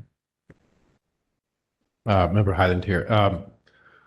Having seen many iterations of how we do what we do in our business, and having had this topic brought up many times, we've never really enacted anything. And I think it's time to actually do that. And I like the suggestions Member Sugarman's bringing forward. I'll start with the second one. I think we should have an end time. I would support that motion. It could be 8 p.m. It could be 4 hours. Anything that's not done gets continued. And if we keep not being able to do it, we keep continuing it. Maybe we have to have a special meeting, whatever it is. But I think that's reasonable. The first thing is, I think the vice chair maybe could keep notes. And after 30 minutes, we go to rebuttals. After 40 minutes, we entertain motions. After 45 minutes, that item is continued, closed, dispensed with. Next item. Let's try it. What have we got to lose? Member Hood, you remember it. Yeah, I think we need to stop thinking so much about ourselves and think about members of the public and people who have items that are put on our agenda and they sit here and wait. And I don't like the idea of telling them it's 45 minutes. Sorry, we're done with you. We're going home. I don't think that's fair to them. I do. And I do think, but listen, I'm not fighting with you entirely. I do think we can do better. I think we can be more concise in our own comments. Realistically, I think you're right. For new cases, it's got to be 45 minutes because 5 + 5 + 3 + 3 is already 16. We haven't even introduced the case or had public comment. So we got to think about the math, but I think you're right about 30 minutes for cases that are brought back, that have come back a second time. So what I was going to add to that is there's enough brain trust here and experience. We can get 80% of the solution in 45 minutes. It may not be perfect. It's when we go down the academic rabbit holes, justice delayed is justice denied, and you'll hear that from the floor all the time. So I think if we really just crack the whip and whoever wants to take on that role, I'm happy to do it. You know, I am. But I can't tell you about the picture I saw in my. yeah, good. Be afraid. Be very afraid. I'm happy to do that. I used to be the guy in business school that used to stop the stories about people's cats and stay on the case study, and then we talk about the cats afterwards. Anyway, that I've always been that way. But I think we're good enough and quick enough at what we do that we can dispense a very good solution in a reasonable time, and leave members of the public happy with what we ruled for them. I don't think we have to get the perfect solution and talk about all the ancillary items. We keep doing that. And that's great because it shows the interest that we have in what we're doing. I love that. But let's give it a try. Let's be draconian and try it for a couple of meetings. 8 o'clock end time, 45 minutes. Someone's a timekeeper. Rebuttals. Motion, no motion, continued, or whatever we have to do. Always don't want to continue it, but I mean, we have to have that stick has to be there to change our cadence. Okay, I'll stop there. Okay, the only thing I wanted to add to this, and I pretty much agree, we do need to discipline ourselves, because a lot of times the respondents and the applicants have stated what it is they want, and then we start talking. So I think that the discipline has to come to us, and if on our end of the thing, if we're not asking questions that would further clarify what the respondent and the applicant are saying, then we should be cut off. And maybe we can set up a system, because yes, we do have very good ideas for what the departments could be doing, or the custodian of records could be doing, but maybe we keep notes of it and then issue reports to the departments, once a quarter or whatever, saying these are the sorts of things that we're seeing coming up. Yep. How can you address them? And As opposed to trying to get the custodian of records, who at the end of the day has some power, but not that much, to change everything they're doing. And so you got a question, or you got something that you've written down that you want submitted to the department to possibly change. That's all I. And sorry, one other point. I also like the idea of timekeeping. If someone's keeping time the members, and you get 2 minutes per item.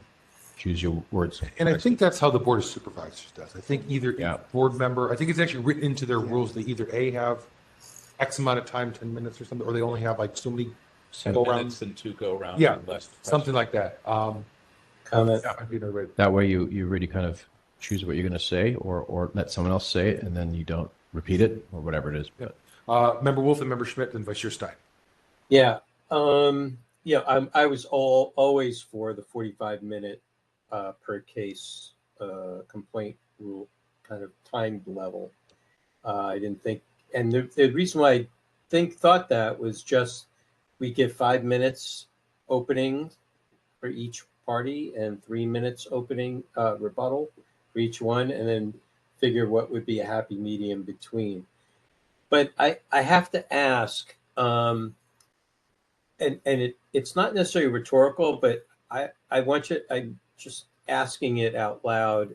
I don't know if people need to respond or not.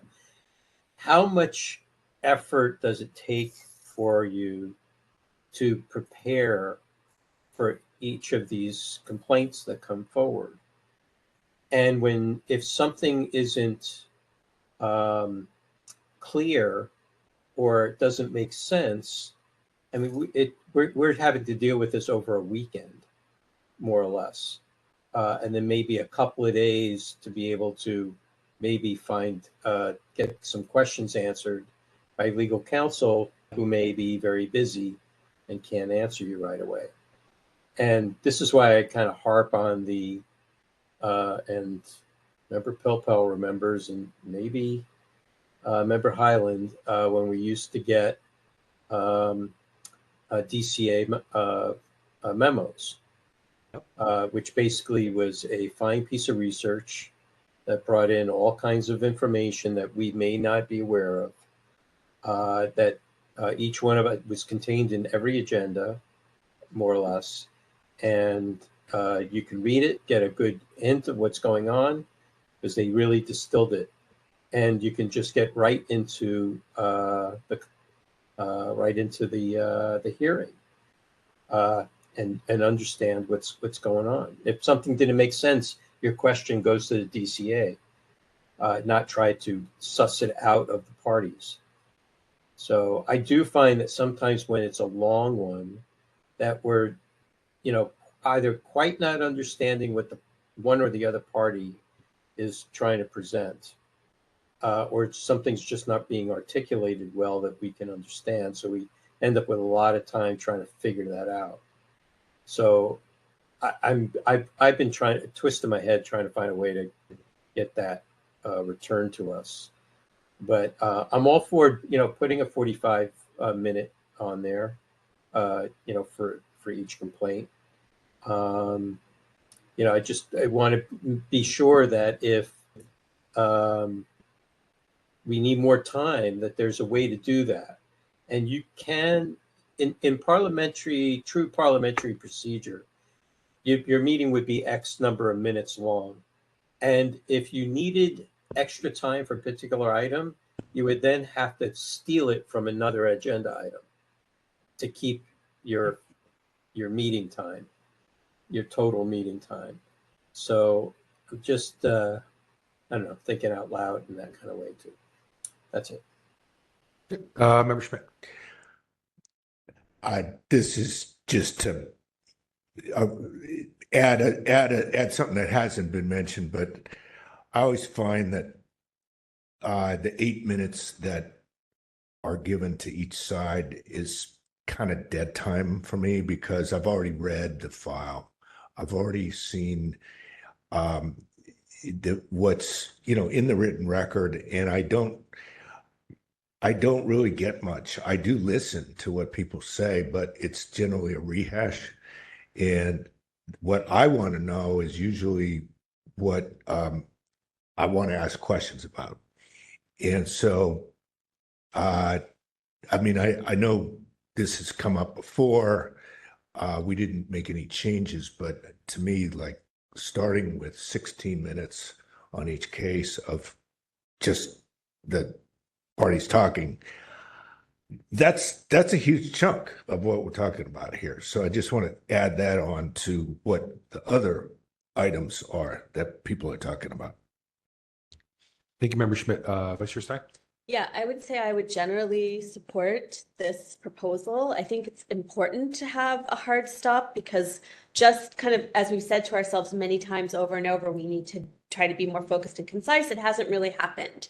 And so I feel like with a hard stop, or knowing, even if we do have to take things away from other items or however it's done, I would rather have that there. I mean, and actually, I personally would love to have time limits on each case where we have to decide by the end. And that really for me would even just be for the participants, so that they know a time that they show up. They're not waiting here for hours and hours and hours. They kind of know when their case could be heard. But I see this as kind of an interim proposal, just to see, can we get more focused with that kind of hard stop. And then I just want to reiterate, or not reiterate, but agree with what Member Schmidt said.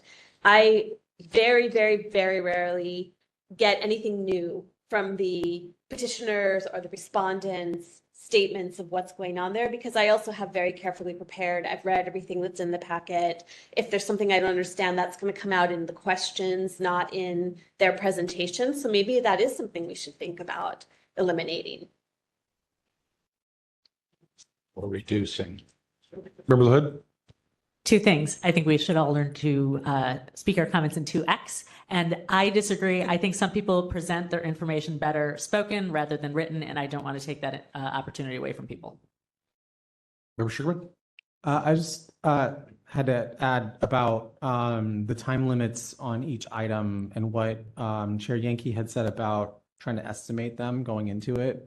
Because my first thought was going into proposing something was that we can put like specific time limits on each item, like kind of like a blanket. It's like 45 minutes has been discussed a few times tonight.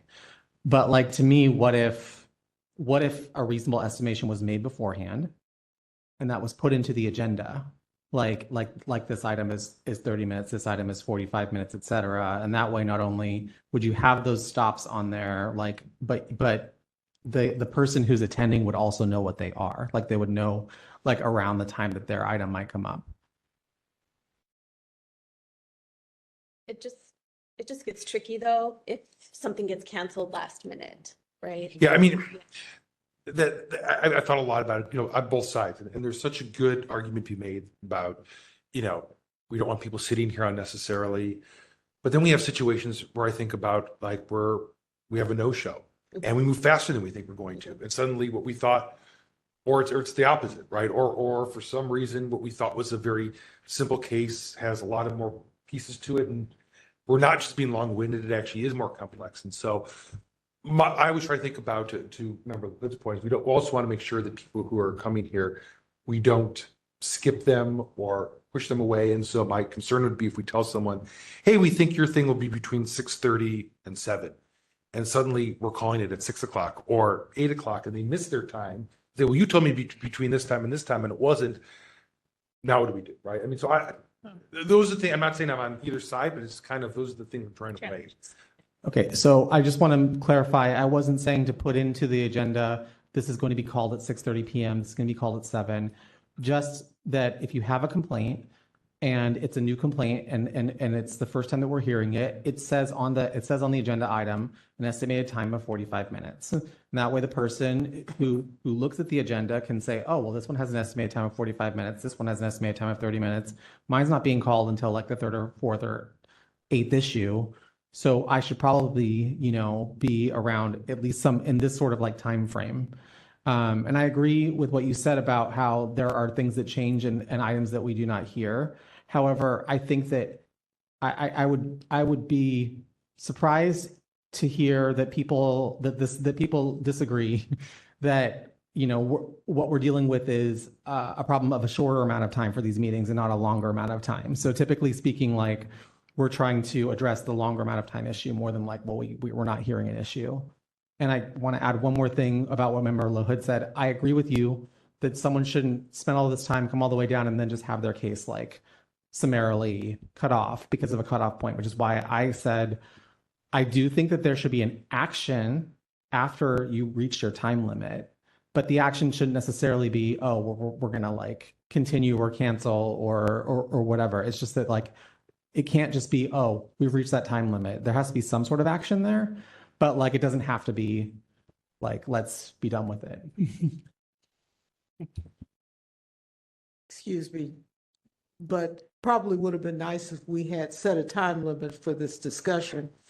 I would have been great with that. I would have been great with that. If we could really do it. I have a really good one. I think if we go past 45 minutes, everybody has to throw $5 into something that, like, I think we should pay the city. We should pay the city if we take too long. Well, I think we should have a party. Okay. Yeah. I was thinking that too. just very briefly, I often think of systemic fixes and ways to prevent problems in the future, and maybe that's just because of my nature. Sometimes it's perhaps helpful in the context of a case, and sometimes not. I'm thinking in terms of solutions here. to Chair Hyland and EOT, maybe if we had a standing item at EOT, either every meeting or twice a year or periodically, about exercising our 67.30 advice powers, that we don't just do that through the annual report, but that we actually do periodically give departments advice, you know, the way you're addressing next request or your approach to form letters or whatever the problem of the moment is, we recommend blah. And, you know, I've done a little of that at the full task force, but maybe we could do more of that again through EOT and then back. Or maybe in some cases, it is more efficient to handle it in the context of a case where we've actually got kind of buy-in from the full task force and you're kind of talking to the person from the department. So let me think about that a little more and efficient ways to do it. Because I think part of this, a lot of this really is promoting compliance. And the question is, how do you make that happen? Is it just finding a violation or not? Or is it in part trying to fix the system so that maybe we aren't dealing with this again in 3 months or 3 years? And one other thing I want to add as we consider this is one change we did have from several years ago is we are being limited much more strictly now on the number of meetings that we can have. I'm sure Member Wolf, Member Highland, you remember Member Pilpel, right? We used to have a rules committee that's briefly been stopped, that where a lot of these types of policy discussions took place. We've been told we can't have it anymore. We're much more likely to have special meetings. Those have been stopped too. And so before when we had shorter meetings, if you look perhaps back through time and see some of these meetings used to end at 8 or whatever, it's because those issues could be put off to other meetings. We were allowed to have special meetings. We were allowed to have the rules committee meet and come up with a lot of these types of things. Those are all being pushed now. And I think a lot of the thought is, well, if we're all here, let's take as most maximum advantage of the time that we're being given, because we don't get the option to punt it off to another special meeting or the rules committee or whatever else. And so I know a lot of that's due to short staffing, budget issues, plus it takes 2 staff members now that we have remote public comment, because we have to have Victor and Pat here. So just another thing to keep in mind. Yeah, it just specifically to something Member Pilpel said, a concern that I have with giving advice and, you know, saying that someone, maybe they should do this or they shouldn't do that, et cetera, is if we do it in the context of this room and we could have 9 different people giving all different advice, and it can be contrary. I don't know if individual member advice to someone is necessarily appropriate, because we haven't conferred on it. We haven't agreed that, I mean, I may think, I want to tell someone you should do this. One of you might think, I think they should do the opposite. And so that's different than making a decision where we have to vote, we have to collectively put something out there. I don't have any problem with like advising, telling people, stop doing next requests but I think we have to do that in more of a collective way where everyone's bought in and we consult with all the members. That's a concern I have about a lot of extra advice one way or another. And in the spirit of everything that we're talking about, we are almost at 9:15 and we still have a couple more to go. So do we want to make any solid proposals now? Or? Yes. Okay.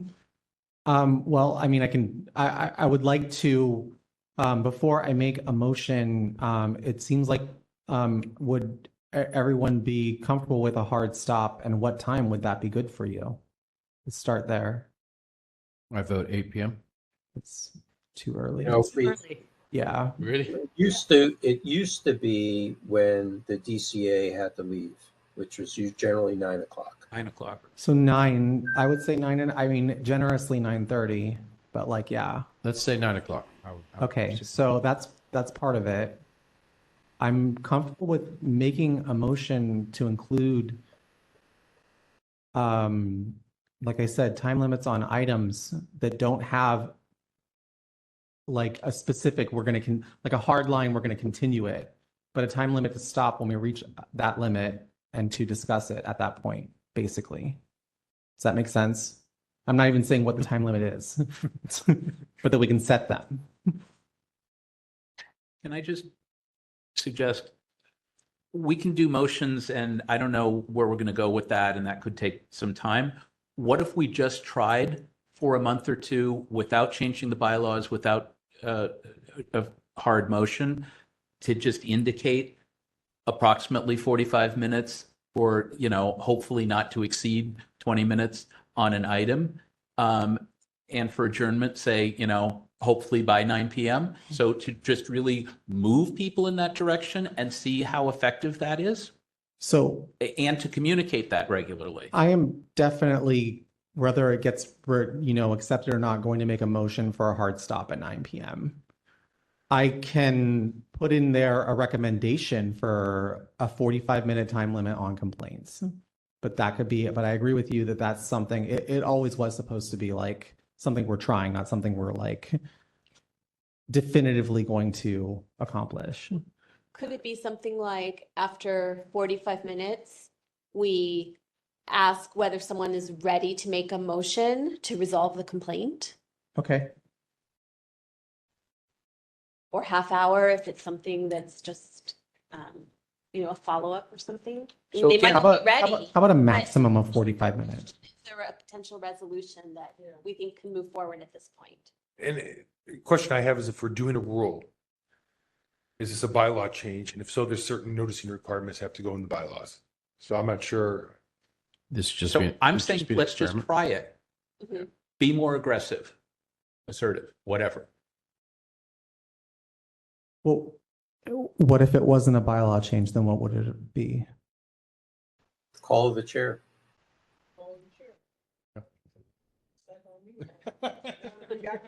The chair is our facilitator. It really is incumbent just in the role of the chair to keep the meeting going, keep the agenda going.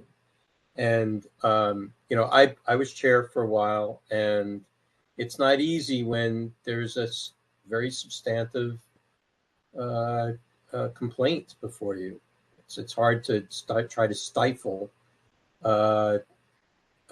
discussion or debate to get to a resolution.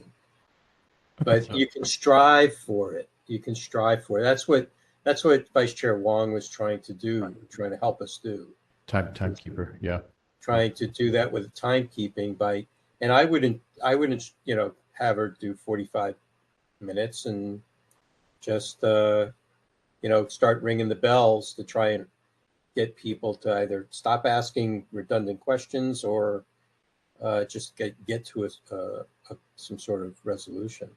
Okay. I respect what Member Pilpel has been saying about trying it. And I also respect that it seems like it's potentially, okay, actually, I want to hear what Member Schmidt has to say first, because I'm going to make a motion. I would vote for Member Sugarman's 9 o'clock cap. Yeah. And it may not work, but I'd vote for it. And I would add in, if it was amenable, that at the 45-minute mark on any case, we stop doing anything other than motion, and you got it ready to go. And do we have a second? No more deliberating, because deliberating is not the same to me as disposition. Motion, second, vote. And so we can cap deliberations at 45, and that is probably going to cut off a lot. And if nobody's got a motion, then we don't have anything to do. But that would be my sort of addition to the idea of 9 o'clock cap. And with a 9 o'clock cap, maybe that means we schedule a little less when we're setting up the calendar. I'm comfortable with, for me, for again, putting a motion for putting the 9 o'clock limit on the meetings. I don't know. I want to do something that both reaches consensus and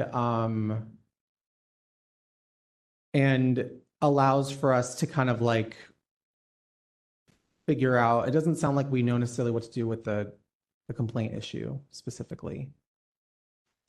Maybe, oh, excuse me, but maybe after 45 minutes, which seems to be the time that everybody comes up with, then the question from the chair is, what exactly do you need to know to make a motion? And if you can't come up with something else you need to know to make a motion, then deliberation ought to be cut. Or you should say, I specifically need this question answered. And if you can articulate that question that needs to be answered in order for us to make a motion, then we go from there. But if not, then we're just deliberating more. And as I said, I used to do claims, and after a while you get into circular conversations, and if you listen to the conversation, you hear the same thing over and over again. And it's like, are you trying to convince me that I didn't hear what I heard the first 2 times that it went around? And I believe that we do want to be effective for people. We don't want them frustrated at the time they get up to speak to us. And I think that sometimes they kind of look at us like, why were you talking about that other issue so long? You know, for the things we can change, we work on those. For the ones that we just have no power or control over the department, then we make a recommendation, we put it in writing, you know, maybe quarterly through EOT, and then that's what we can do. We can follow up later in the annual report and say, we have recommended these things, and they either did happen or they didn't happen. But I think for the people who come here or stay online, that it's incumbent upon us to ask the questions that we need to ask to get them the answers that they need. And that's what I have. Member Pilpel? Not disagreeing. I just want to reference back to the administrator's report. So there are at least 8 items scheduled to go to complaint on the 20th, assuming they all get back here a month from now. I think we would be challenged under any rule or procedure to get done with that in 4 hours. I hope I'm wrong. Well, there's actually more than that, because Consent there's a calendar. pipeline that. There's other stuff, right? Maybe the consent calendar helps, and that's all to the good. I'm just saying, careful what you ask for. That's all I'm saying. I agree that we should be more assertive. I'll just shut up.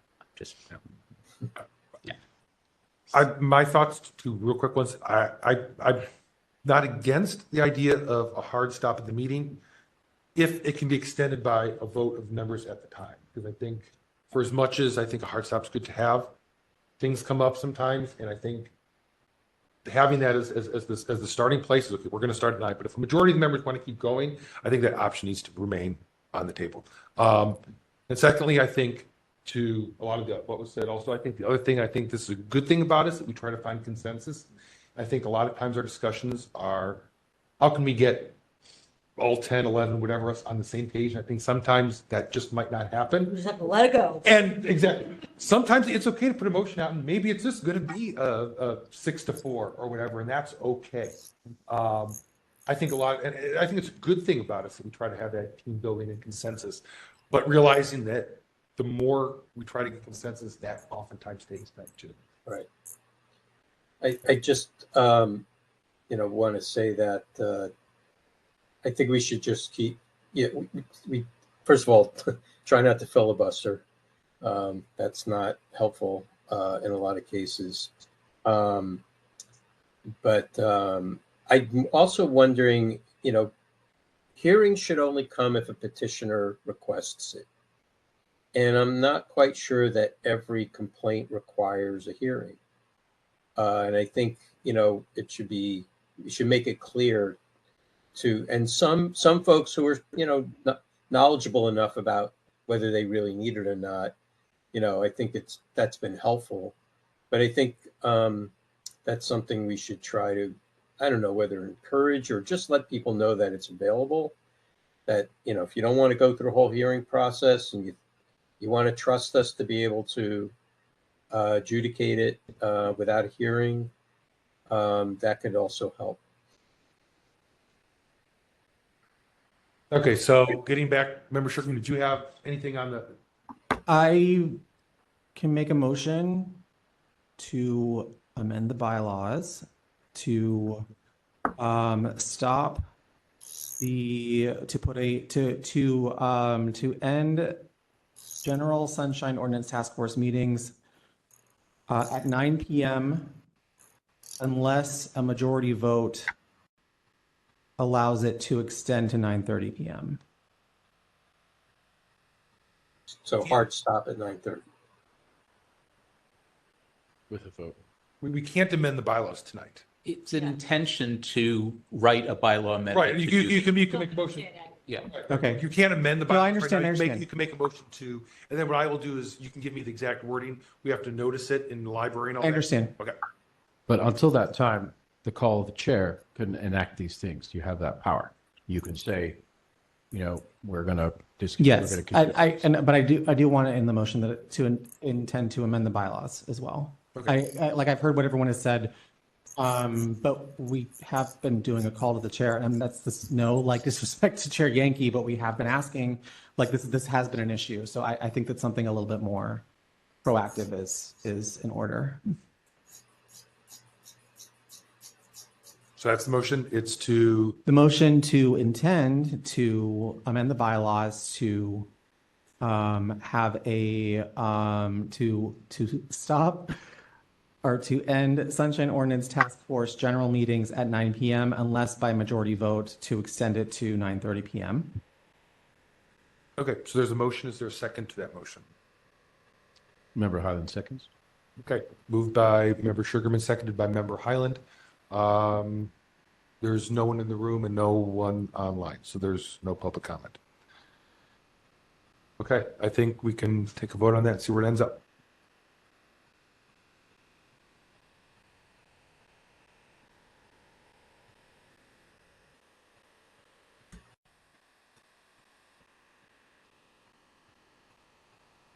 Taking the vote on item 13.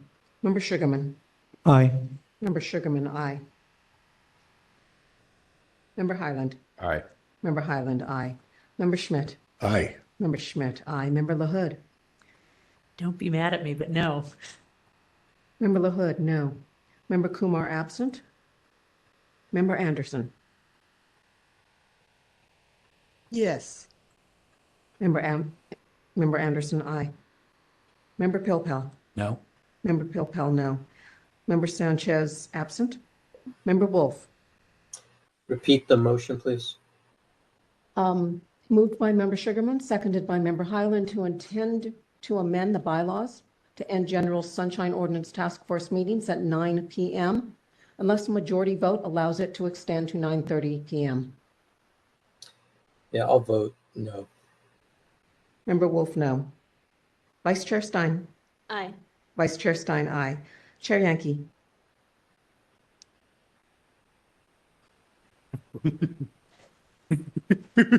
You're making this decision. Remember Wait a second. Remember item 5A?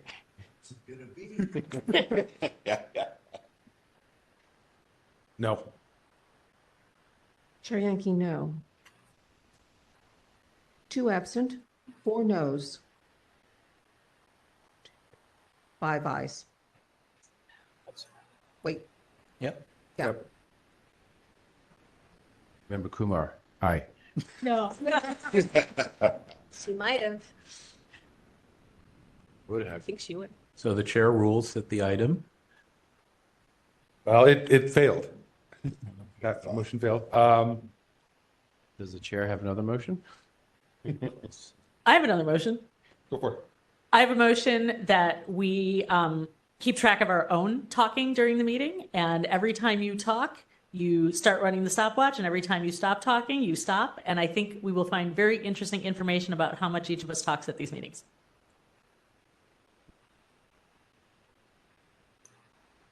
I'll second it. Second. I 60 second that motion. Okay, so there's a motion to, This is a self-monitoring motion. This is, Member LaHood is making a self-monitoring motion that as an experiment, task force members will time themselves for the amount of time they speak just at the next meeting. This is just out of curiosity, doesn't go anywhere. This is just to help us figure out how much time we're spending, or I suppose one could go back and We can just go look at a past meeting. we could go look at a past We meeting. don't have to time- We could do that. Yeah. I rescind my motion. This is just for discussion. 4 to 5 minutes. We move it along. Can I call the orders of the day, please? okay, we had a lot of discussion on this. I'll put it on next agenda. We could think about it more. Maybe there's something that we can get lot of thoughts here. And we'll move on to item number 14. No action taken. No action taken. Well, yeah, no action approved, I guess. No public for public comment? There's no public here. No one online. Wait, no, someone's in there. Someone's back now, but they weren't here when I called for it before. So, Transcript. We could use AI. Never mind it. okay, so item number 14.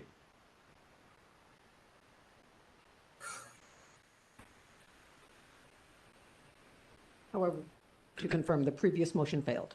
Yes, it was 5, 4, 4, 2. 2. Okay. And it needs 6 affirmative to pass. And Member LaHood's motion Rescind. was withdrawn. Withdrawn. Yeah. So just, yeah, you don't have to put that.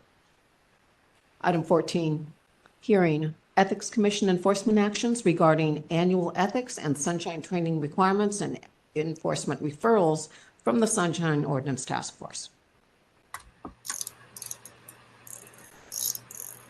Okay, I think this was from Member Wolf, so I'll turn it over to you. Thank you. I'd like everybody to refer to the attachment, please. And go halfway down the page or so to in the matter of Uvava Amango.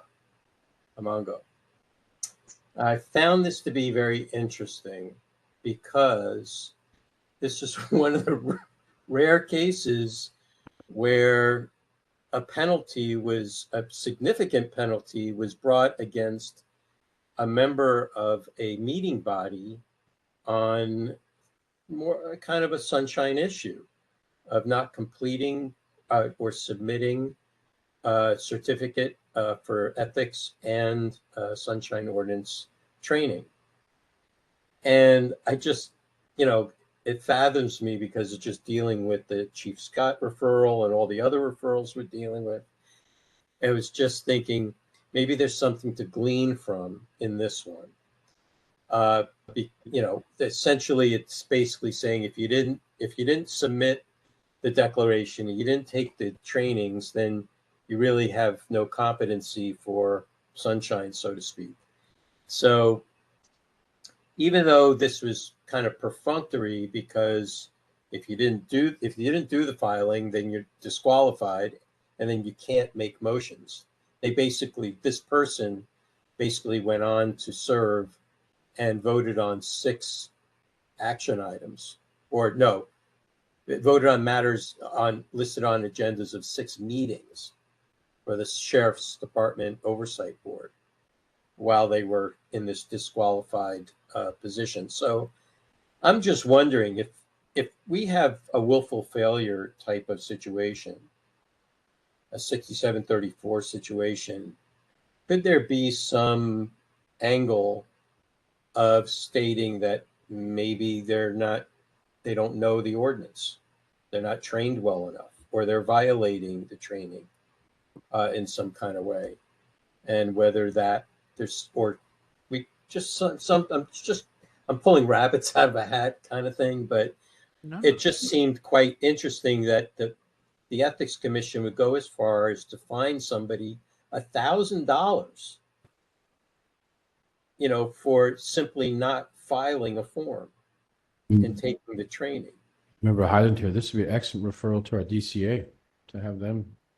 I'd love to know the basis of how they justify it, and B, can we do it? Well, the way the law is written is if you don't do the ethics training and the sunshine ordinance training and submit the declaration, you are disqualified. I mean, some of us over the years, the deadline creeps up on us, and it's kind of like sometimes you get beyond it and then you can't vote for the next meeting. You got to wait until you finish your requirement. So, I don't know. I'm just, the last sentence basically kind of wraps it up. The rule exists to ensure that if an official has not undergone the training and ethics rules and the Sunshine Ordinance as required, they will not participate in government, that kind of thing. But I don't know. I just saw that they did a penalty on Sunshine, and I was like, this just worth it to bring it up to see if there's any ideas or anything pops for anyone that we could glean from. If not, then not, but thought it was worth mentioning. Member Pilpel? Yeah, a couple of things. I appreciate Member Wolf bringing this. As part of our ongoing dialogue with the Ethics Commission, I think we should ask that any time, not necessarily in deciding a matter, but any time they make a decision that finds somebody in violation of the Sunshine Ordinance or a training requirement, anything related to the ordinance, they should send that to us so we aren't relying on Member Wolf to just happen upon this, but they should make that more well known, right? They should have sent this to us to say FYI, blah, blah, blah. And by the way, we got this person, whatever. It also occurred to me last month when I was completing the Sunshine and Ethics training that I found generally boring and unhelpful because I'm familiar with it. And we'll talk about that at some point at EOT. That if we believe that an individual violated the ordinance, whether it was willful, particularly if it was willful, but either way, we should require or subject them to further training. So they should have to sit through that again for another hour or 2 hours, perhaps on their own time, or perhaps with additional specialized training specific to the problem that we think they're not adhering to. So I think there's a lot that can be done with training as, I don't want to call it a weapon or weaponization, but as a tool to promote compliance being the goal. So I appreciate this being brought to us. We should also, I think of this in terms of the ordinance rewrite and included penalties. Thanks. Yeah, I think, when I heard Member Wolf bring this up too, I had the same thought that this might be something that we put into as an enforcement mechanism. We're working on the rewrite because it seems as if you're in the clear as long as you can sign a document and say I sat through the video. But when it comes to actually proving that you learned something from the video, there's no real test that you did that. So it would seem if someone, at least on multiple occasions or willfully or whatever, I'm not sure you have to decide now. But I think there's something to be said for if someone clearly doesn't seem to know what they're doing, having them take the training again is not necessarily a bad thing to help us get better compliance. Or requiring that they sit in the front row for our next 3 meetings. Yeah, in person. And stay till after 9. Well, and I'm sorry, just one further thing. Bear in mind that the requirement now is for the AB 1234 training and the Sunshine and Ethics training for those who file a Form 700 with the Ethics Commission, which is generally commissioners and department heads. Okay. Whereas the people that deal with this on a day-to-day basis, department custodians, commission secretaries, are generally not responsible for going through the training, even though they're the ones that deal with it on a day-to-day basis. And presumably most of the members of a board or commission, anyway, there's no particular connection between who needs the training and what they're getting and who's actually getting the training. So I'll just stop talking about training. I've been better trained. All right. Anything else for this item in the spirit of moving things along? Is there any public comment on this item?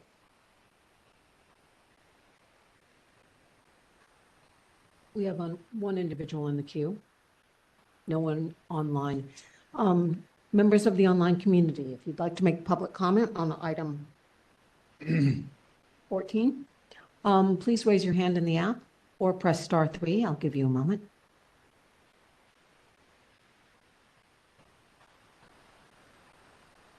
We have no hands raised. Okay, we'll close public comment and move on to item number 15. No action taken. No action. No action taken on item 14. Item 15, hearing on Sunshine Ordinance amendments.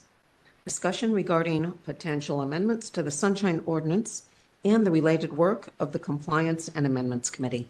This is just the repeat thing. I don't know if you have any. Yeah, I can make this fast. We didn't actually have time to discuss the ordinance at our last meeting because it had to be short. The good news is we're having a special meeting on the 14th. It's only going to be a 2-hour meeting, but we're only going to be discussing the ordinance.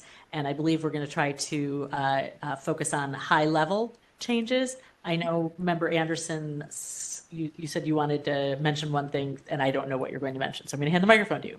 Oh, the one thing I wanted to mention is there are certain, it looks like committees, like the Ballot Simplification Committee, members of that. Now, I was pretty much under the impression that if you do any work for the city at all, you have to file a Form 700, but at a committee level.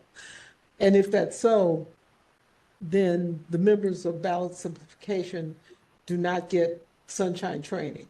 So if anybody came to them and said, we want to file for, your records, I don't know exactly what it is they do, but I did understand that that didn't happen. But I think one really important thing that we may want to suggest and may want to put into our ordinance is that for those organizations like the Zoological Society, like Friends of the Library, that those organizations who have taken on city functions and are being paid to do city functions, that they be subject to taking the training for sunshine. It should be written into the contract. This is what it is. This is how you do it. So you know that you have to do it. And it's not a surprise because for what I'm hearing from the community is that some of these nonprofits are being kind of slapped upside the head with, okay, you have to run your meetings this kind of way. And they're like, well, why? And it's like, because of sunshine.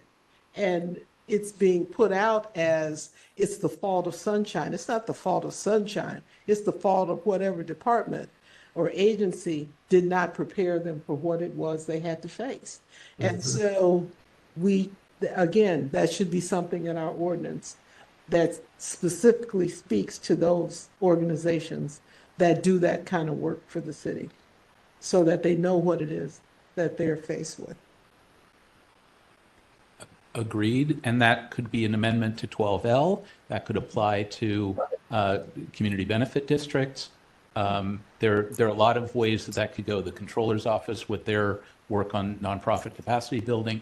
Yes, all of that should be considered. Totally. Comment? Go ahead. So on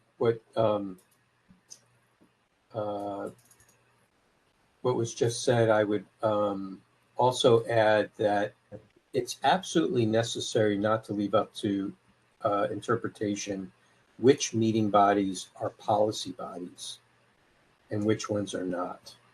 I think when they get created, it must be stated like in their about section on their website or in their bylaws or in the actual code that created them of whether they are a policy body or not.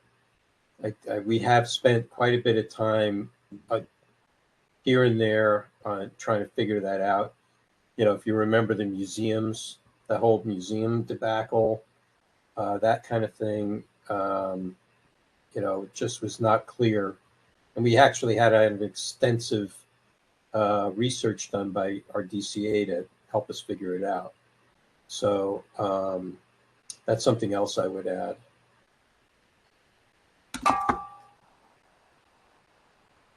Okay, anything else for this item? This is discussion only. We can still take public comment, and we do have an attendee online, so we'll go ahead and call for public comment. If you would like to make public comment on item 15, and you are in the online community, please indicate that you'd like to speak by raising your hand using the app or by pressing *3. I'll give you a moment. We have no hands raised. Okay, we'll close public comment. No action taken on this. And Member Hood, I should probably keep this area in for next month. Since it sounds like you may have updates come out of your meeting. Yes, although I will not be the one to give the updates. Perhaps Member Anderson or Okay. Member Pilpel or Member Sounds Wolf will good. give the update. All right. All right, let's And it's the move 15th. item 16. No. 16? Right, 16? 14, that's Wednesday. Yeah. Hold on a Item second. 16. One sec. That's not what was in the, It says 15. I put it on the wrong date. Sorry. That- Okay. 15. It's the 15th. It's the 15th. It's the 15th, Okay. Thursday. got it. Just checking. Okay, sorry, we had a little. Oh, okay. Item 16. Item 16. Not to be confused with the 14th and 15th. Right. Item 16, announcements, comments, questions, and future agenda items by members of the Sunshine Ordinance Task Force. Okay, does anyone have anything for item 16? Just one item. Go ahead, Member Popa. Given our discussion earlier with the police and thinking about that a little more, you don't have to decide now if you would support it, but just tell me, is it worth my spending time to propose a draft letter to the police attention, whoever the next police chief is? We are concerned about resources for public records. We encourage you to prioritize that as part of your budget and management considerations upon assuming office. Something to that effect. Is it worth my spending time to propose that? We can talk about it next time. Anybody? Don't bother? Litigation. No, not specific to their thing, just in general, that I just think police is under-resourced for the public records function. And I would I mean, think me, we I should think communicate it might be better if you get someone like Lieutenant Oswald, who seems to be very engaged. Yeah. At least for now. Maybe at EOT, if you could actually have a real discussion versus, I'm not sure that sending letters off. As we saw before, I've sent a lot of letters off and most of which have gone unanswered. It seems when you get someone who's actually devoted to it and willing to have that discussion one-on-one, one-on-three, or, that type of setting. So maybe we can invite him to an EOT hearing at some point. How about not now, but I'll consider this for the future? There you go. Thanks. I have an item. You have something, Member Wolf? Yeah. Also along the lines of that, I think we should have a presentation by Gov QA. And we had one by next request. I think that was very helpful for us. And I think we should understand what the innards of Gov QA is. I've done some research on that when the city was considering which platform to use. And the city uses next request. The police department decided to go with Gov QA. They're similar, and they do have their own attributes, but it all depends upon how it's set up. And I think it would help us a lot to understand it. Vice Chair Stein. This is a separate. Microphone. This is separate, but I just had a question. Maybe it's for Chair Yankee or maybe it's for our administrator. We had a motion that we passed at a recent meeting about finding out what tools we could use to maintain a media list. And I was thinking about it tonight because in particular, this SF Zoo case, I'm like, this is exactly the kind of thing I would want to be able to kind of send out to the media that there was this case, there was this discussion and decision. And I'm wondering if we have had any follow-up on that. That'd be something that Administrator Peterson would need to talk with her superiors about. So I don't know, did you follow up with Elisa or Angela on that? Right. The motion was pending the clerk's office approval. We find out what tools ethics was using to maintain their media lists for those receiving informational updates that are not required by the Sunshine Ordinance for notice. These are just like updates we might want to send to the media.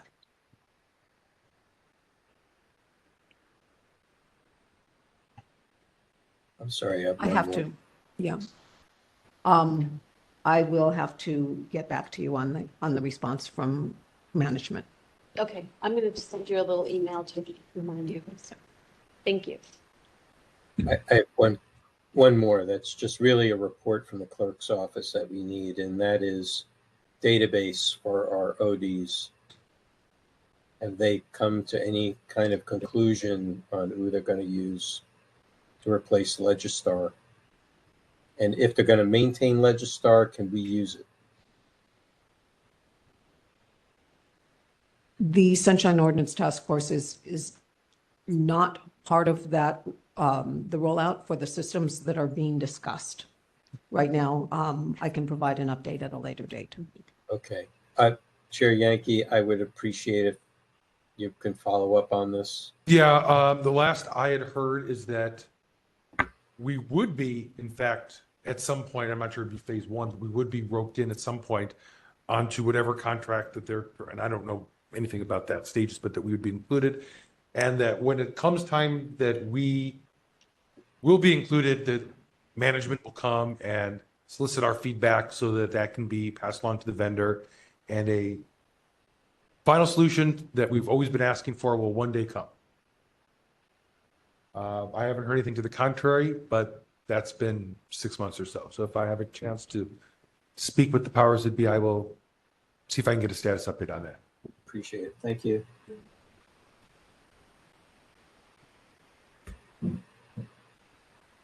Okay. I don't think anyone else has their hands up. Let's do public comment on that if there is any. Anyone wishing to make public comment on item 16? If you're in the online community, please raise your hand in the app or press *3. We have no hands raised, no one in the room. Okay. Let's read the last item. Item 17, adjournment. Usually we have Member Anderson. Without objection. Okay, without objection, we are adjourned at 9. Good night, everyone. Hey, good night. Thank you. Adjourned at 9:50. Microphones are off. Thank you. For 10.